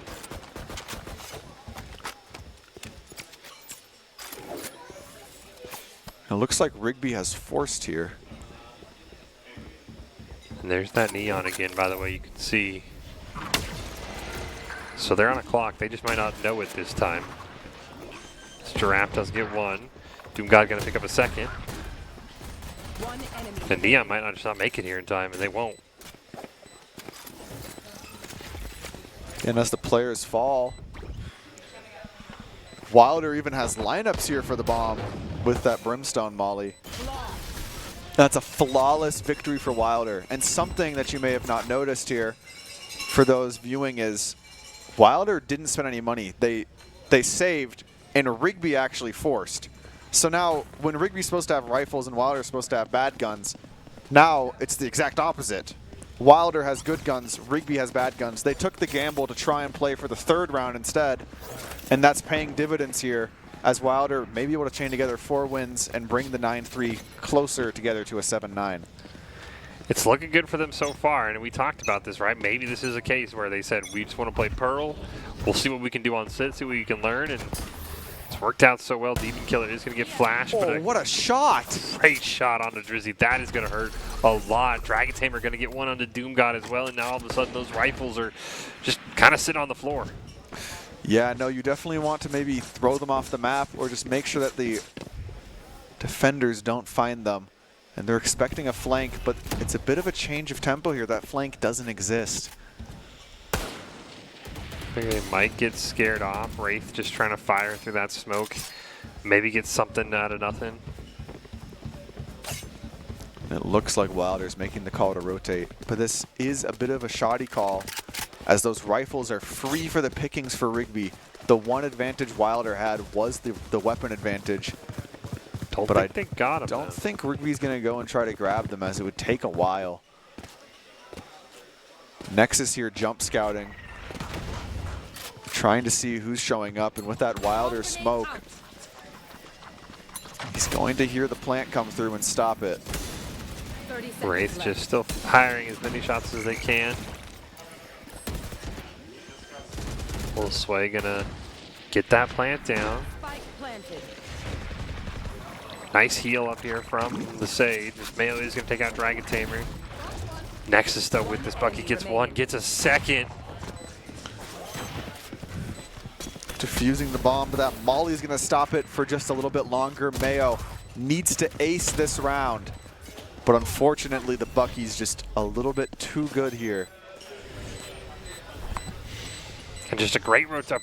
Wilder beat them on the rotation over, and it almost feels like maybe Rigby getting that thrifty. Just it was Wilder who kind of maybe gave up on that B site too early. You still had more firepower.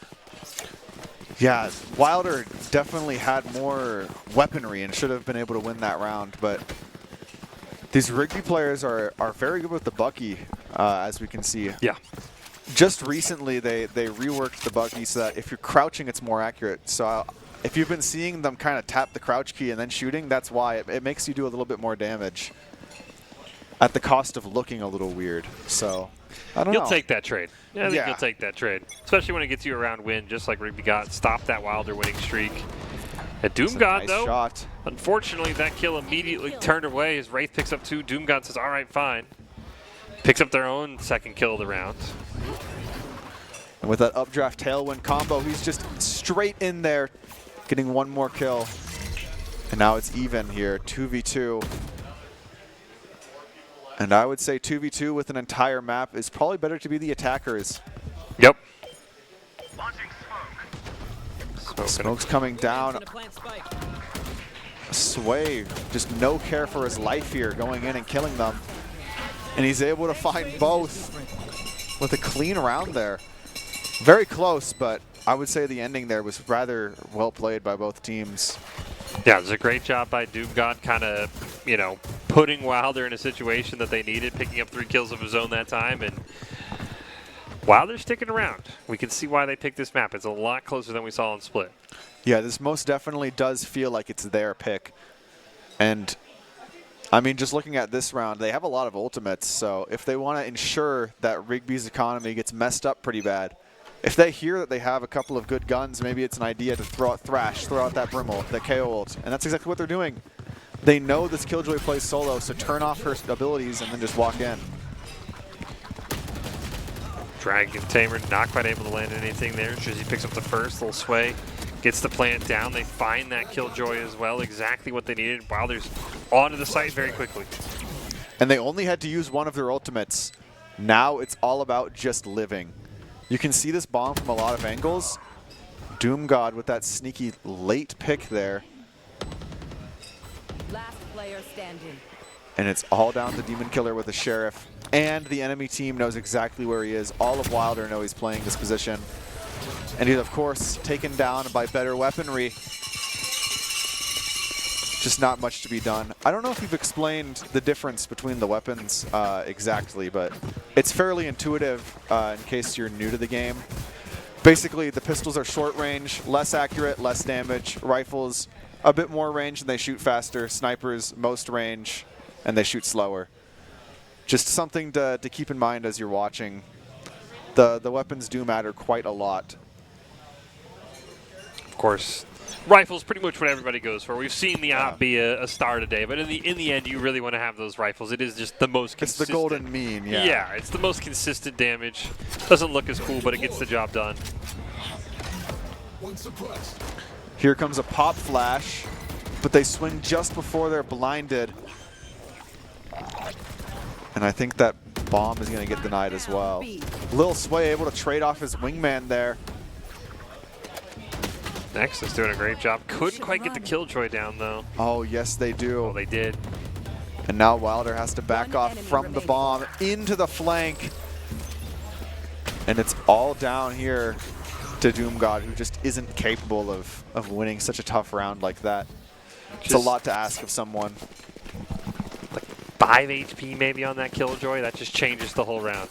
Yeah, no, it's the difference between hitting a leg shot and a body shot that lost him the round there, which is always rough to see, especially when you're the one pressing tab at the end of the round and you see that. It's just like, man, if I landed one more chest shot, we would have won the round. But Not much to be done. No use dwelling in the past. It's time to use your ultimates and maybe win a round, Wilder. Running out of rounds to spare. We're going to be just needing 2 more to finish off the series and advance into that 5th, 6th place game with a win. So what can Wilder do? Doomgod going to get concussed. Running up here on that quick rotate. Rigby's trying to fortify the site, and it seems like they might have it here. Destroyer and Nexus both finding kills, one through the smoke. Sage Wall coming up. They're thinking about reviving, but they might get sprayed through that smoke again. Mayo's already half health. Destroyer is very, very low. Giraffe going to be able to take him out. And it looks like the Sage here, if she's able to get that heal off, the health advantage would be quite significant. Demon Killer does deny that, though, before getting taken out on their own. So we're back down to a 3v3, but Look no at heal. player 9 here. I don't know if, unfortunately, Dragon Tamer is going to make it. We've seen this a couple times backfire for Rigby. Yeah, where the flank is just a little bit too late. Yep. The flank just...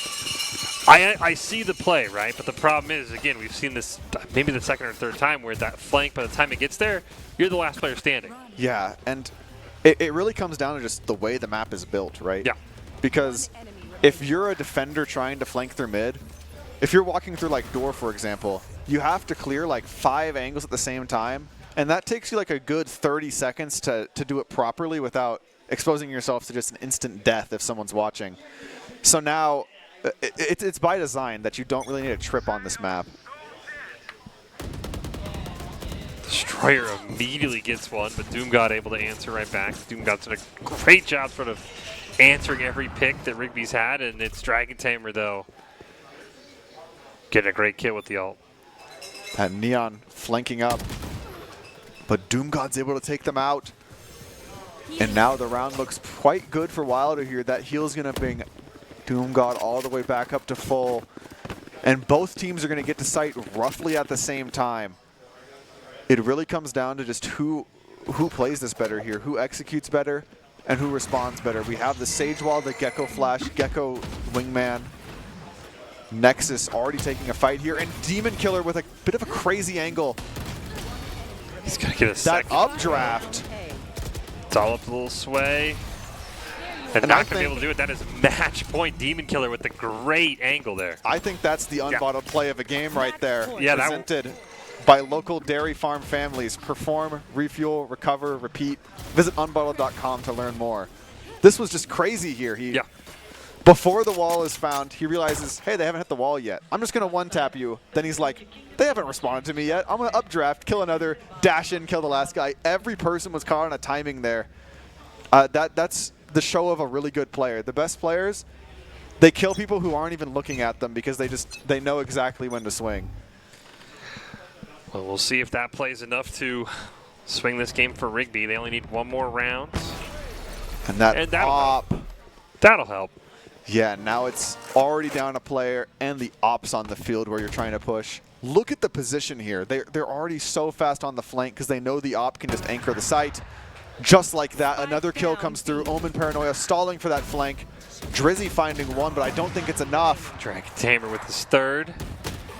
It's all up to Drizzy, but Demon Killer was there. The flanks worked that time, and Rigby a little closer than the first game, but they still pull out the win 13-8.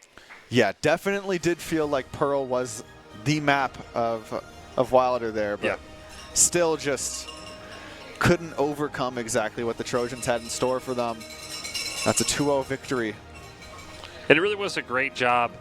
Every time we talked about it, it felt like Wilder adapted. Rigby either shut them down and made them kind of question that, or Rigby figured out a way to say, okay, we're just not going to play like that anymore.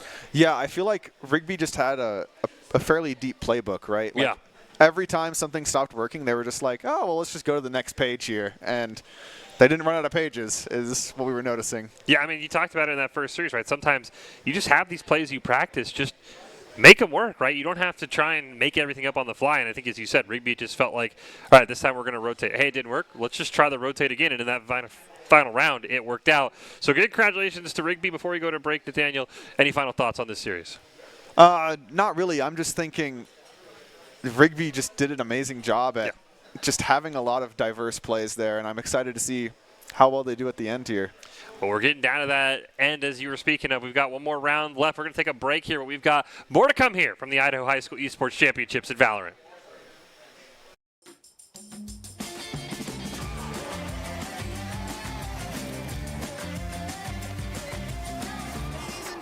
Attention please, about to start the show, better take your seats.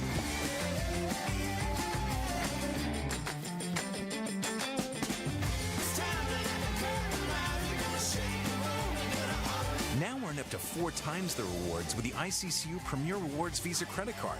It's the credit card from the credit union you love.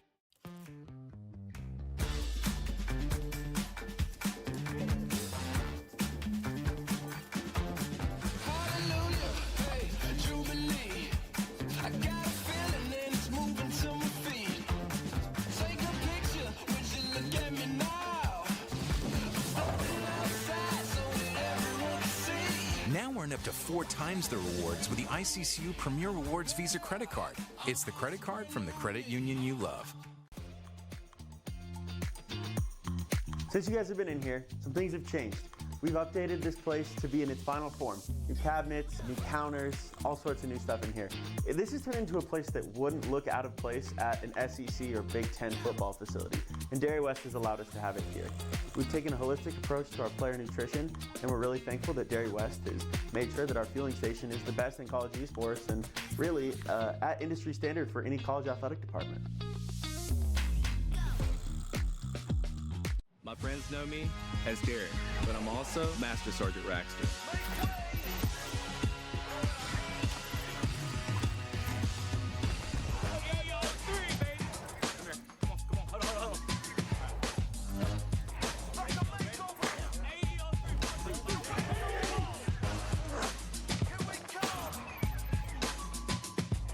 This is my life in the Air National Guard.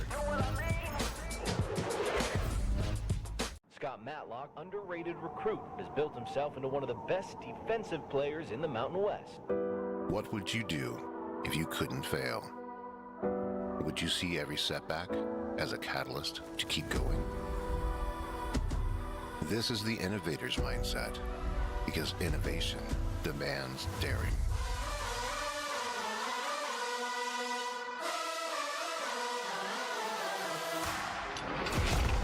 Is finding thousands of ways that don't work, and the one that changes everything. It's when your unrelenting spirit sees the world's needs and says, I will create something better.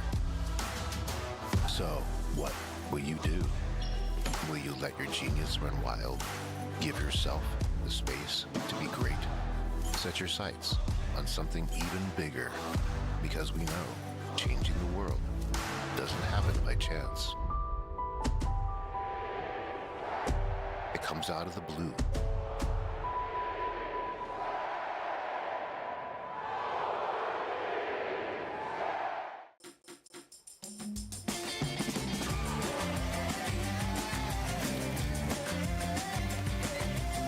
Ladies and gentlemen, attention please, about to start the show, better take your seats.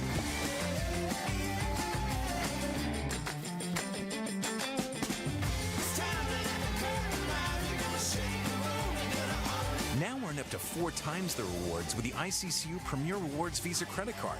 It's the credit card from the credit union you love.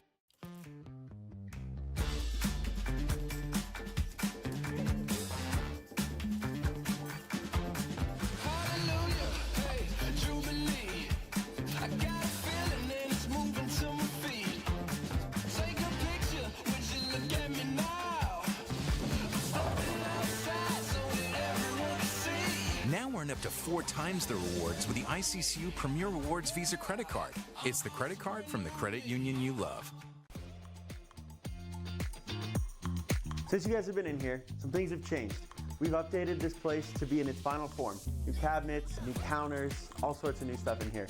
This has turned into a place that wouldn't look out of place at an SEC or Big Ten football facility, and Dairy West has allowed us to have it here. We've taken a holistic approach to our player nutrition, and we're really thankful that Dairy West has made sure that our fueling station is the best in college esports and really at industry standard for any college athletic department. My friends know me as Derek, but I'm also Master Sergeant Raxter.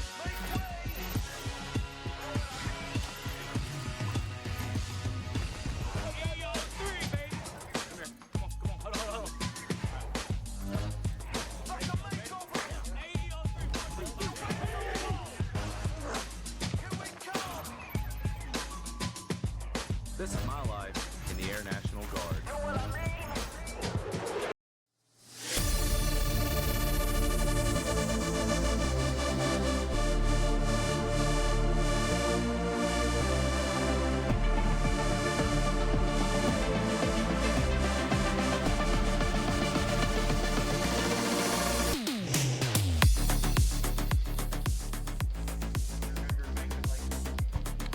Welcome back, everyone, to the Boise State Esports Arena, where we are getting through our Valorant half of our Idaho High School State Championships.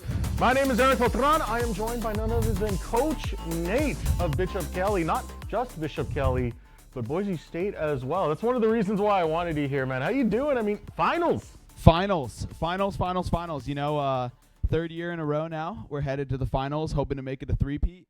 It is going to be quite a slugfest this year, but it's awesome. We're excited to be back.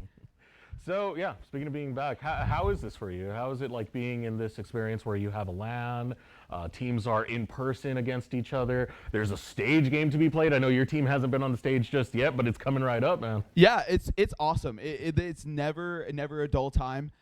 It is an absolute blast. You know, we play a lot of these teams. Half these teams we play during the regular season, and we're in our own little comfort zone. And then the other half we don't even see all season long. And yeah, it's an absolute blast to be able to see them all in person.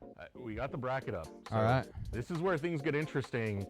You are the first team to make it into the grand finals, which means you're waiting now. Oh, yeah. There's another series going on, Bora versus Meridian Tech.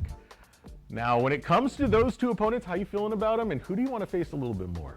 You know, both those opponents have given us the most amount of run for our money throughout the entire season.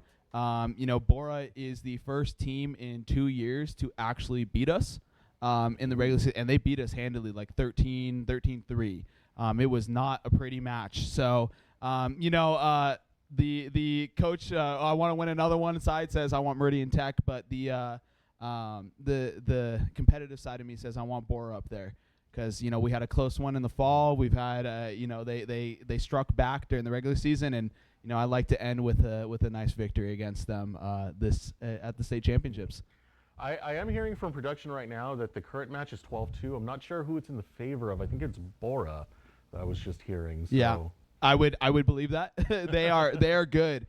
You know, this entire competition, everyone has stepped up. I mean, the average ranks has gone up, you know, an entire 2 ranks across all the teams. So our team has been preparing, and, you know, we looked and we said, this is our matchup. Yeah. We're going to get there to the championships, and it's going to be a fight. So tell me, Mr. Coach. Oh, yeah.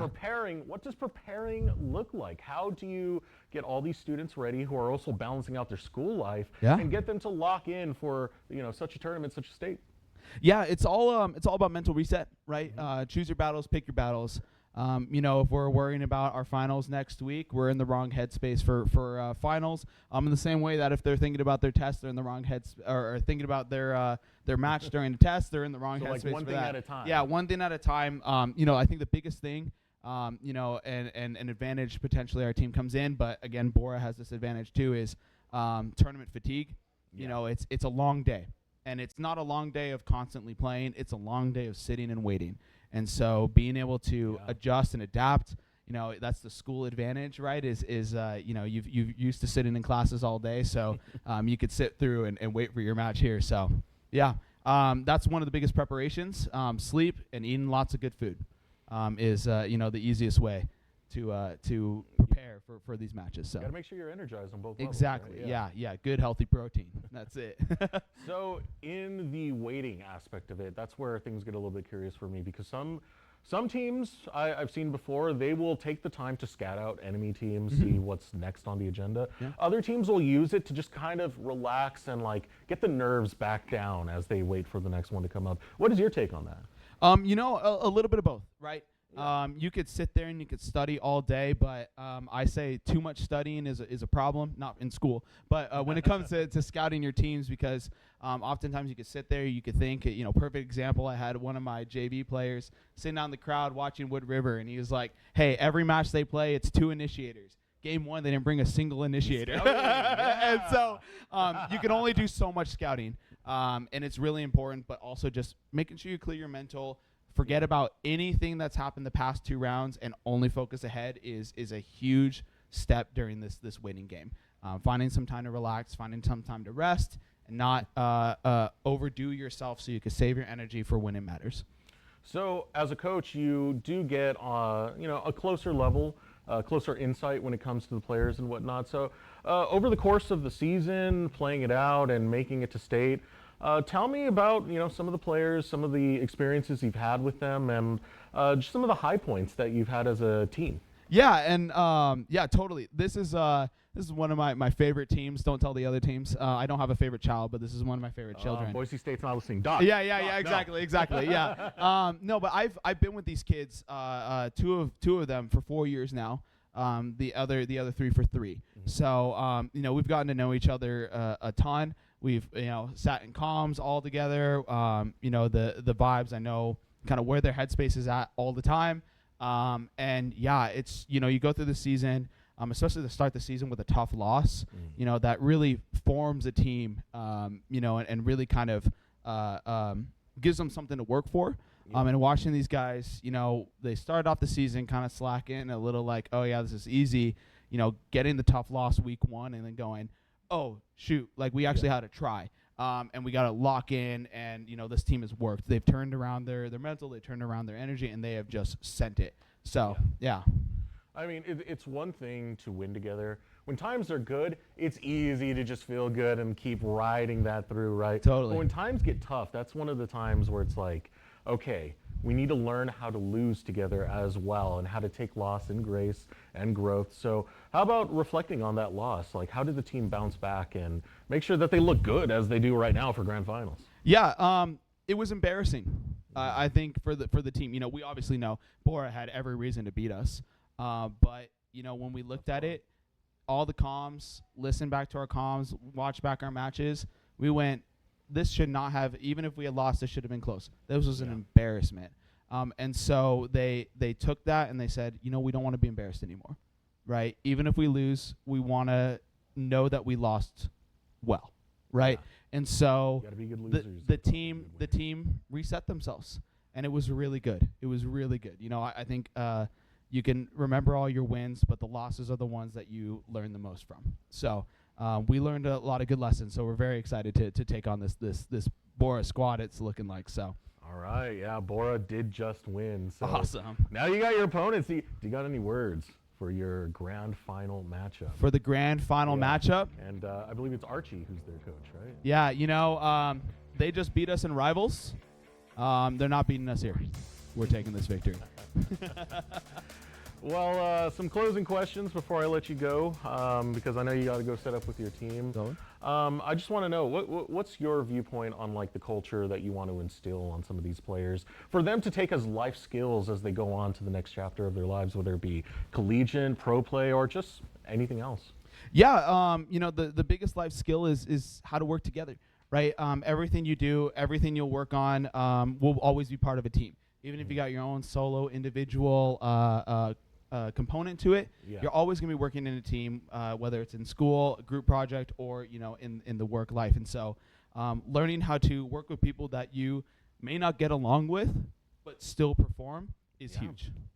So that's one of the biggest skills that I give mad props to this team, is that they just, no matter what happens, they always work together. So yeah, that's some of the best stuff to hear. That always warms my heart. Oh yeah. I feel not enough people understand the skills you can learn from esports and how important it really is in the grand scheme of things, man. It's a team sport, right? You know, whether you think it's a sport or not, you know, at the end of the day, the soft skills that you learn from esports are the same ones you learned that I learned in wrestling and you know, and all the other things that I've done in my life. So yeah. Do you have any graduates? I do. Two this year from Valorant. Give them a shout out, man. Give them a shout shout out. You know, Sam and Jonathan, right? Eisen and Colt. You guys have been, you know, rock stars. The only two players who have been on the varsity squad for all 4 years. So let's bring home a third one. Let's add another star to the back of our jersey. I'll send you wherever you're at in college. I'll send you one. I'll send you another one with 3 stars on the back. So yeah. All right. Any closing thoughts or shout outs you want to give before I let you go? You know, yeah, shout out to everybody that's helped us here, all the parents that are here. Shout out to all our fans, all the students that came out. Shout out to our admin who have been rock solid, and shout out to my wife who has allowed me to chase this crazy dream of mine. So yeah. I think you're missing one. Your barber? Oh, and my barber. For this excellent haircut. I'm sorry I've ruined it with my headset hair. But Chase, you're a real one. 8-bit barber. We love him. He's great. So, all right. That's been Nate. I want to thank you so much for joining us here for this interview. I want to wish you the best of luck in grand finals. Thank you. And speaking of, that's going to be what's coming up next. It's Bora. It's Bishop Kelly. It's the Valorant grand finals. You're not going to want to miss it. We'll be right back. Scott Matlock, underrated recruit, has built himself into one of the best defensive players in the Mountain West. What would you do if you couldn't fail? Would you see every setback as a catalyst to keep going? This is the innovator's mindset, because innovation demands daring.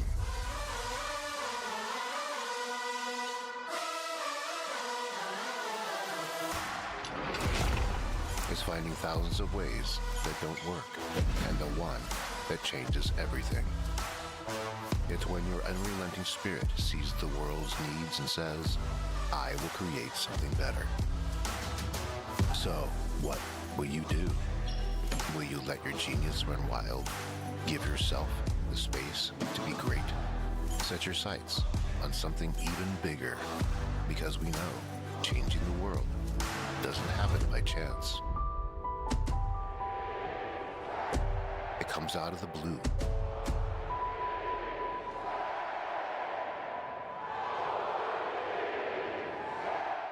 My friends know me as Derek, but I'm also Master Sergeant Raxter.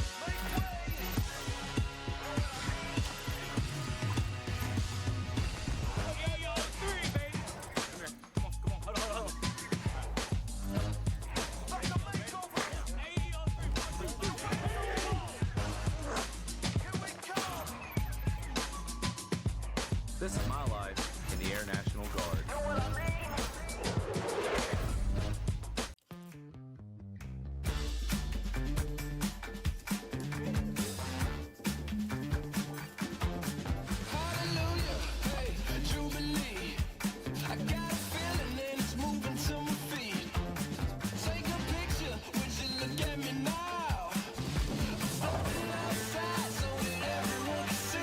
Now earn up to 4 times the rewards with the ICCU Premier Rewards Visa credit card. It's the credit card from the credit union you love. Since you guys have been in here, some things have changed. We've updated this place to be in its final form. New cabinets, new counters, all sorts of new stuff in here. This has turned into a place that wouldn't look out of place at an SEC or Big Ten football facility, and Dairy West has allowed us to have it here. We've taken a holistic approach to our player nutrition, and we're really thankful that Dairy West has made sure that our fueling station is the best in college esports and really at industry standard for any college athletic department.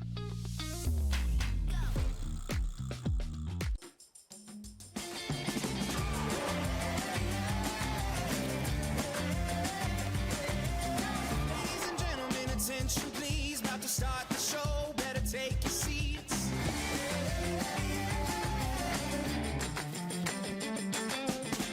It's time to let the curtain rise, we're gonna shake the room, we're gonna Now earn up to 4 times the rewards with the ICCU Premier Rewards Visa credit card.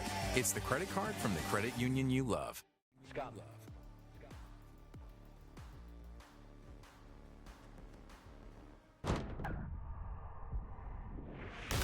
Enemy kill.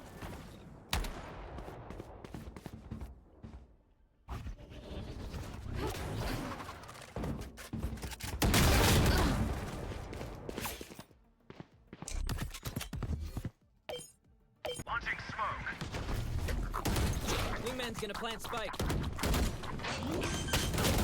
Enemy remaining. Last player standing. Spike planted. Thanks,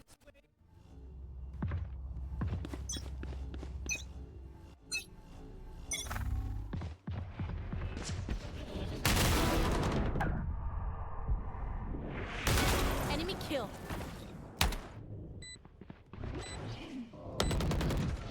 Last player standing.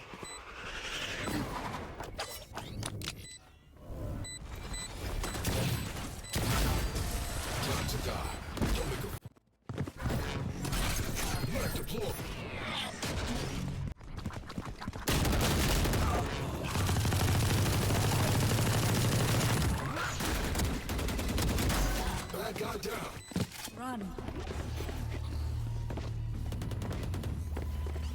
One enemy remaining.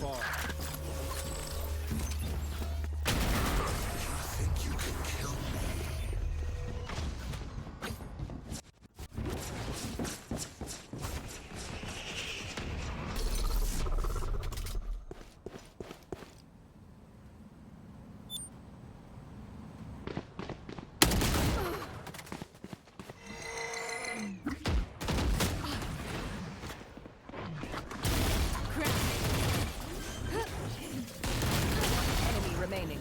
Spike down A. There you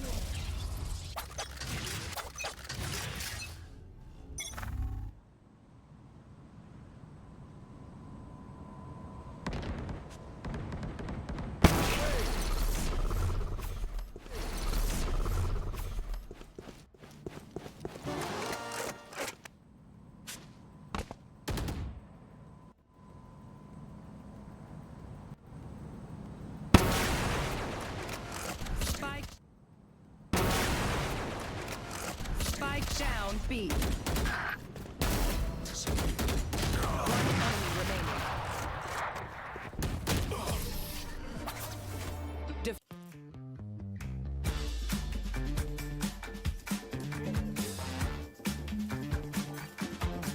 Hallelujah, hey, Jubilee. I got a feeling that it's moving to my feet. Take a picture, would you look at me now? Something outside so that everyone can see. Now earn up to 4 times the rewards with the ICCU Premier Rewards Visa credit card. It's the credit card from the credit union you love. How's it look so far? Comfortable? Times and places all in who you share 'em with. Joy, I got in. who you share it with. This is a great use of your callback, please. Who you share it with. This is our new home. Mission control, engine lock. Call you after. I'll be right next to you.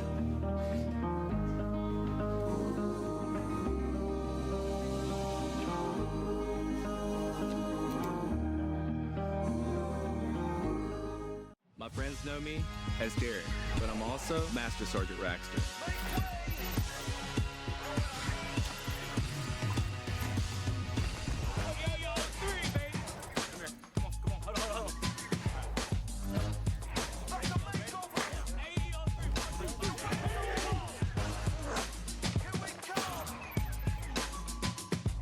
This is my life in the Air National Guard.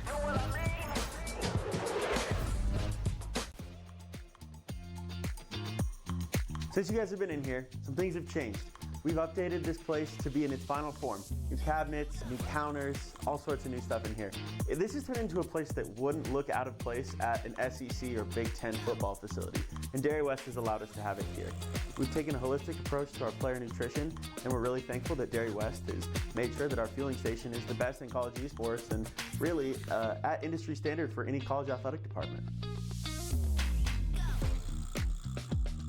Scott Matlock, underrated recruit, has built himself into one of the best defensive players in the Mountain West. What would you do if you couldn't fail? Would you see every setback as a catalyst to keep going? This is the innovator's mindset, because innovation demands daring.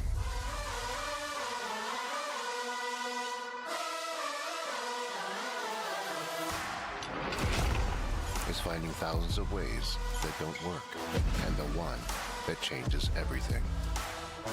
It's when your unrelenting spirit sees the world's needs and says, I will create something better. So, what will you do? Will you let your genius run wild? Give yourself the space to be great. Set your sights on something even bigger, because we know changing the world doesn't happen by chance. It comes out of the blue.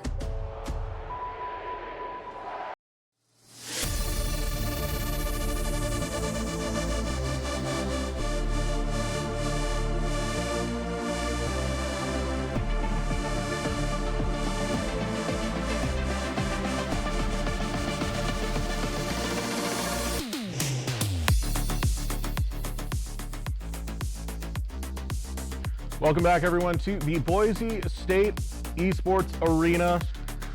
We are getting ready for a grand finals matchup, Bishop Kelly versus Bora. We heard from the Bishop Kelly side. Coach Nate joined us a little bit earlier. We want to hear from the Bora side, though. I am joined by assistant coach Rain Forrest, which already, that's an incredible name, man. Like, that's awesome, to say the least. But you know what's even more awesome? Your team making grand finals. You've now plowed through Rigby and Meridian Tech. How's the squad feeling? I mean, the squad's feeling really good right now. Like they were a little nervous just because early first game jitters of just how playing at state and stuff was going. So I know the first game heavily back and forth a little bit, took a timeout, kind of recouped themselves, got themselves comfortable, right? And then when it came to game two, just complete shutout. I think he had 2 or 3 points and just won 13-3. Absolutely fine. Went into the next game against Meridian Tech, right? First game, kind of close-ish. Second game, just okay, we're just going to win 13-8, right? And just kind of went through and just powered through it really well.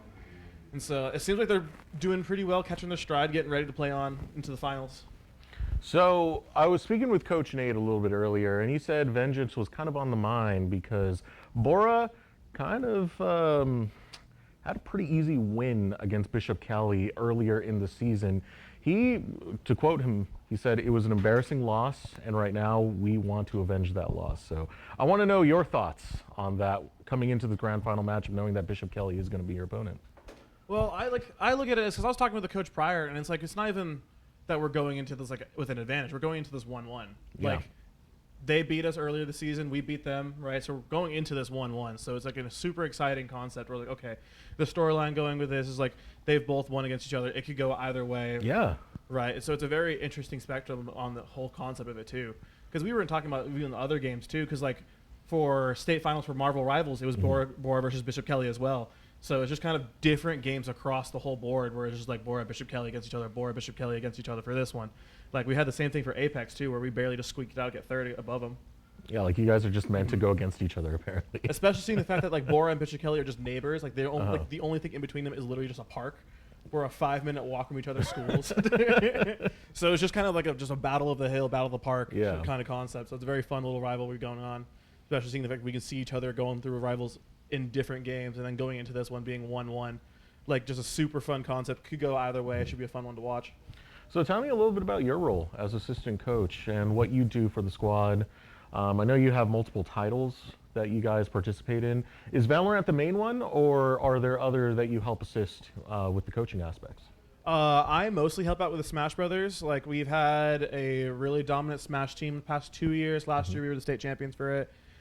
This year we just got 6th. It's kind of a newer team, but still absolutely going through, just kind of being whatever we can to either dominate or just kind of persevere to be an opposing threat for state. So I help out with Smash quite a bit, and then just kind of overall, because I coach wrestling at Bora, a lot of my esports kids have also part of my wrestling kids. So I see them in the wrestling room, kind of work on their mentality for that when they talk to me about the game and stuff. So they go into this like super excited, knowing that I'm still like there with them. Yeah. Right. Like our Fortnite team, he's one of my wrestlers. I have 2 wrestlers on my Valorant team. Right. So it's super exciting to see them prevail and do successful in like wrestling, as well as go on to do like esports and have them like transverse that and still do successful, keep the morale up, help the other team out, coming from other sports that aren't just gaming.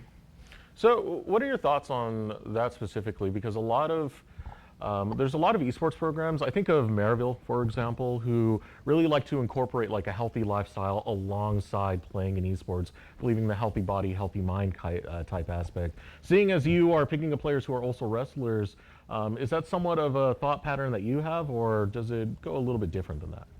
It's not like a massive thing we have. Like I know a couple years ago, our Rocket League team was all like gym rats. They all love working out.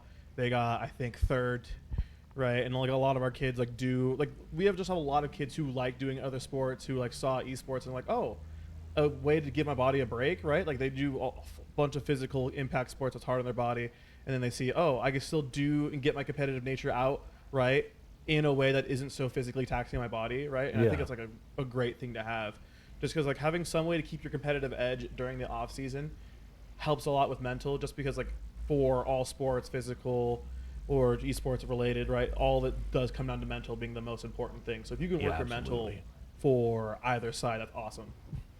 Yeah, so off of that case, given the journey that your students have had and the students that you've watched grow so far, what are some of the takeaways that you've had? Some of the memories maybe you want to share, just watching the teams grow? Just seeing how like we're at the beginning of the season, like they were just like, oh, you know, this should be fun. We should like this should be fun. We should do well, right? And then to see like we get toward the end of the season, seeing how like their opinions have changed so much. Like, oh, we were thinking like probably mediocre, kind of midway. We'll do all right. We'll kind of barely squeak into having a bunch of our teams kind of just get in as a top 4 seed, because like I think we're the only team who has a team that's qualified for every single game as a top 4 seed, and so seeing that across the board really helped our kids' like mentals, where they're like, oh heck yeah. Like, you know what? Like, we're all like together. They all come out and support each other. Like we had when Fortnite came by, we had all of our teams come down and support, watch, right? And they, like all of our kids just come by and support each other regardless of the game. They don't even know what's going on. They're just like, that was cool. Yep. And so just seeing like at the beginning of the season where they're all like kind of separate, doing their own thing, to kind of just being all together, it's like super cool, even if they don't do the same game. Yeah, that's awesome to hear. I mean, it's a culture that grows through esports. It's a lot of camaraderie. You learn a lot of discipline. You learn a lot of teamwork. So it's awesome to see that you're, part of that growth for these students and part of the memories that they're generating, and especially seeing it at the high school level always warms my heart to see. But do you have any closing words before our teams hit the battleground, as we're hearing they're almost ready for grand finals? I mean, the only thing I can think of is just like, go Bora. Beat BK. I want another win against him. BK's been incredibly dominant for years. Like, you consistently hear it through. It's like, oh, who's in the finals? It's this team and, oh, who else? Well, do I have to ask? And it's usually like, oh, I always assumed BK. So, right, if we can figure out a way just to kind of take BK down a notch, right, just be like, hey, we're here too, right? This is our stand, right? And it's just the battle of the bees, basically. Well, Bishop Kelly versus Bora, it's bound to be a slugfest. I want to thank you so much for joining us, Coach Rain. And I want to wish you the best of luck for that grand finals. It's going to be an awesome one. And speaking of, we are going to take a moment, throw it over a short break. When we return, we will get ready for that grand finals matchup. It's going to be Bishop Kelly versus Bora.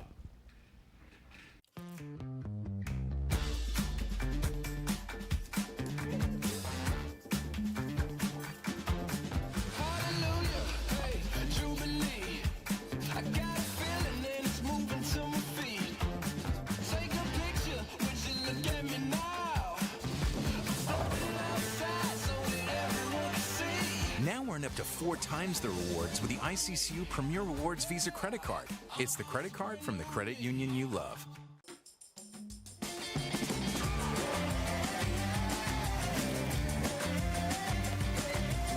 Ladies and gentlemen, attention please. About to start the show. Better take your seats.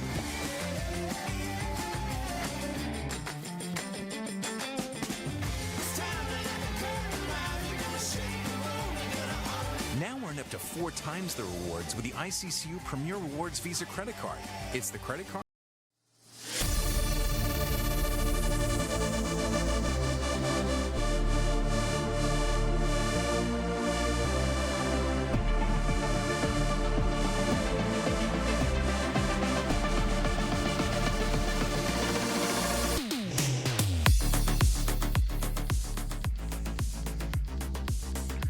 Welcome back to the Boise State Esports Arena. Words have been said from both coaches praising their programs and how far they've come. But now we need to crown a grand champion. Bora versus Bishop Kelly, two teams aching to take home that trophy. My name is Eric Deserex Patron. I'm joined by Bryce Jensen once again, finally getting you back on the couch. But are you ready for this, man? I think I am. It's going to be one heck of a barn burner. Both of these teams have gone all the way through the bracket, showing complete and utter domination in every single game that they have played. And I mean, the coaches said it the best themselves. I mean, it's a rivalry that's always kind of been there. Both of these teams are just teams that you kind of expect to make it this far in the bracket. So getting to see both of these teams who have been at such a high level of play and have really only found competition in each other play against each other in this final grand finals for the Idaho Esports Championship. This is going to be an absolute slobber knocker, barn burner, whatever euphemism you want to use for today. Find more words. Go ahead, pull up like dictionary.com. We'll get more. Let me chat GPT it real quick. Get a whole list for you.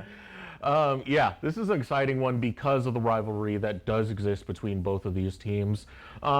Being in close proximity with one another, that's already one thing, but of course the results that we've had, it's Coach Rain who had already spoke about it a little bit earlier when he was saying that, like, yeah, Bishop Kelly, they lost one early in the season, but they took that win back later on. So it shows you that both of these teams can slug it out at equal levels. This is kind of like a Goku and Vegeta matchup. They're tied up with each other. Yeah. This is going to be the one that proves which team is better at the very end here. And really, that's exactly what you want.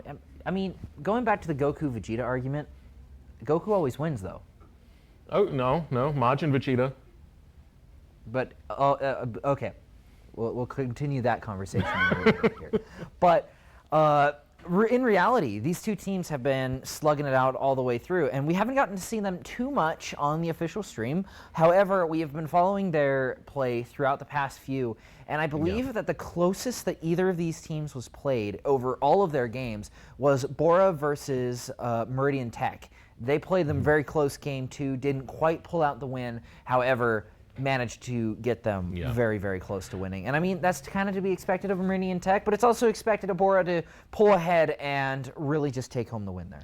I think this is a good time to bring up the bracket if production can bring that up for us, because it's been a highly contested bracket, to say the least. You can see right there, Bora, Bishop Kelly, the roads they had to take, different from one another. Wilder and Wood River, the two W teams, is what Bishop Kelly had to face to get here into the grand finals. Rigby and Meridian Tech, which pretty tough opponents to say the least, especially when you do look at it on paper. Like, Meridian Tech was one of those scarier teams that were able to take down Compass rather early. And now both of these teams facing off in the grand finals. You can see the rest of the lineups that we have there.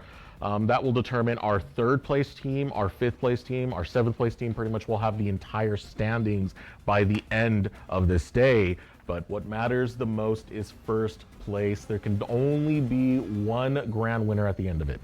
Only one, and it is going to be found out right now, coming to you live on stage. Two teams that we haven't seen at all so far on the stage. So this is going to be a nice change of pace as we start to get into these rounds while we're waiting for some teams to get set up on stage. I know it takes a little bit to get the logins all done.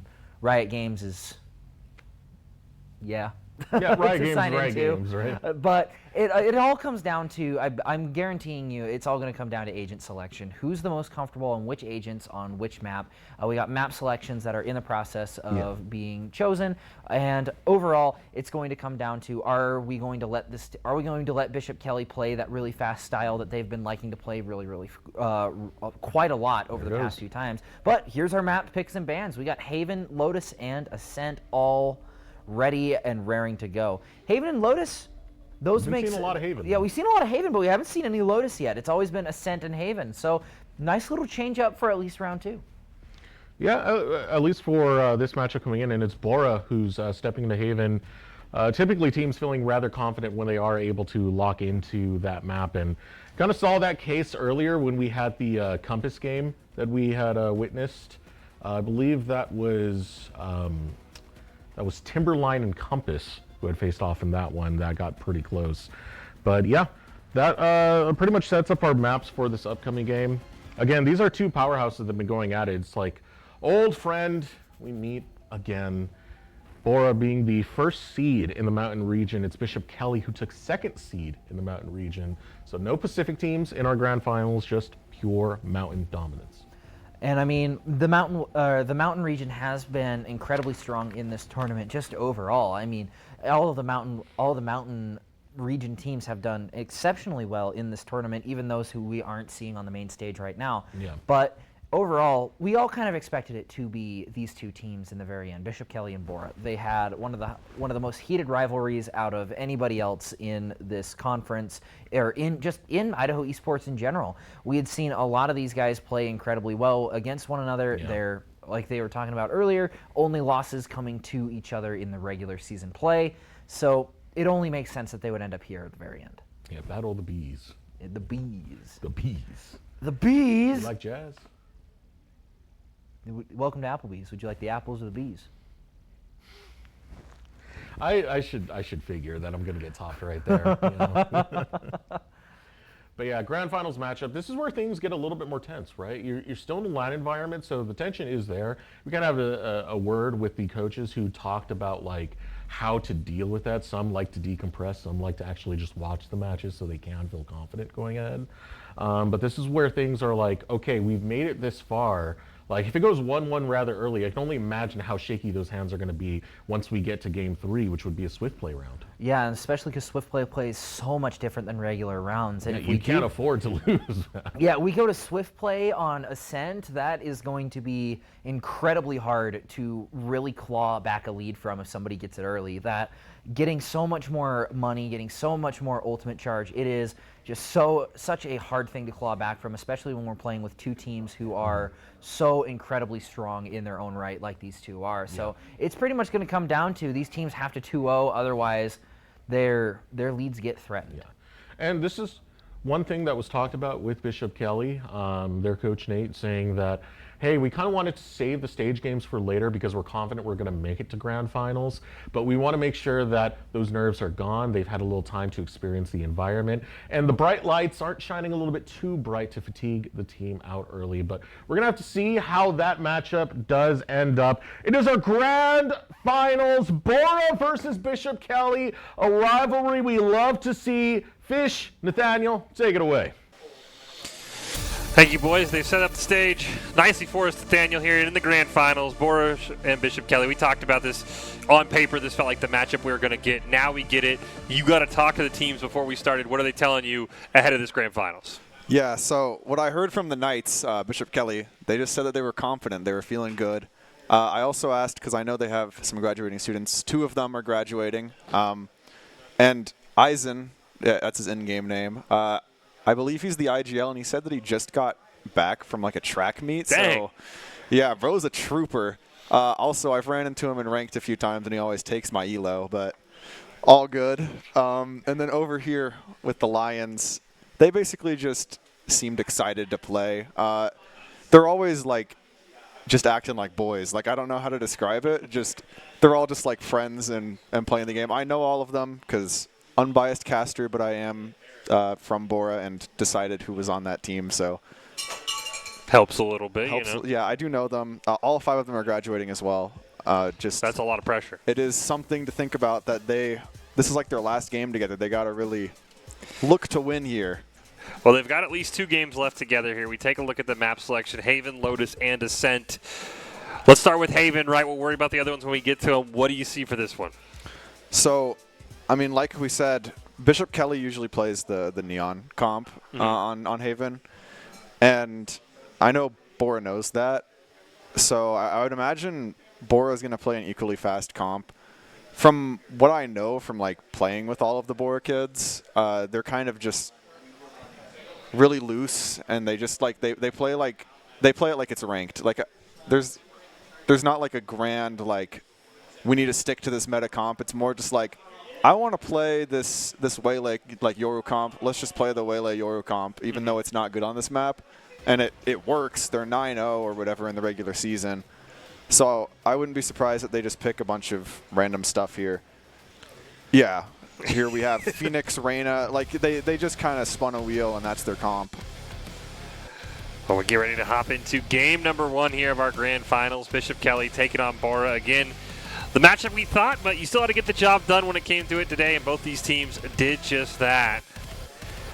Should be very exciting to see. I'm interested to see if the Odin and Op obsession that has really taken over every team that has walked on the stage will continue in this one.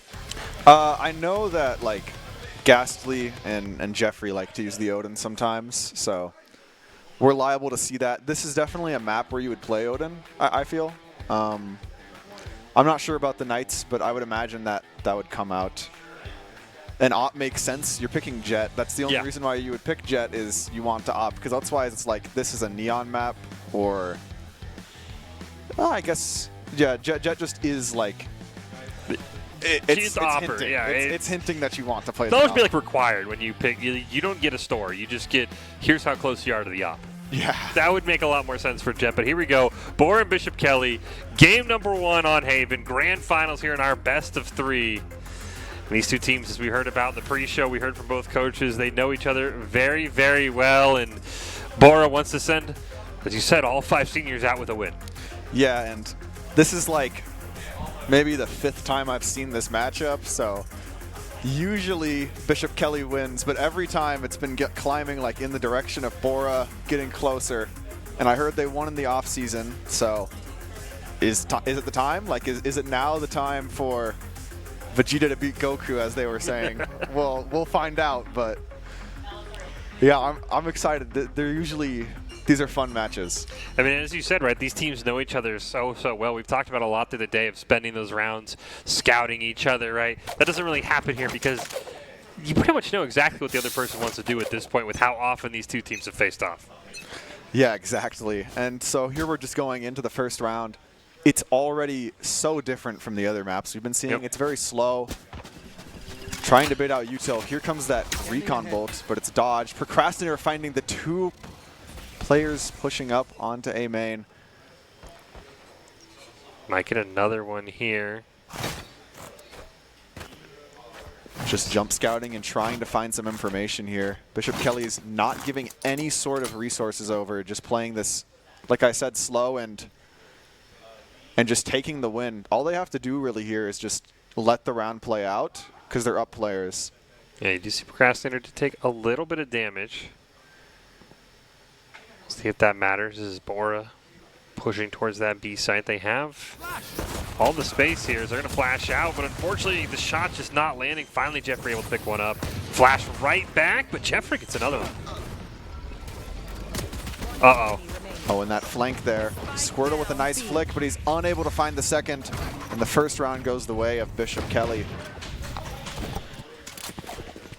And on the back of that pick that you mentioned, we didn't get a chance to see how Procrastinator did it, but those 2 extra bodies, Bishop Kelly needed every single one, but it just allows you to take more aggressive trades, more aggressive angles, because you know you have lives to trade. Yeah, exactly. Because without those 2 trades, that was in a completely even situation there. So really important first kills there. I believe the first blood came from just him walking up sewer or along and just I believe so. Yeah, just shooting them. So good on him. And we've talked about these follow-up rounds so often here today, Nathaniel. It's a really, I mean, you don't expect Bora to win. It is possible, but you're really just looking for as many kills as you can to get those guns on the ground. Unfortunately, that's not a good way to start.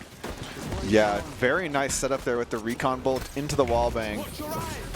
Owl drone coming out, tags 1, the flash, finding another 2, but the kill just doesn't connect, and Rock is able to take that one down. Procrastinator out of the fight. He's usually the fragger of this team. It spreads some damage around. It's showtime. Hazen going to pick up 1. Squirtle gets it right back. So it's a 3-on-2. But remember, Bishop Kelly with a massive gun advantage is... Oh, they can't quite get the spike down, and Squirtle gets taken out. And that was the expected outcome of that round. 2 kills as well and some broken armor. It's something that you would want to see as Bora, but usually it's 3 that's considered really good.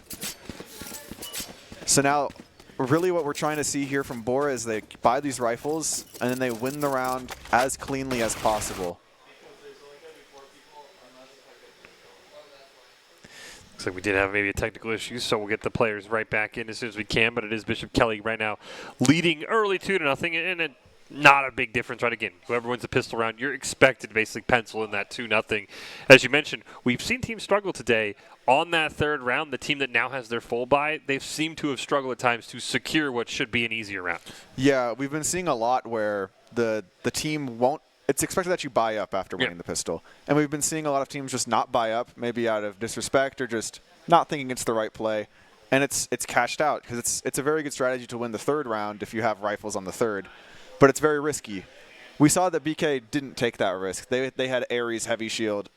Pretty much everybody had Spectre Heavy Shield. Like, they were playing for the second round because that first one was so close. I don't know if we're going to see that, but there's a possibility that Bora struggles with this third round. You never know. I don't see the same weaponry as we have in the previous games. We'll see what Bora can do. Start to work their way back. Yeah, this is where the real rounds, real in air quotes, because pistol and bonus do count, is where the real rounds do start.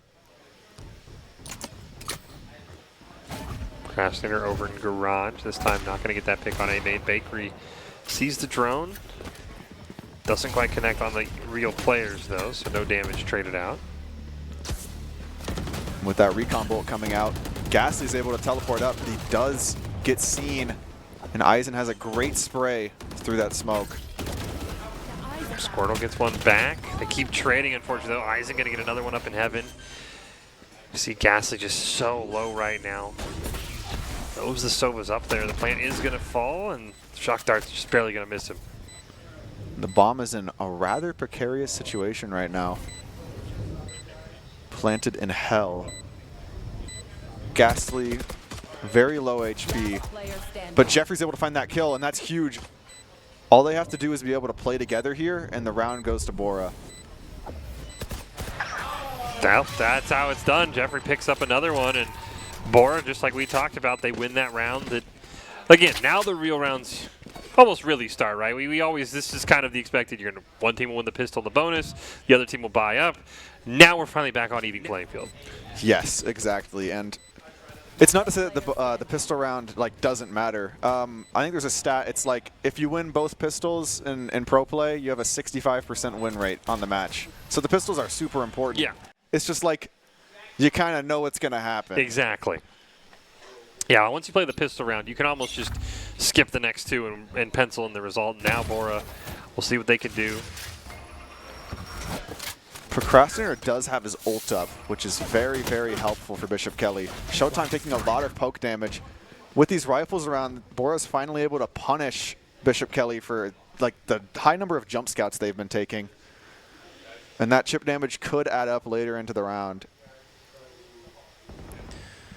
As you mentioned, just very slow from both these teams. Bora trying to find a pick, trying to find an angle.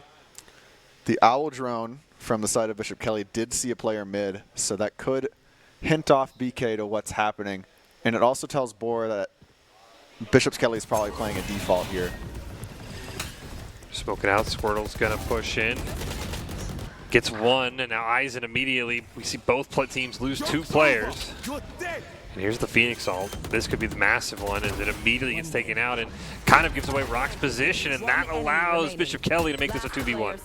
And now it's down to Jeffrey and Showtime here. Recon Bolt's going to reveal Showtime, and Jeffrey finds the shot off the dart. Something that's really mattered this game is just the Sovas. I don't know if you've been seeing these darts, but Bora will push in. There's a dart behind their head. Bishop Kelly gets like 3 off the dart. And then similarly, Bora, they keep winning these rounds off of the information from the Sova darts. So both Sovas are really kind of carrying the rounds, and I think both teams need to be more cognizant of how these darts can affect the game, and maybe have someone just watch out for the Sova dart, because it's an easy thing to break, but it has such a great potential to punish a misplay. As you said, you see Jeffrey, they're 7-2 right now for Bora. I need obscuring vision. Joke's over. You're dead. And there's that dart coming through, clearing all of sight and kind of just letting that Phoenix ult waste itself. Not much space really gained other than what was given for intentionally. Yeah, that was a great job. We do see Jeffrey there once again and actually take out the enemy Sova, so now a lot of that util for Bishop Kelly is gone. Great wall there from Conky. And Showtime finds a nice pick onto Rock. If they're able to get that gun, that would be really nice, but Rock's body's in a bad spot. Showtime swinging out here. He made it through, I think, unscouted. Unfortunately, that smoke does fall on Ceylon. Ghastly gonna pick up one, pick up another. Genki gonna finish him off, and Bora doing a great job picking up their third in a row. And they're able to keep 4 of those guns in the next round. So it's honestly a good look for them. I'm sure if we look at the economy here, Bishop Kelly can buy for 2, and Bora can also buy for 2. Here, of course, the Hunter's Fury is something to always look out for, especially if you're Bora. Pushing down into A main, especially, you can get Hunter's Fury. They're not setting up for it now, but that can happen there as well as in C-Long. It's just something that is going to disincentivize the 5-man pushes we've been seeing earlier. And the benefit for Bora, right, they kind of have more freedom with that Hunter's Fury. Unfortunately for Bishop Kelly, we've talked about it in previous games, right? You have to save that for the Killjoy 9 times out of 10. Exactly. And look what Bora just did. They played for control of the ult orb C-Long, like we were saying the other team should. Yep. And now they have the ult, and they're going to force out a Hunter's Fury so that they can have theirs in the post plant. See if that's exactly what happens. There you go. There is that recon dot you were talking about. Revealing that Bakery was playing aggressive. Drone finding a lot of information, and Bakery dies off of that recon bolt from earlier. And now the lockdown coming through. Hunter's Fury is forced, as you said. Cold and Ghastly going to trade back and forth. Yankee going to get one, but Cold's going to get it right back. Eisen gets one, and now we're down to a 2-on-2, making a 2v1. It's So down there's to anyone you want in Jeffrey. this, it's Jeffrey. Exactly.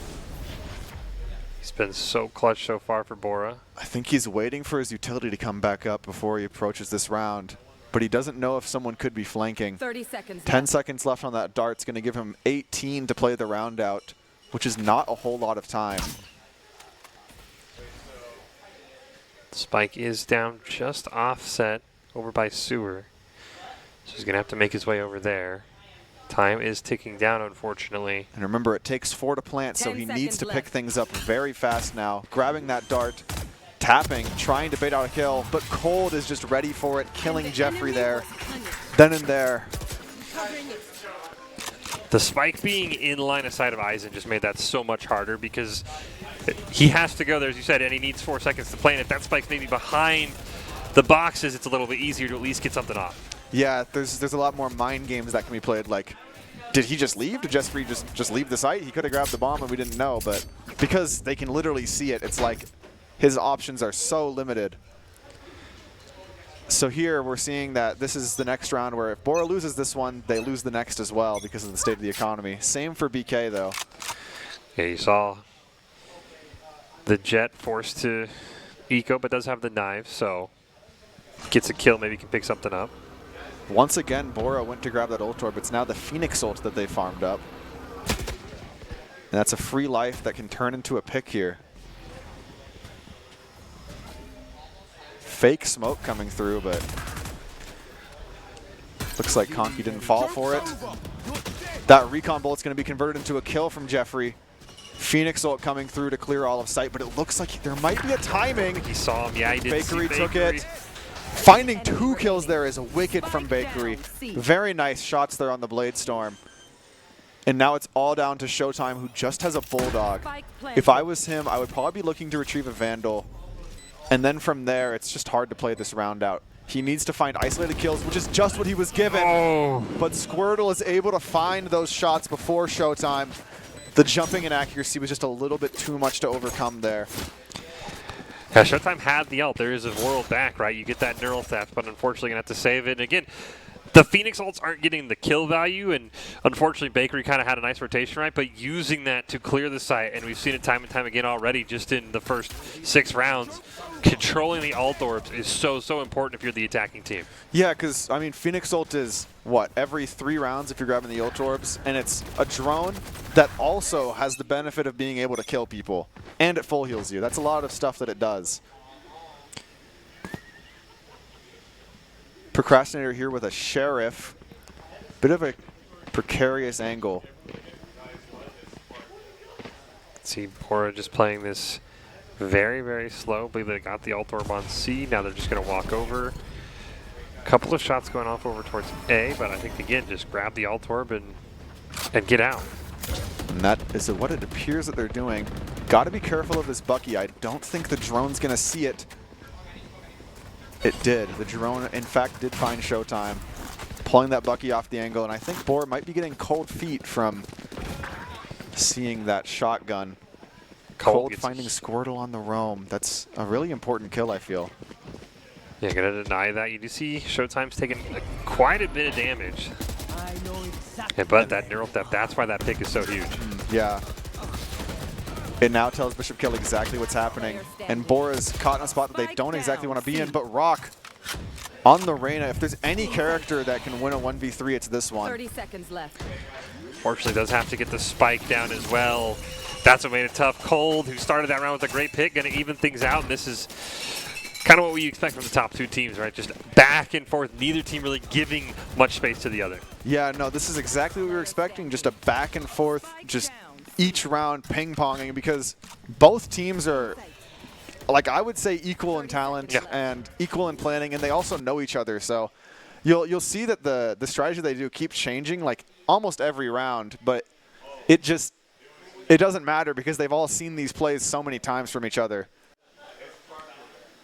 So here, Bora once again trying to set a different tempo. The way that they're set up, this looks a bit like a default in my opinion. And Procrastinator holding a bit of a tricky angle, but he gets caught on that jump scout from Jeffrey. And I think a dart will follow shortly. Look at all this space they have in mid. Yeah, mid looks nice for Morford now, and you do see there's Jeffrey. He's actually going to get a pick on that C long on the Procrastinator. You have to wonder if that's going to change Bora's plans, or now looks like no, they want to rotate. Well, B gets smoked out, and now you wonder where they want to go. Yeah, they finally grabbed that bomb. The default is over. The issue is there's one player who hasn't been accounted for, and it's Cypher. Bora needs to figure out where he's standing or what his setup is, and they've used all of their recon initiation. So it is a little bit hard, and Bakery with that flank. Spike down A. And that's the spike, too. Luckily, Bora was able to quickly go recover, and I don't think Bakery saw that. This Cold's going to get a pick onto Rock over on the site. You've still got Bakery behind you. You see the Killjoy forced to hold that angle, and now we've talked about this so much. Bora just feels trapped. They've got somebody behind him, but they're going to get the spike down, and Bakery's actually going to give up that flank. Showtime and Squirtle going to trade back and forth. Showtime, though, can't quite get the job done. It's all up to Squirtle. And Squirtle, with his position known, it's going to be a lot harder, but they give him a free 1v1 there. Unfortunately, Bakery was on the off angle, and Squirtle just wasn't prepared for it.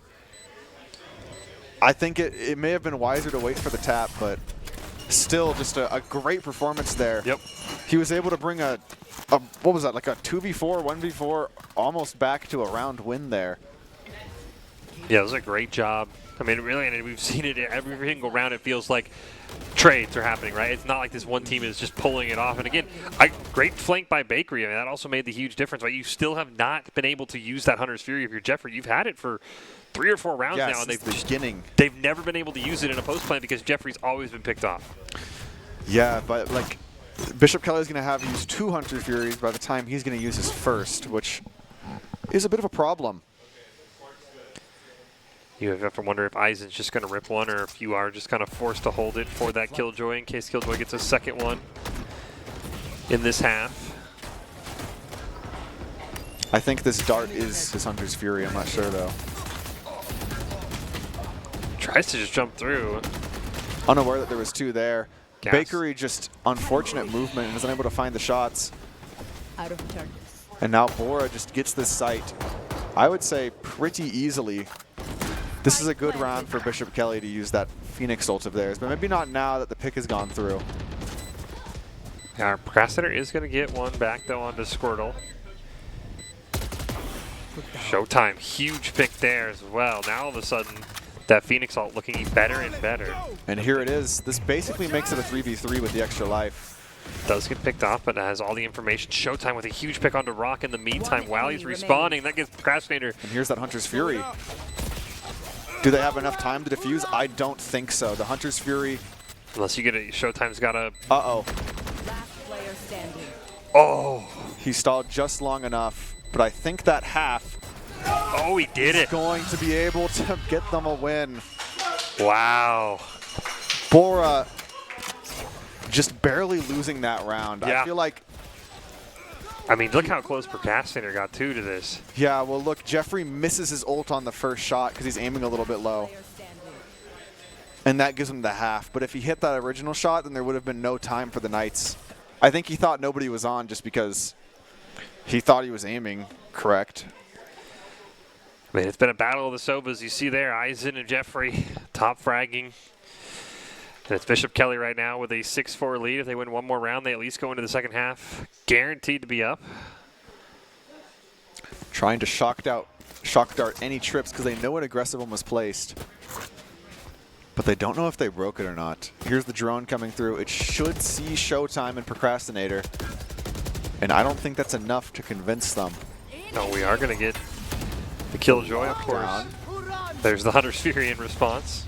Oh, but they knew the Hunter's Fury is up. Look, this was all part of the plan to fake. And you've talked about this, right? Every single round, you've got to try something different. These teams know each other so well. But Bakery. Already ready for that play. And there's that Soba dart that you've talked about. It gives Rock away. Jeffrey able to get one back of their own, though. But Eisen just going crazy. Goodness. I think Bora definitely had a really good idea there, but something was missing there. There wasn't a person accounting for the dart or for the garage player. It was like they almost had it, you know? Yeah. I think that's a timeout diff is what I would call it. But we'll see as the rounds keep going. And Eisen, I mean, just incredible aim. And I mean, Yes. you've talked about it, right? These darts from the Sobas have just, they almost turn into a kill at this point. Exactly. He's not only are the darts good, he's also aiming well. And then on top of that, I'm pretty sure he's giving the call-outs to the team. So that's like, he's doing everything. It's final round, so we assume all these ults will be sent whenever they get the chance. Procrastinator going to get one. Do have Genki's own Phoenix ult, so you can kind of make this a 5v5 given the right opportunity. This Bakery wants to get very, very forward. There's that Phoenix ult. Even though he's one shot, now he's full health again. Just forces Bakery to back off, gives them the space.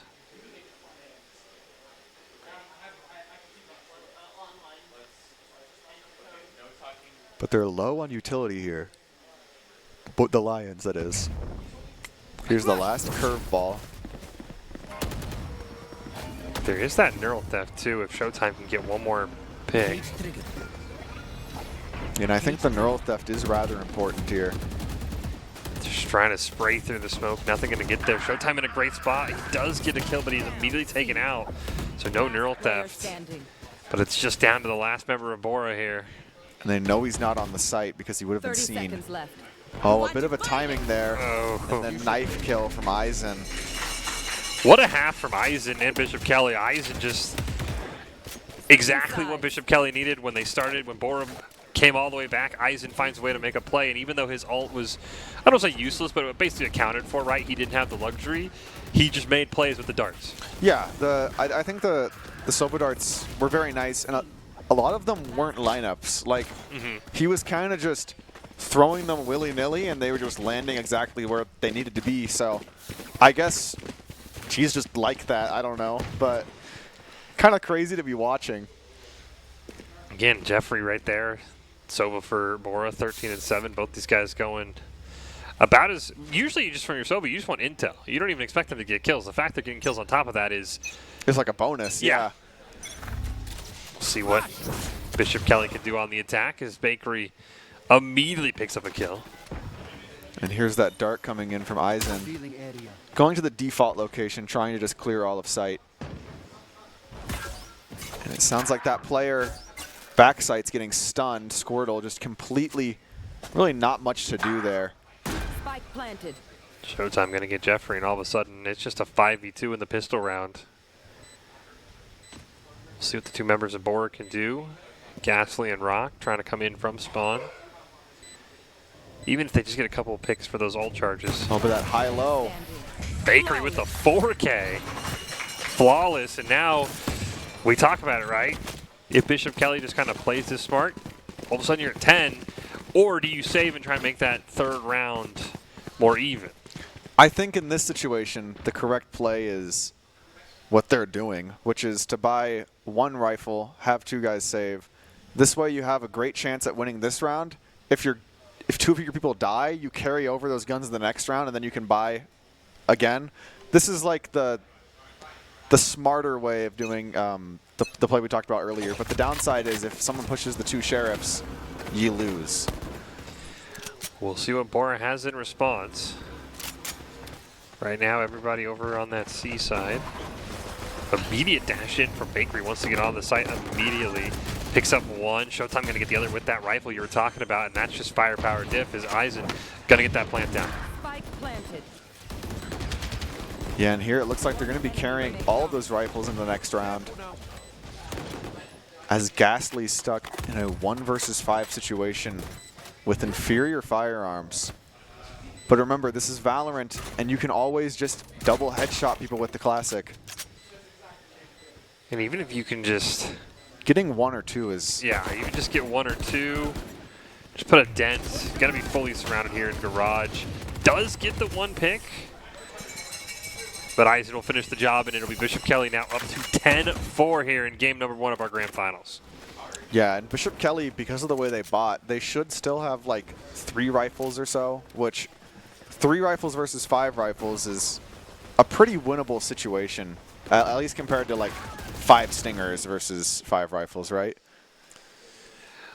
And so yeah, there it is. Bora has bought a lot of Odins, as we can see. This is the Bora I know, is where they just go, yeah, whatever, guys. Let's just buy Odins and Judges and see what happens.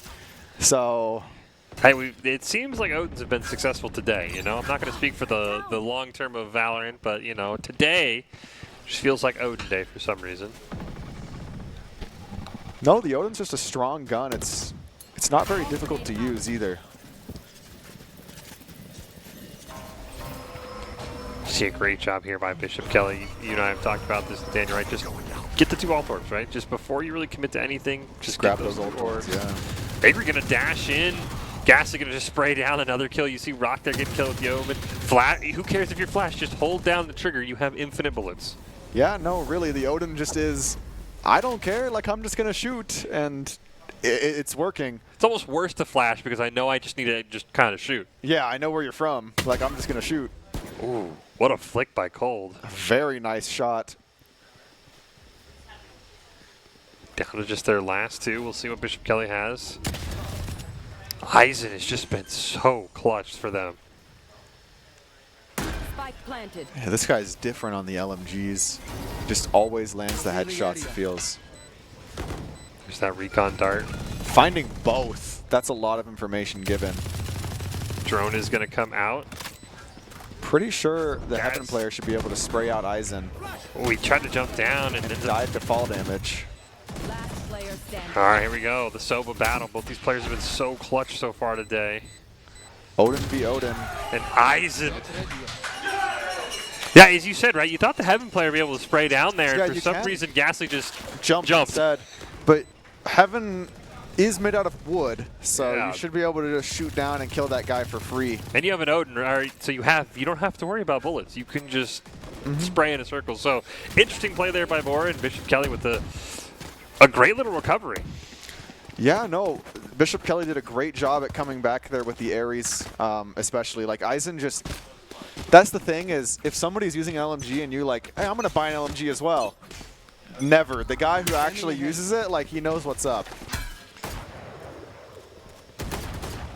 You see Rock gonna push forward, but it's Showtime who gets the first elimination. Ghastly though, great job, but Eisen once again there with those LMGs. Just running through Bora. And there we have Bakery getting a kill here. Spike planted. Bringing us to a 4 versus 2 situation where this is a really hard part of the map to retake if you don't have your full team. So we'll see what exactly Conky and Squirtle are able to cook up here, but I'm not sure it's much. You've got the Hunter's Fury too, really, in case Eisen just wants to win. Yeah, just wants to win. The way he's been racking up kills, this might come up sooner than you think. Is he'll pick up one there at the end, and Bishop Kelly now on match point in game number 1. Yeah, and this is a pretty dangerous match point because I feel like they have one orb away from the Astral ult. I'm not certain because I haven't seen the scoreboard. But Astral ult's like a free way to get the bomb down. And then they have the Hunter's Fury, which is a free way to do post-plant. So it's looking like one of those situations where you just play for ult orbs and then use all of your ults to win. But I'm not 100% here. There are 2 away, which again, you could just go both ult orbs and you're good to go. You could 1 away from the Jet ult too, maybe, if you wanted to do that. Yeah, they've got options. Big pick on the Showtime, who had the Neural Theft, by the way, even though it does get traded out. So see Bakery going to dash in there. Rock, though, great pick. I don't know yet. He didn't see Bakery, and he forgot about him. He tried to run out of garage, and there's Eisen. Once again, just mowing people down. Indeed he is, and now it's this last round here with that Hunter's Fury, unless if Bora is able to clutch this up, and they need to play fast. The Hunter's Fury is going to stall for quite some time. Bora doesn't have a smoke for the long angle. Like, they need to be running it down, just hoping that they hit a headshot here, because this is a dire situation. Trying to keep their game 1 hopes alive is Bora. You can see Jeffrey just trying to hope, fakes the plant. Bakery, though, going to pick up 1. There's the Hunter's Fury, and just like that, Bishop Kelly. It was close there for a little bit, despite what the scoreline will say, but Bishop Kelly just found a way to turn it on in a heartbeat. Yeah, I feel like things just kind of got out of control for Bora, and if you're ever in that situation where things feel a little out of control, just call the timeout. But we didn't see a single one, did we? Yeah, and you have 2, so I feel like once Bora started losing, it would have been smart for them to just call time, recompose themselves, and then maybe get back to, a similar situation of closeness like how it was earlier. Well, today's broadcast is brought to you in part by Core Technologies. They're Idaho's trusted partner for managed IT, cybersecurity, and business technology solutions. Whether you're a growing business or an established organization, Core Technologies helps keep your system secure, connected, and running at full speed. Learn more at goitc.com. Bishop Kelly now on match point here in our grand finals. Been an excellent day of Valorant at the Idaho High School Esports Championships. Bishop Kelly trying to lock in that three-peat, and well on their way as we head to Lotus. Indeed, and I believe, was Lotus their pick? I'm trying to remember. I think it was. I think you're right. We'll see, though. Yeah, we'll hopefully see the map site just to confirm. It was their pick. It was their pick. Okay. I do remember when I played against Bishop Kelly, we didn't want to play on Lotus. I remember that was their strongest map. Maybe times have changed, but... Because you let it through if you're bored. You let it through the ban, so they're feeling a little more confident. Because the 2 things that they're good at, they're good at running at you, and then they're also good at the really slow 3-point maps, Haven and Lotus. So the best way to beat BK, and the way we've seen it, is you put them on like the maps that nobody really likes, like Corrode or Fracture, and then just like those are obviously the 2 ones they banned, but you know. Yeah, exactly, right. Put them on the goober picks. They're going to be smart about that. I mean, again, maybe you get to Ascent, which is a little more boring, but you do have Swift play if you make it to a Game 3, so maybe that kind of changes things up. But yeah, I mean, going on to Lotus, with BK having that being their map pick, and now on match point, it looked like for a moment Bora had figured things out, right? They go down 4-0. They rattle off, I believe, 4 in a row. We were tied at one point. What do you think went wrong for Bora to where those 4 rounds they won were the only 4 they won? I think at some point, like, Bora still wasn't shooting out the utility and playing around, the strategies of Bishop Kelly. They were executing, like, set plays. Yeah. And the step above that is executing set plays based off of what BK has. And BK was doing that against Bora. They were changing their strategies, based off of, oh, they have Killjoy ult, or I got a pick on their Sova. Now we can play like on these ratty angles instead. Yeah. The difference is like Bishop Kelly is adapting mid-round while Bora's only doing it round 2 round, and that does end up mattering once you get like later into the game. So I just think Bishop Kelly got a read on Bora, and Bora didn't get a read on them, and the timeout wasn't used. That's what it felt like to me. It also helped that Eisen just decided to drop 25 kills Yeah. with like 10 assists and 25 kills in 17 rounds, right? I mean, just absolutely insane. So that's going to be, I think, really the big question is, can you find a way to contain Eisen? Is it find ways to put picks on him? Because not only did he play the Sova well, he just played the game well. Yeah, he just played the game really well, right? He almost turned it into Counter-Strike. I don't need all these abilities. I'm just going to aim better than you on my LMG, and just never felt like he lost a trade, and that was maybe the most important thing. We talked about it in Doxkeys the games earlier today, right? Get your one, and that's what he did every single round. Yeah, pretty much every round he was just like, we saw it in Garage on the first round where he shoots the dart out, and then he sprays the guy with the Ares, and then he has the option to drone and reswing, but he just drones and then just leaves. And it's like, what am I doing? Like, I got my one. I'm not going to swing you. And it works. Like, a thing that a lot of Valorant players struggle with is the play for the small victories. Yeah. Because it's like, if you get the ace, you're super cool and everybody thinks you're awesome. But, like, nobody really thinks that the guy who just gets one kill or like 2 kills every round is cool. Well, speaking of Doc's keys to the game, especially if you're Bora, you want to come back, you want to force it into a game 3. You got to make sure you count your cards, focus your angles, find your flanks. Hey, go Bucky sometimes. Maybe see what happens. Maybe that's what you got to do to make Eisen fall off. And then always support your carry. I would do a big shout out to Jeffrey. He was doing all he could as well on the Sova. That is brought to you by ICCU. Thanks to ICCU and their continued support of Boise State Esports. They've seen Boise State win multiple national championships and pilot more than 1,500 wins. ICCU, looking after your daily balance. Visit ICCU.com. Game 2 of our grand finals here between Bishop Kelly and Bora, just moments away. We go to Lotus. Bishop Kelly on match point. And if they start fast again, you mentioned it. Take those timeouts if you're Bora. These might be the last ones you get. Yeah, and something else I would like to see from Bora is don't just pick 5 agents, maybe. Like, it works sometimes, but other times it doesn't. Like, they chose an interesting comp is all I'll say, and sometimes it's good to just have, like, there's a reason why it's the meta. It's good to fall back onto it, but I mean, if they want to play and just have fun and play Reyna, then go for it. It's at least have some complementaries, right? I mean, you mentioned it, right? There was one time they were trying to go for a post-plant retake 2v3. They didn't have any smokes. Yeah. It's like, how are you going to be able to pull that off? So if you want to, you don't have to pick meta. I'm not saying, go to, whatever website of your choice and pick the 5 top win rate agents but just have some cohesion in your comp. Yeah, maybe just like, if we're picking Rays, maybe Fade goes with the Rays or Deadlock, so we can have the combo instead of picking Cypher or something because he's cool. It's stuff like that, but it's not like, I don't know. It's nothing like crazy, but I do think just a little bit more thought going into the comp would have made the game a lot easier. When the teams are this close, right, it is the little things, right, that push you over. There's not – you can look at that score and be like, wow, there's a gap. No, it's not. These two teams are very, very close. We heard from the coaches, right? They split in the regular season. They see each other all the time. When it is this close, it's those small little choices you make that are going to give you the advantage, and that's where it feels like Bishop Kelly had a comp that just complemented each other. Yeah, like, I assure you, if we put all 10 of these players in a death match – and just like ran that 100 times, each player would win 10 times. Yep. Like they're like all the same skill level kind of.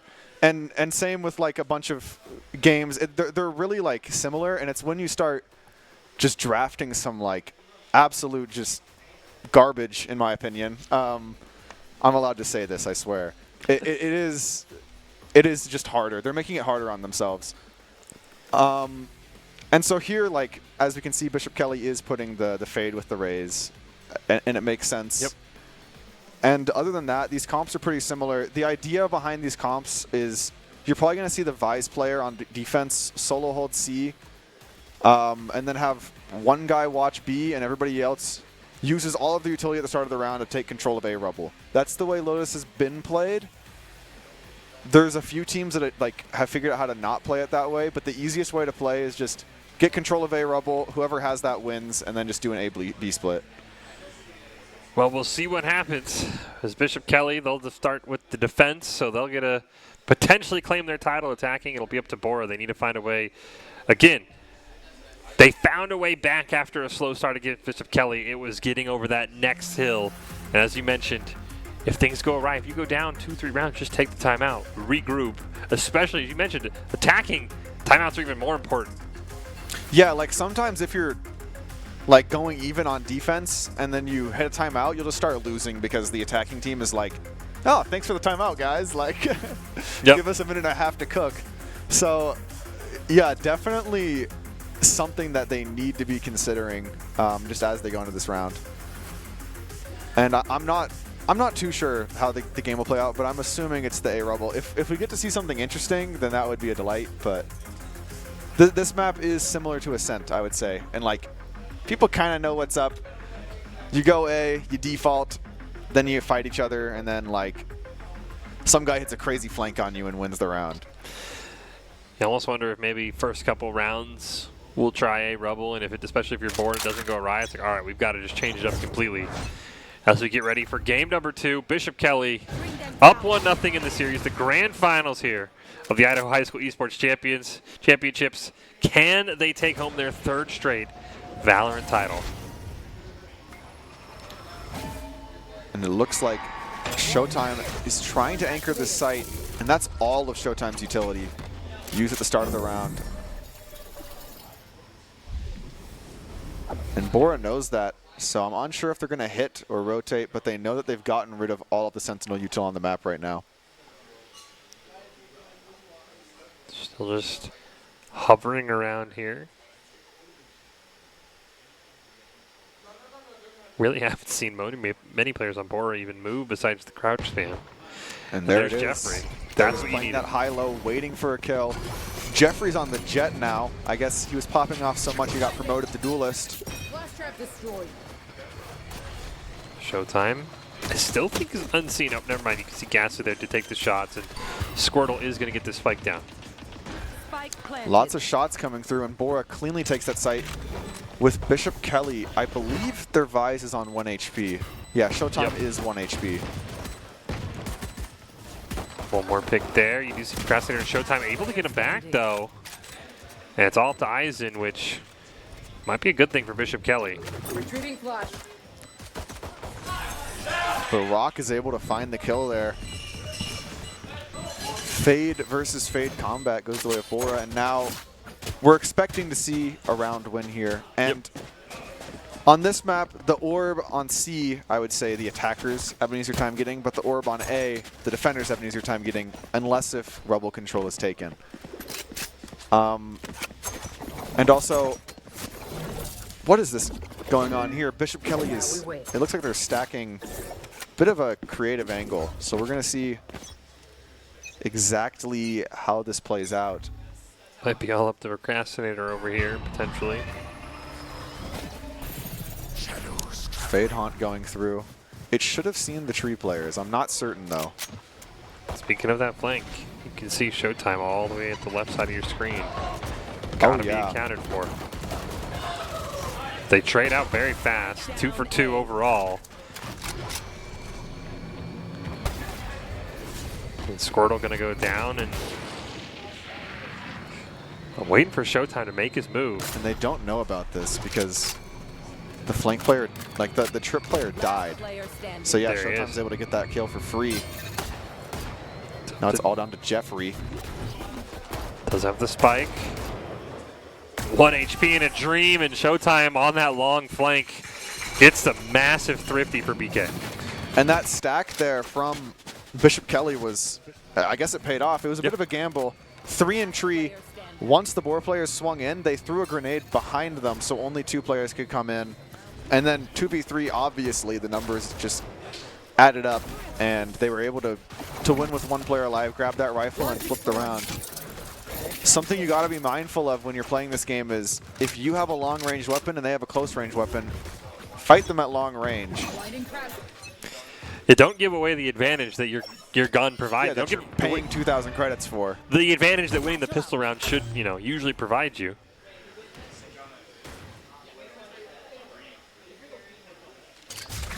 But notably, look at what Bora has right there, a Phoenix ult. I don't know if this is the round they would use it, but an early ultimate is always appreciated. The ability, as we've seen, either just simply clear a site or even maybe put your team up one. Is Bakery going to get a massive pick onto Rock? And yeah, notice at how far of an angle Bakery was holding there. And then he doesn't swing again for the trade. He just takes his one. Looks like Bora's lining up at this wall. They're all going to try to swing it at the same time to make sure that no players get divided. The Avengers swing comes through. Oh, Bakery and Conky finds them through the smoke. That's an important kill because now there's a rifle in the hands of Bora. Wonder with the rifle if you do just send that Phoenix ult. Spike did get planted.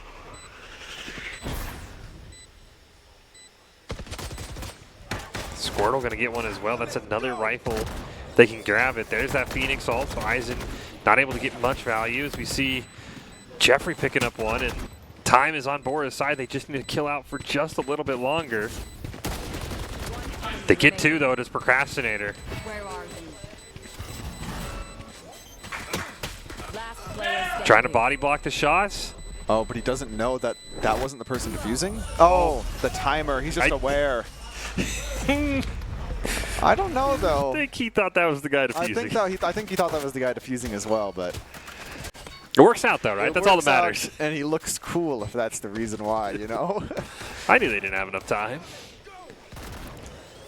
I thought they did. I was clenching. Yep, definitely a round Bora needed after that last round went awry. So we're in the spot you expect after the pistol round, right? 2-1 in favor of the team that wins. We just took an alternate path to get there. It's actually better because Bora has rifles when BK doesn't, which everything is just kind of weird now because of the way things have gone.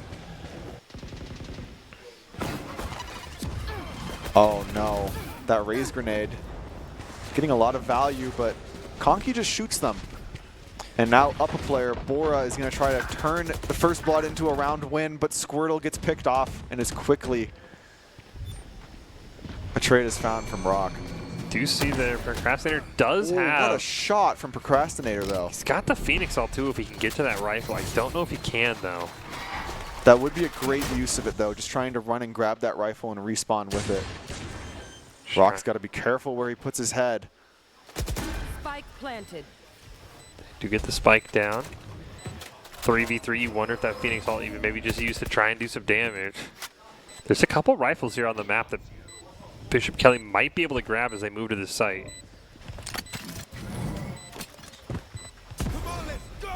Phoenix ult coming through, and it clears that off angle. Rock, his great position now just became a bad one.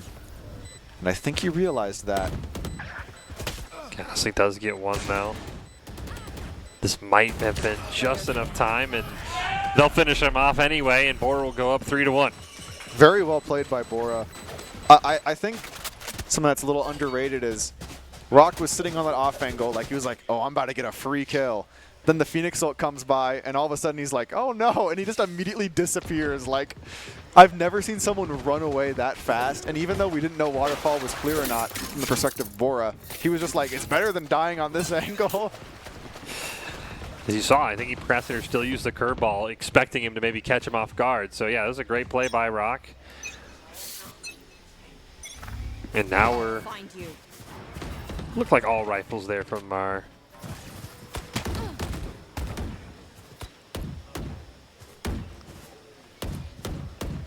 Bora just playing very, very slow, trying to get somebody through the smoke.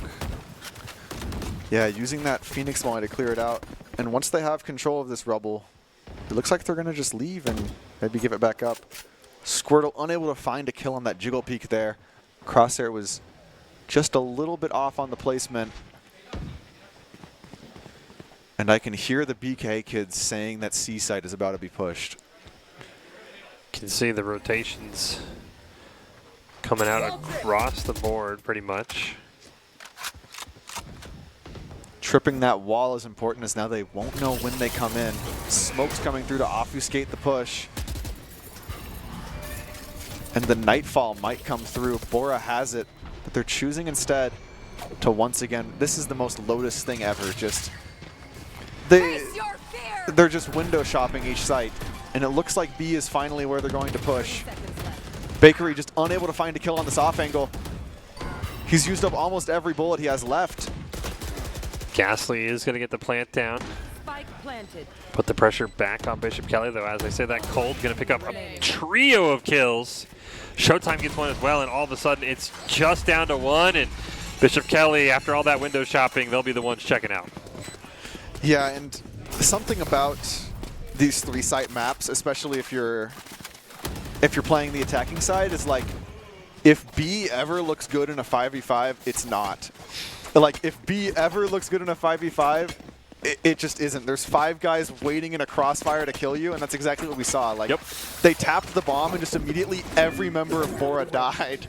So it's always something to just think about, that maybe you don't want to end B, but I mean, there's 20 seconds left. There's not another option. Yeah, unfortunately, that is sort of that problem, as you mentioned, with window shopping, getting all the utility out. Eventually, you do kind of get forced into this corner, and a great job by Bishop Kelly recognizing you guys can't go anywhere else. As Bakery, don't think he thought he might have had a shot, but he didn't get any damage out of looks. He does have the showstopper, though, and if he sees 5 people grouped, he might say, Astra, pop the gravel, I'm just going to kill them all. So something that we might see come up. I don't know about this round, though, because Bakery is rather low. This is such a crazy angle here, just waiting for someone to open the door. Doesn't know how close he is. And things begin to cool down once again. And just, again, that time. Bora waiting for a pick, hoping for something. You can even see Jet for Bora covering that flank. Not going to happen. We've seen Showtime do that a couple of times this game. And you can even see the raise there is actually rotating for Bishop Kelly. Now finally they realize it's actually we need to go back to A. There's that gravel, but Jeffrey's just over it, and Cold did not expect that. Procrastinator gets 2 on his cheeky angle there in tree. Jeffrey quickly trading it out, and now it's a 3v3. Planting the bomb might be unwise, but Ghastly finds the most important kill of the round, I believe, as Bora is able to plant the bomb with just seconds remaining on the clock. Steel Garden turns off your weapon, but not Jeffrey's ult. And all they have to do is play this round together. They can hold a high-low or just swing off tap. There's the tap. There's the swing. They see nothing. And it's just going to be a game of cat and mouse between the two. Ooh. Got caught trying to switch between 2 of them, as you mentioned. You just play together, right? It makes it so much harder. And something that you may have noticed as they swung tree there, Jeffrey and Conky has the rifle, Jeffrey has the Spectre. Jeffrey's like, I have 0 chance of killing this guy. I'm just going to keep swinging to draw his crosshair. That's exactly what happened. He didn't even like shoot a bullet. He just made him look at him, and then his teammate did the killing. And that's the type of teamwork that you really only see once you get towards the higher levels of play, is, you know, people just playing like that. And Bishop Kelly's been doing the same thing. Mm-hmm. That's the kind of teamwork you're going to need if you're going to take down the 2-time defending champs, right? And so Bora so far in a good spot. 4-2 lead here. But every round has been so slow. And you see Bishop Kelly in the blue. They've got some plans there. Steel Garden coming through, and it looks like they might be wanting to execute B. But as I said earlier, it's always unwise to finish here without a couple of kills. But Ghastly just finds a free kill. Now B is looking splendid for them. Paranoia coming through, barely missing Bakery. And the side has been executed. Prowlers coming in, clearing Waterfall. Process of elimination tells us that they can only be 1 spot. But as Bora realized, yes, they have. The flank has been accounted for, and Jeffrey finds 1 on Procrastinator. Oh, Eisen able to get 1 onto Rock as well. It's just up to Ghastly and Conky, and there goes 1. And Eisen, ooh, not quite able to finish. And Ghastly finding 4 that round. Woo! Not only did he find the opening pick that made be playable, but then he keeps the sight. He makes sure that his call is not bad. Yeah, that's a fantastic job. Very rarely so far this series have we seen Eisen with an LMG lose a fight. Yeah, and it wasn't even like he body shot him when he was 1 HP. He hit the headshot like he just knew. Yep. The risky thing about the Odin as players get better is they can see the line where the bullets are coming from and just swing you and one-tap you. It worked out that time. But it does not always work, as we've seen. No. Again, one of the few times today we've seen Eisen on that LNG lose a gunfight.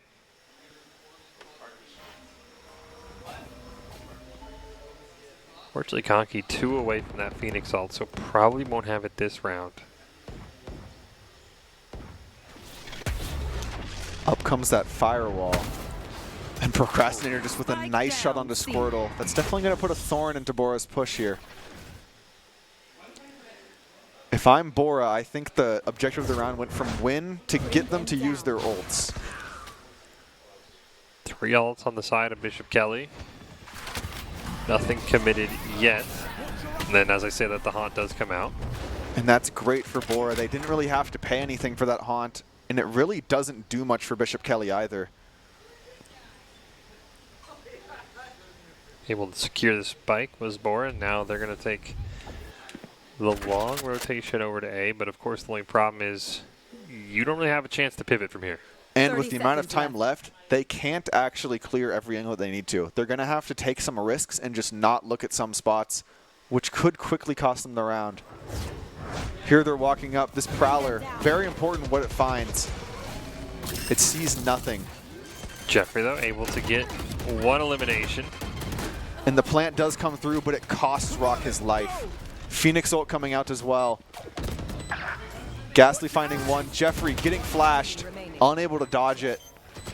And this bomb isn't for Ghastly. It's just, the bomb isn't planted correct. Hot Hands comes out. And that's the round right there. But again, as you mentioned, right, the goal did change to get their ults out of the way. You got 2 of them out.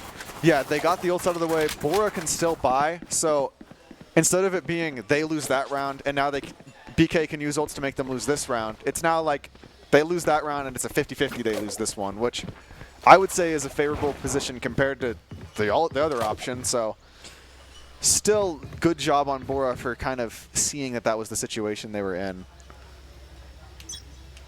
You are 1 tick away from the Phoenix ult, so you potentially just look here if you're Bora, just secure this ult orb.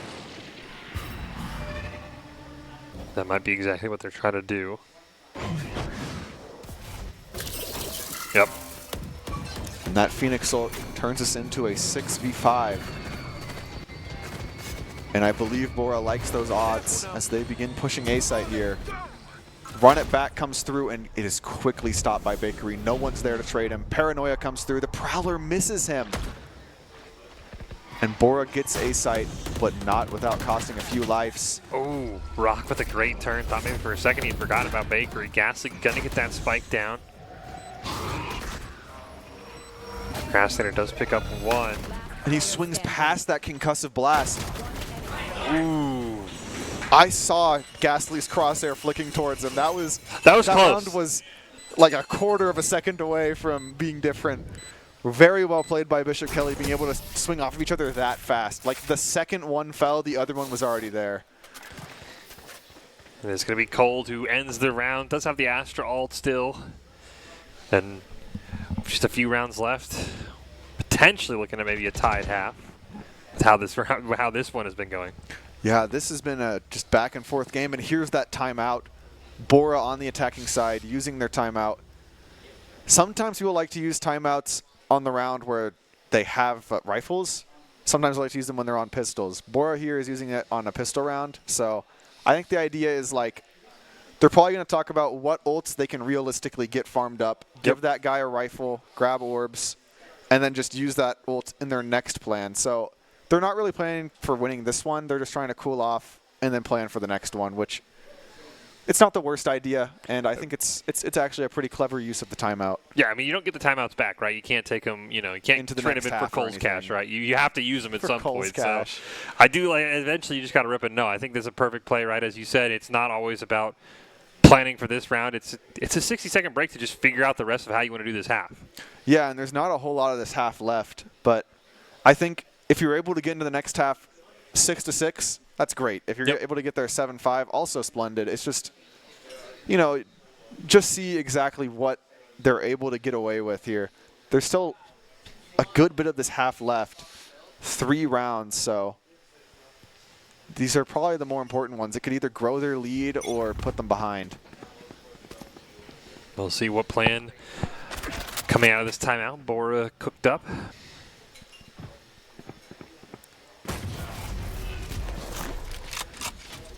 Bakery going to be smoked off here. And it's the Phoenix ult, I believe they're farming. Grabbing that first one. Just used it last round, but as you said, if you get the ult probe, you can get one about every 3 rounds. So would still have enough time.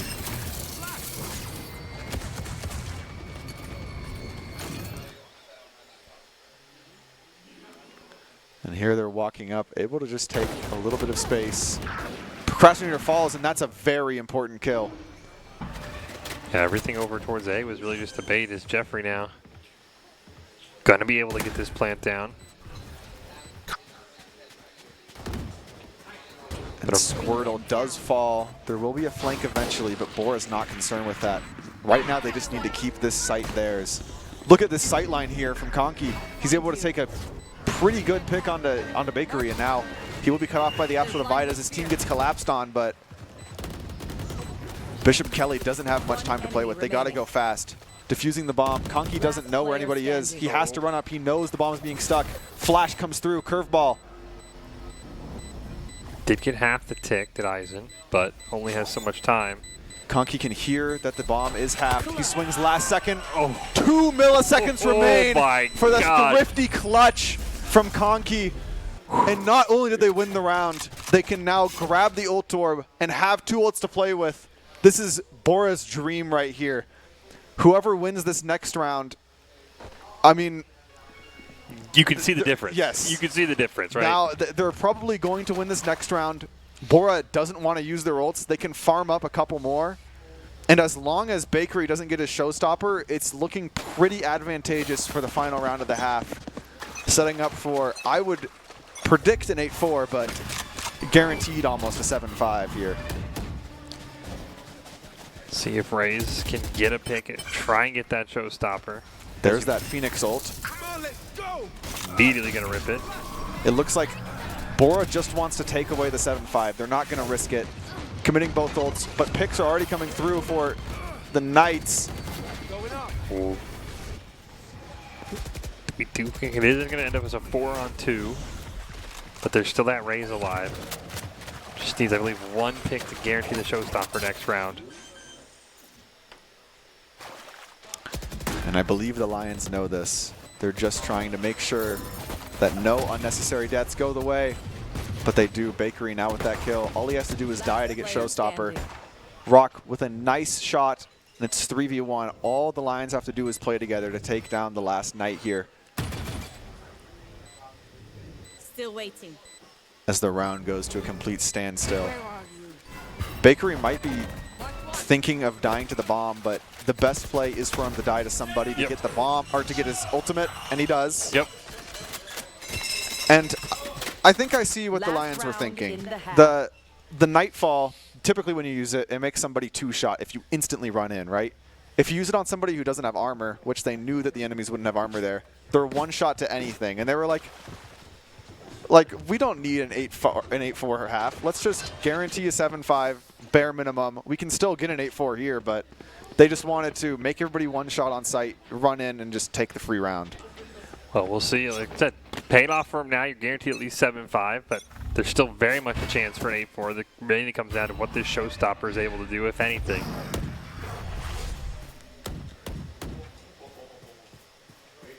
Rebel control has already been taken. And once again, the round will become super slow. Yep. And it could end up being an A-B split, which is the typical strategy here. Because B site's very nice to take once you have control of the A side of it. You can see Bora starting to begin that rotation. Out comes the showstopper. We heard it. But they haven't launched it. They're waiting. Bishop Kelly is using the showstopper as a bit of a zoning ult, just trying to bide time for their team. Paranoia comes through. And they know that Bakery is heaven, the Lions do. Eisen with a nice swing, living just barely. Spike does go down. And Showtime as well. Ghastly there is able to get one. Eisen immediately gets it back though. A quick switch to the Sheriff. Rock? Rock just wants to live here. He knows that too. Oh, just about not enough time. Showtime ends up playing. But again, 7-5, as you said, that's what it felt like they were really playing for. Yes, and like we said, that was super close there. The difference in any single one of those 1v1s could have led to Bora winning because it wasn't even round, so that's what you would expect. But I think that's the smarter play, is to go for the 7-5 instead of just risking it, seeing as how volatile these rounds have been. And right here, this is a very unfortunate spot to be in the Odin. All you can see is their head, so you literally can only two-shot them and they can only one-shot you, so not the best spot to be. Well, 6 rounds separates Bora in a Game 3 with Bishop Kelly here in our grand finals. We'll see what the Knights can do. Can they maybe turn thing around, attacking and avoid a winner-take-all Game 3?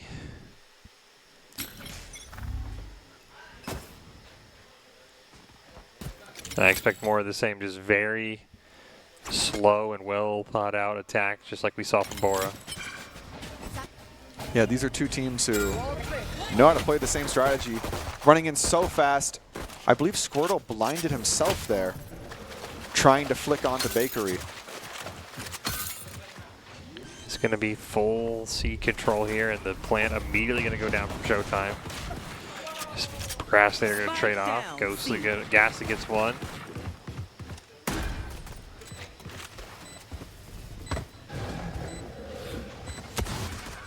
Bakery very, very low health. But it's Cold who gets one. Ghastly, though, continues to trade. Eisen gets one, but Ghastly, every time they had a kill, he traded out, but he ran out of people whose lives to trade.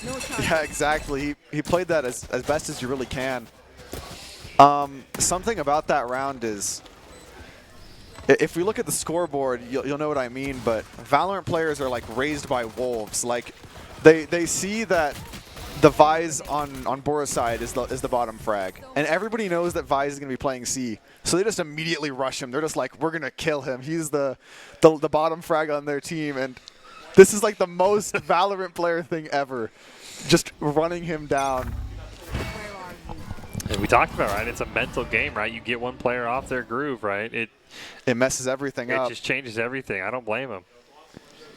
Sometimes the best way to win a game of any esport is just target the weakest player until he gets so mad he just wants to go home.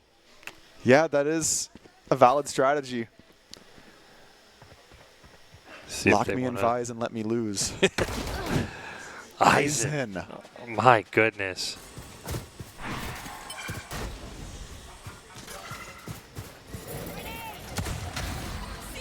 Cold as well has been on fire this map. Gets a great headshot onto Rock. Great right click from Conky, though. If he was able to get a gun there, it would have been quite nice. Last player standing. Showtime gets one, and now it's all up to Squirtle. The lonely rotation all the way over from C. And it's a stinger here. That's a very difficult matchup at that range. And Bakery knows that, running in with the satchel. But now it's time for the real rounds of the half. The rifle rounds. So we'll see just what it is that Bora has cooked up here for the defense half. Knotted up at 7.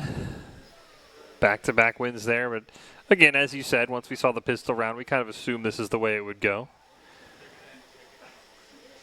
And judging by the plentiful amount of pings on the map, it looks like both Titans are going to collide on A site for Rebel control. That's what you talked about when we knew we were going to Lotus. And as you can see, colors are just showing up on our screen, and then 2 people die at the exact same time. And as the dust settles, it is Bishop Kelly who gets to keep Rebel.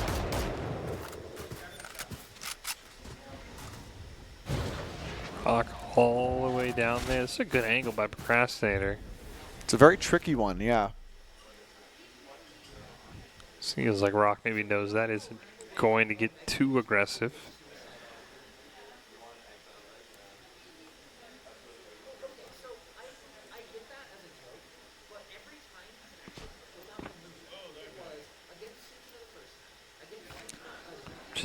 just waiting each other out right now. There's really not a lot.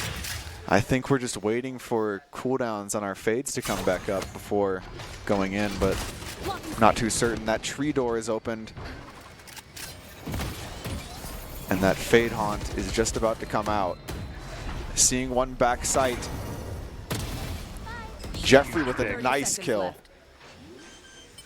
Eisen is going to get the plant though. Spike planted. Face your fear! Nightfall trying to just guarantee this round, but it didn't hit a lot of the Bora players. Last player standing. Jeffrey now has to swing into a high-low and a crossfire at the same time. His crossfire needs to be in 3 spots at the same time, and I just don't think anyone can really do that.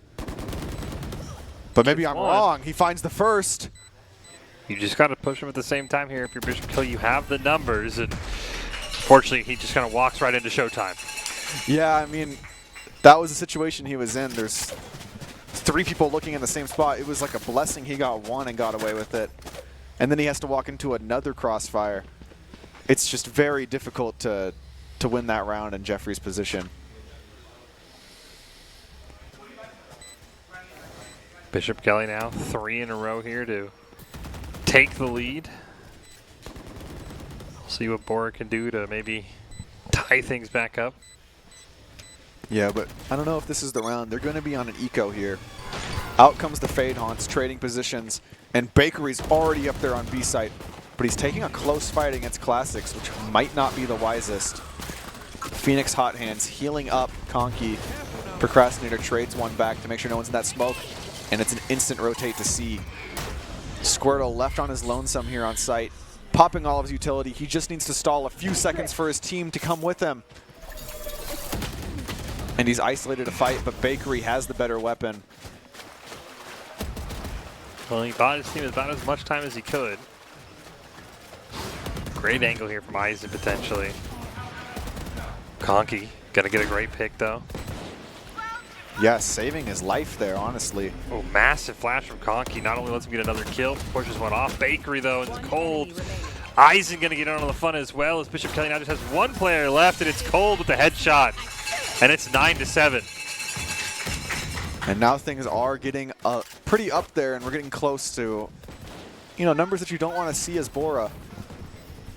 They do have the Phoenix Ultimate, the Run It Back, as well as the Omen Ult, which Omen Ultimate is like considered kind of a fake ult by most people. It's because the rest of his kit is so great that they can't really give him much in the form of an ultimate here. But look at this. A defender-sided operator, that's always something that you would like to see, as well as the Phoenix ult. This is a pretty favorable round, I would say, for the Lions. See how early Conky maybe wants to rip the Run It Back.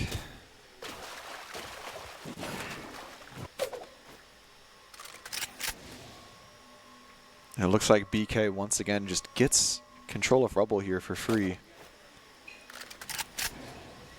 Really have no business messing over with C. Bring them down. And again, it's really, we talked about, you slow play, you grab your alt orb, and you... And eventually someone walks into the op, is what I'm thinking. You get the Run It Back here from Bishop Kelly from Procrastinator. So much utility that he just baited out with that one ability. Oh, and look, they've caused a rotate as well. Conky finds the roaming cold. And it looks like maybe that tipped off the Lions to a C push. There is that off you were talking about for Jeffrey. Gets one. Great shot from Jeffrey.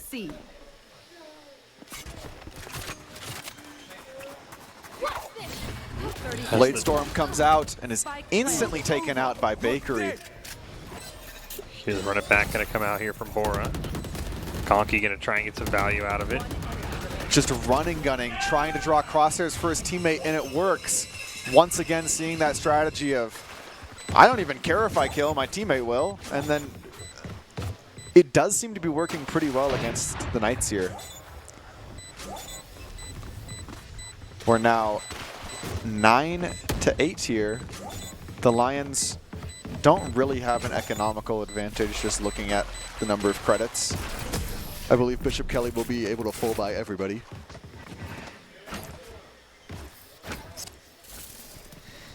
And really that op right there from Jeffrey, even though it was close range, it still does just enough. It takes the spike out, and that kind of just halted the plant in its right in progress. Yeah, and that's not exactly like an angle you want to be holding with the op, because there's like 3 spots he has to be looking, but when you can hit flicks like that, I guess it just doesn't matter.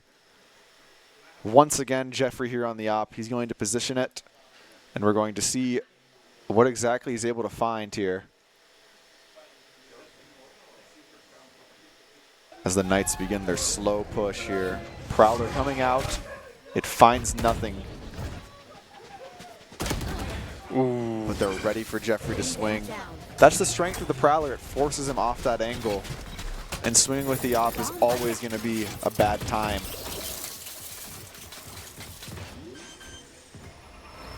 Bishop Kelly going to get that spike planted on C. Great grenade. But not quite able to capitalize. Conky does get one before he gets taken down. Visel coming through the Steel Garden. That's going to delay the Lions' push by around 8 seconds or so, which is valuable time to them because they still need to get control of Mound to be able to win this round. Crashnader going to claim that off. Gets one onto Squirtle. One enemy remaining. And he gets the second. Finishes off Rock. And a massive play for Bishop Kelly. And that operator being lost really does hurt the Lions. It seemed like the right idea from Jeffrey to reswing, but the Knights weren't just throwing the Prowler out for no reason. It was specifically so that he would have to reswing, and it was clear once he did that that was not the angle. And one of the few times today that we've seen a team just chuck the opto, right? They did not want to keep it, which makes sense. You lose that round, you give it back to Jeffrey for free. That's the last thing you want. So Just I think let it very burn. smart play. Yeah, I do think burning the op here is the right idea. Jeffrey trying to get an off angle ahead of that Prowler, but just no one's foolish enough to swing early. Showtime who picks up the first.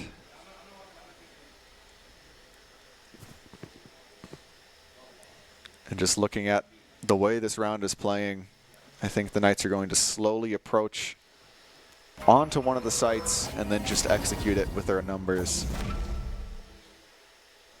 As they walk up here onto A, that smoke will only stall for so long, but I think the Knights know that it's a bit of a fake smoke that's meant to stall rather than to hold. They're immediately going to try and the B pivot here. don't have to worry about it being the fake 5v5 as they're already up 1. I think that 2 as Bakery gets a pick. Still waiting. Still waiting. And Rock throwing out that haunt, trying to find, but nothing really comes of it. Squirtle going to get hit by that curveball. Bakery at Showtime pick it up, and now it's all up to Jeffrey. Does get one. Dodges that flash and almost finds Procrastinator. But unfortunately, Bishop Kelly now just 2 rounds away from claiming these grand finals. And here's the second timeout from Bora. The last time they hit it, it did help out. Yeah. So glad to see what they're able to cook up here. 11-8. It's not as dire as it seems. Once you get to that 12-8 range, that's when it's like, oh, they can just kind of use 5 ults and win. Yeah. But 11-8, it's as long as the Lions just win, they can probably play for overtime here, or very worst case scenario for Bishop Kelly, I guess, just the entire game. But I feel like the Knights would probably be able to get 1 round with all of their ults. Yeah, it's as you mentioned, it's a case of you stack up the ults, you're guaranteed 1. But Bishop Kelly needs 2, right? So you can't play like that right now. So yeah, I think a great timeout here from Bora. Again, this is your last chance before you say you just kind of play for overtime. And every single round has been so close. It really feels like 1 or 2 picks, if they go your way, you get a headshot instead of a body shot. We're talking about a different round, and I think Bora knows that, and they just need to make sure they're all on the same page when it comes to these final rounds. Yeah, I feel like there's a really good chance that really any of these players on either team could just have a sheriff and get an ace. Like, yep. This is just the level of skill that we're at right now. And, of course, Bora is on an eco here. They're going to buy the minimum amount they're allowed to, or the maximum, I guess, while still being able to get guns the next round. going to be a tough task for them. Oh no, they full bot. They know that they shouldn't be playing for overtime here. Bishop Kelly posturing here for a bit of an A push, but I'm not sure that they expect what is on the other side. Almond smoke coming out, and I believe this is a showstopper being popped. No, just the double satchel into sight. Ghastly with the stinger, unable to find one as he comes out of his smoke menu. And Conky unable to get two with his judge, only able to find one. The Lions now need to retake with worse weapons. But Bishop Kelly has kind of unfortunate positioning, if you ask me. They're all in the same spot. Rock finding one here is huge. Nightfall could be thought about. And they have called it low HP too. And there's that Nightfall, bringing all of the Knights down pretty low against SMGs all in a corner. Showstopper taking out Jeffrey, but the Ares, Squirtle just needs to land 4 headshots here. He's going to get flash, try and spray through it, but it is going to be Bishop Kelly now on to match point here. Match point while the Lions here need to play for overtime. They don't exactly have the money on their side, but like even here, the Lions didn't have much good weapons, and it still came down to a 1v2 where one guy was one shot. Like, he's literally 3 bullets away from winning the round. Well, they're going to be able to just scrounge together their scraps, and they need to find this one and a few more after that if they want to take us to overtime.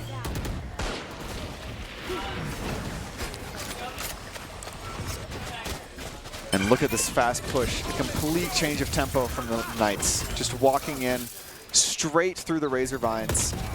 Gets one. Finding a kill there, which is honestly crazy. And then he's back, full HP. Like nothing even happened. We've talked so much about the power of that running back. That might be the difference maker, though. Conky gonna pick up one on the bakery. Owen, his own running back, gonna be used. He's just unable to get through all of that utility.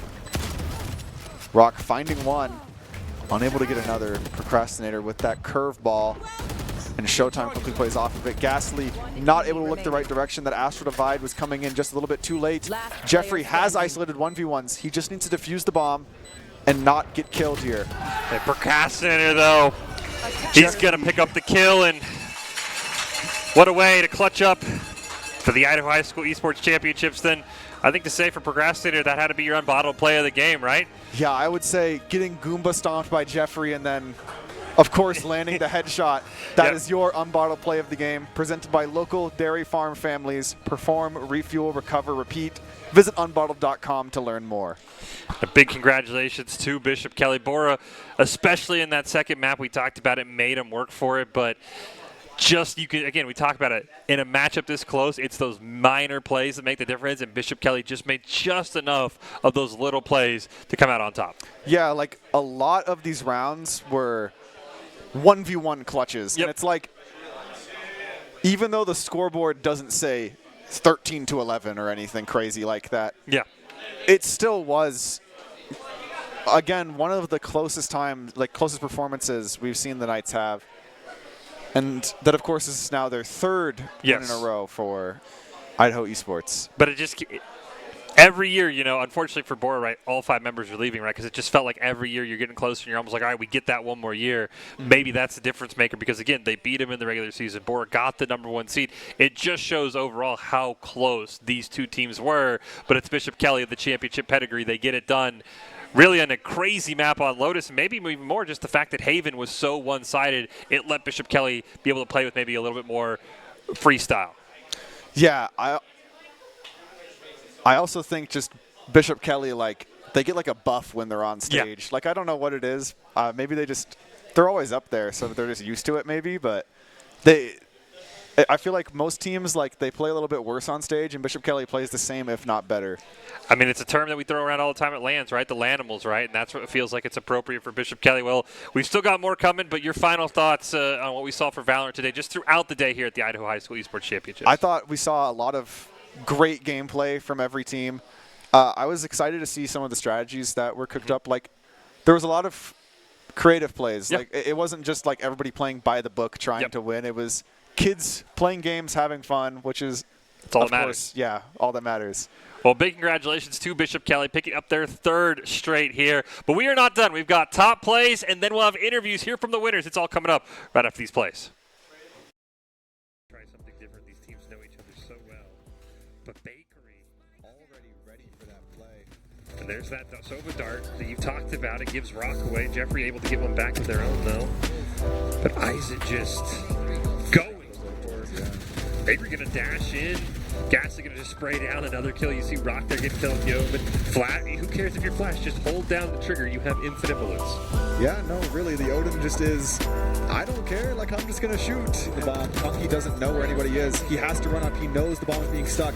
Flash comes through, curveball. Did get half the tick, did Isaac, but only has so much time. Conky can hear that the bomb is halved. He swings last second. Though. Yes, saving his life there, honestly. Oh, massive flash from Conky. Not only lets him get another kill, of course, just went off. Bakery, though, it's cold. Isaac going to get on the fun as well, as Bishop Kelly now just has one player left, and it's cold with the headshot. And Showtime quickly plays off of it. Ghastly not able to look the right direction. That Astro Divide was coming in just a little bit too late. Jeffrey has isolated 1v1s. He just needs to defuse the bomb and not get killed here. And Procrastinator, though, he's going to pick up. He's going to pick up.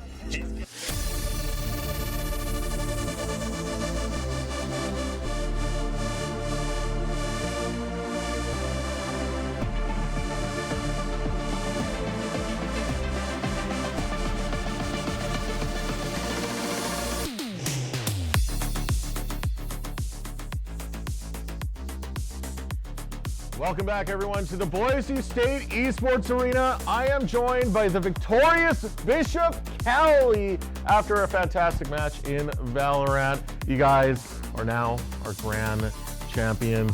First questions first. I mean, how does it feel, man? I know it's been a long day. You've been here for a while. You had to go through 3 matches, 3 best of 3s, and now you get to call yourself champions. I don't know. I mean, the third one, like, I'm gonna be honest, it kind of gets like less exciting after every one. I don't know I don't know. I was kind of excited to play Bora because they beat us pretty bad, like week 1. Kind of wanted the revenge game, and I feel like we did that. Probably could have beat them more, but, you know, I mean, it was all right. It was kind of what we expected, I think. Anyone else want to answer that? Yeah, I mean, it was great. 3 times in a row. You know, it's me and him senior year, so it was cool. We got to finish off with a 3-peat and another state championship, yeah. All right. Well, I will say game 1 went pretty smoothly. It wasn't until you got on attack side in game 2 where you guys just pretty much took over from there on out. So tell me about a little bit about the flow of the game, playing on stage, and feeling as confident as you guys looked. Well, yeah, the first map was after we got the defuse, you know, we just had all the momentum. And then second map, you know, Lotus is like really attack sided. So the fact that we got like 5 rounds, we were like, we're going to be chilling on attack. And then we won the bonus and just kind of snowballed. So, yeah, it was good. Yeah, I would kind of say, like, we know that we're more of an attacking team. Like, we thrive better on the attack. Mm-hmm. So kind of picking the defensive sides first and kind of being allowed for them. They chose to attack. So it was kind of like, well, you know, we'll rather take the loss kind of down defense, knowing that second half we're going to have the momentum and kind of energy to come back and, you know, ultimately win it. So talk to me a little bit about that loss you guys did have to Bora very early on in the season. I know, Nate, you had talked about it before. Use the word embarrassing, and now to come back, take them down in the grand finals. I want to know what that initial feeling was and how that drove you going into the rest of the season. Yeah, so kind of like they beat us pretty bad on Haven, which is, you know, kind of glad we got to play that, kind of get back. But like we just kind of like, you know, after, I mean, it was basically 2 years of kind of just dominating. We're kind of like, oh, we had beat them in the mid-season tournament, like pretty bad. So we were kind of like, oh, let's just go it. And, you know, don't want to have excuses, but a lot of us did not play very well. And we kind of just like, they also just played really good as a team. They were kind of just impossible to stop. And then kind of that was kind of like, oh, we got to lock in now. Idaho's starting to get maybe pretty decent. We locked in for about 2 weeks and then stopped. And then, you know, kind of towards states, we're like, all right, we got to get back into it. So kind of prepared a little bit and then So we always somehow have a loss kind of at each year that kind of like lights the fire under us, and this one was definitely the one that kind of made sure that we were trying to be in somewhat of a tip-top shape in order to beat them.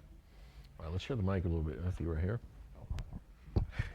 So for me, it was pretty embarrassing, that loss. But I also know we have such a high ceiling that we would rebound. We had as he said, we were not locked in before that game, and so it really at least for me, it gave me a lot of passion, and so we really stepped up our game for sure.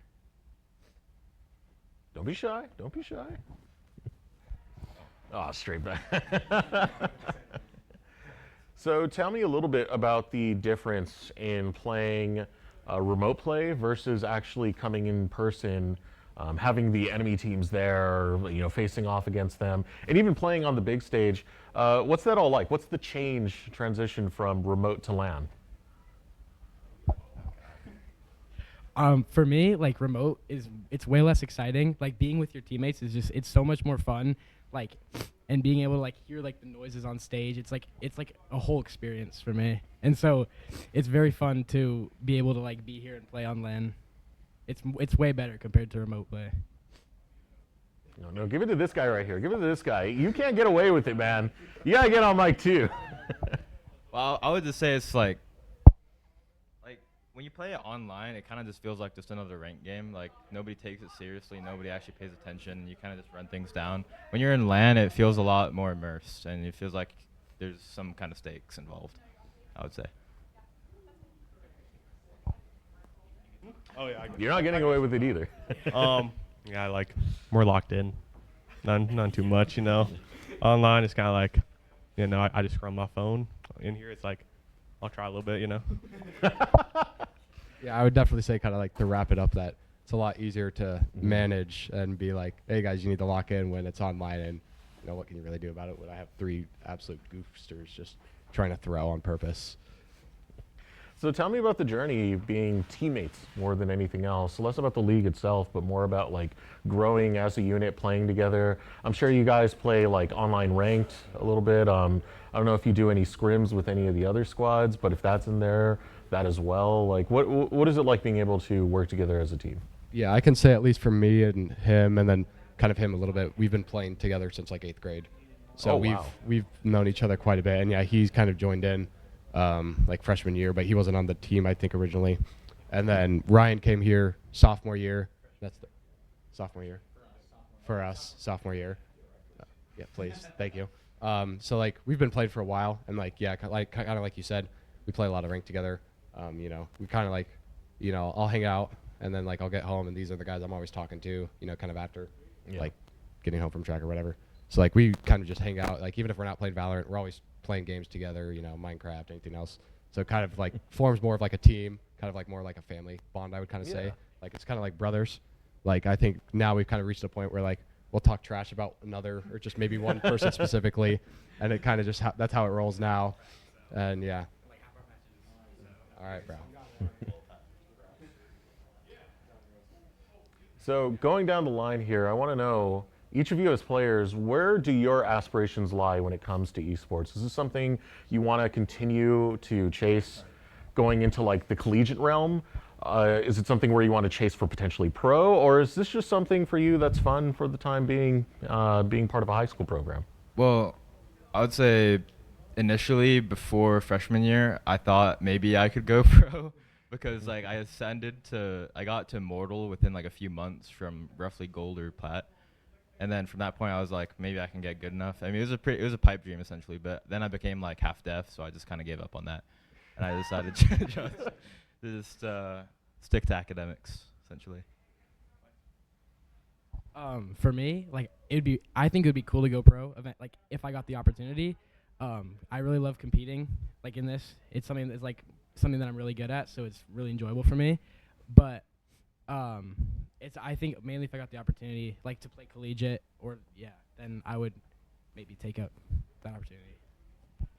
I mean, yeah. Yeah, I mean, if they got the college I'll go to, I might do it a little bit, but it ain't a goal. For me, I feel like it's like it's more something like I just enjoyed in high school, but like for me, I'm gonna come here, I'm gonna study physics and stuff. So I don't know if I'm gonna have a lot of time to devote, honestly, but maybe if I get good enough, because I don't think I'm quite good enough yet, but maybe if I get better and I feel passionate about it, then I for sure might take it up. Yeah, for me right now, I'm planning to come to Boise State, and I'm planning to try out for the Valorant team. So like, at least in collegiate, it's kind of like something I want to do. I honestly don't know about like how I'd feel like maybe doing pro. If I maybe got the opportunity, I doubt I would pass on it. But it's not something that like I'm setting like my full sights on necessarily. I mean, collegiate can get you a scholarship. I know a lot of our players here at Boise State, they have scholarships that they play on that help pay for their education. So it's always a road you can go for. Now, Nate, question for you. Reflecting back on all of your kiddos, I guess we can say, that you've coached throughout the entirety of the year, how do you feel about them? Go ahead, give them some glowing reviews. Oh, I hate all of them. Yes, bro. No, I this is awesome. Honestly, each one of these players is top of the league.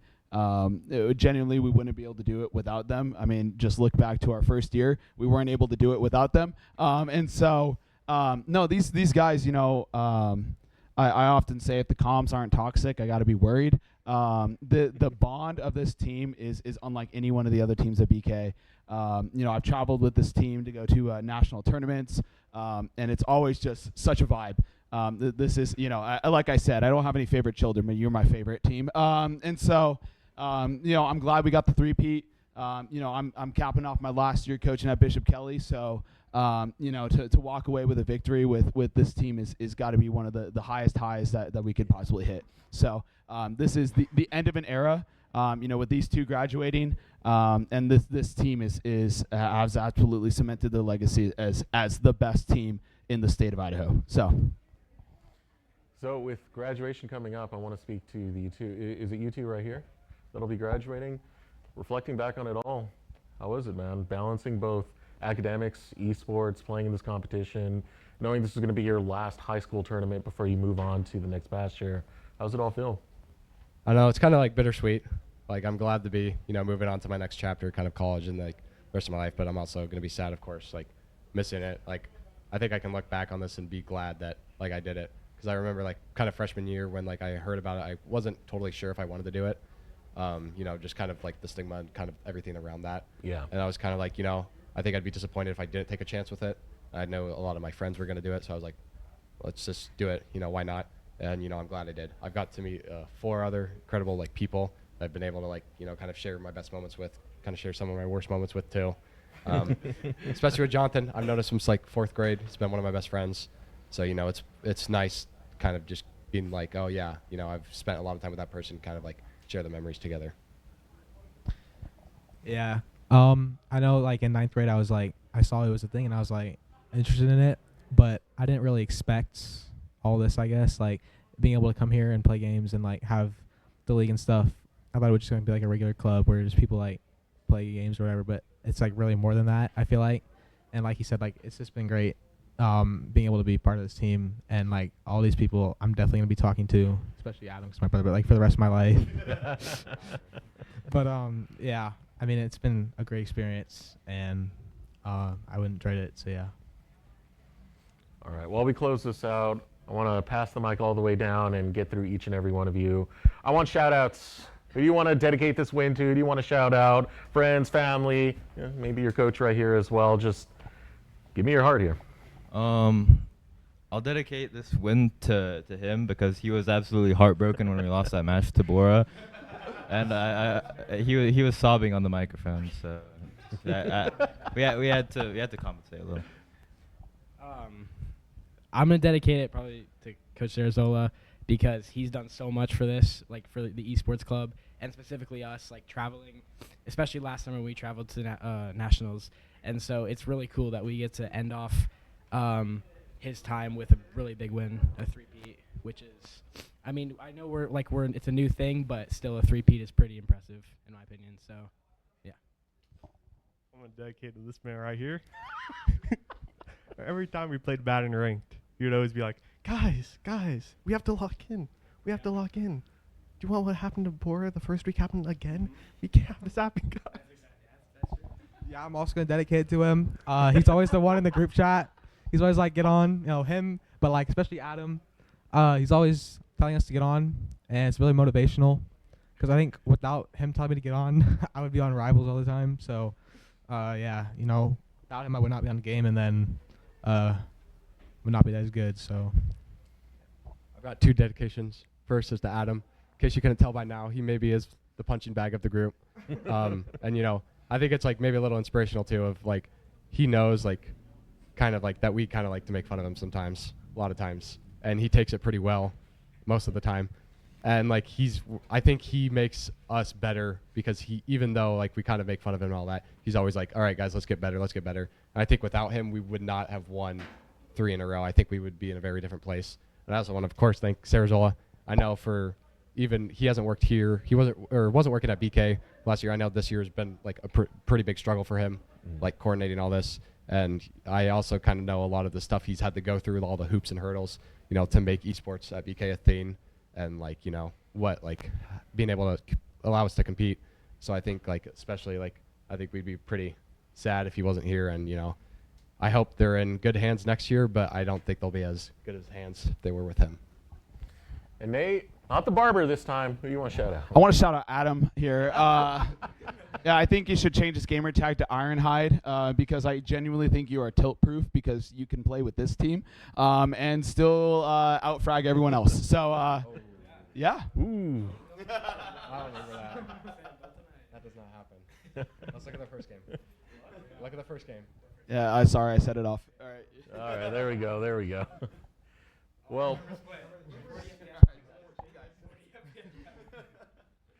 Well, I want to thank you guys so much for joining us for the interview, and congratulations, Idaho High School State champions in Valorant. It's got to feel good to three-peat. That kind of makes it a dynasty, right? It's a big deal right there. That's a big deal right there. So thank you guys for the interview. Congratulations, and whatever the world may bring you next, I hope you get at it with the same gusto that you brought here today on the grand final stage.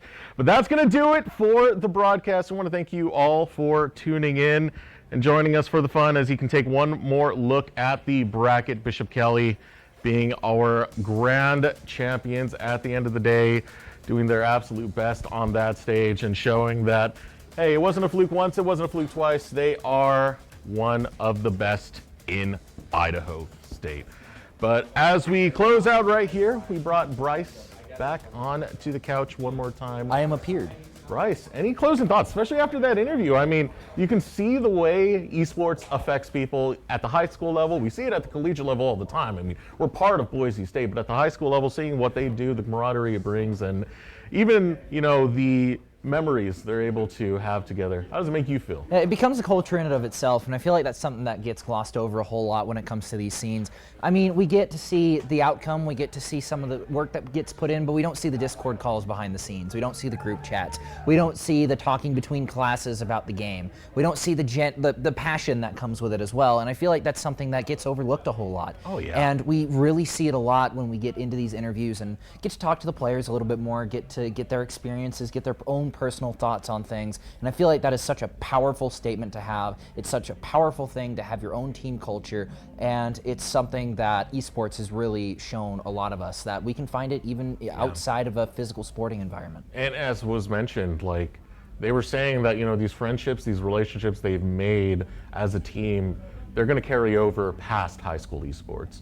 And, maybe we'll see some of those faces in the collegiate space as we saw one of the players saying he wants to try out for Boise State. It'd be awesome to see him here. Maybe, they go as far as the pro space. You never really know. The sky is the limit, and I want to see what they have left in their future and what they can bring. But that's going to do it for day number 1 of the Idaho High School State Championship. We've already finished Super Smash Bros. Ultimate. We finished Valorant. But we got another day to go, and we got Overwatch, we got Rocket League. That's not gonna happen today. It will be going on tomorrow, but we wanna thank you guys so much for joining us. Shout out to all our sponsors on top of that. Shout out to Prod, shout out to the players, shout out to all the staff that make this possible, and we'll see you tomorrow for more esports action.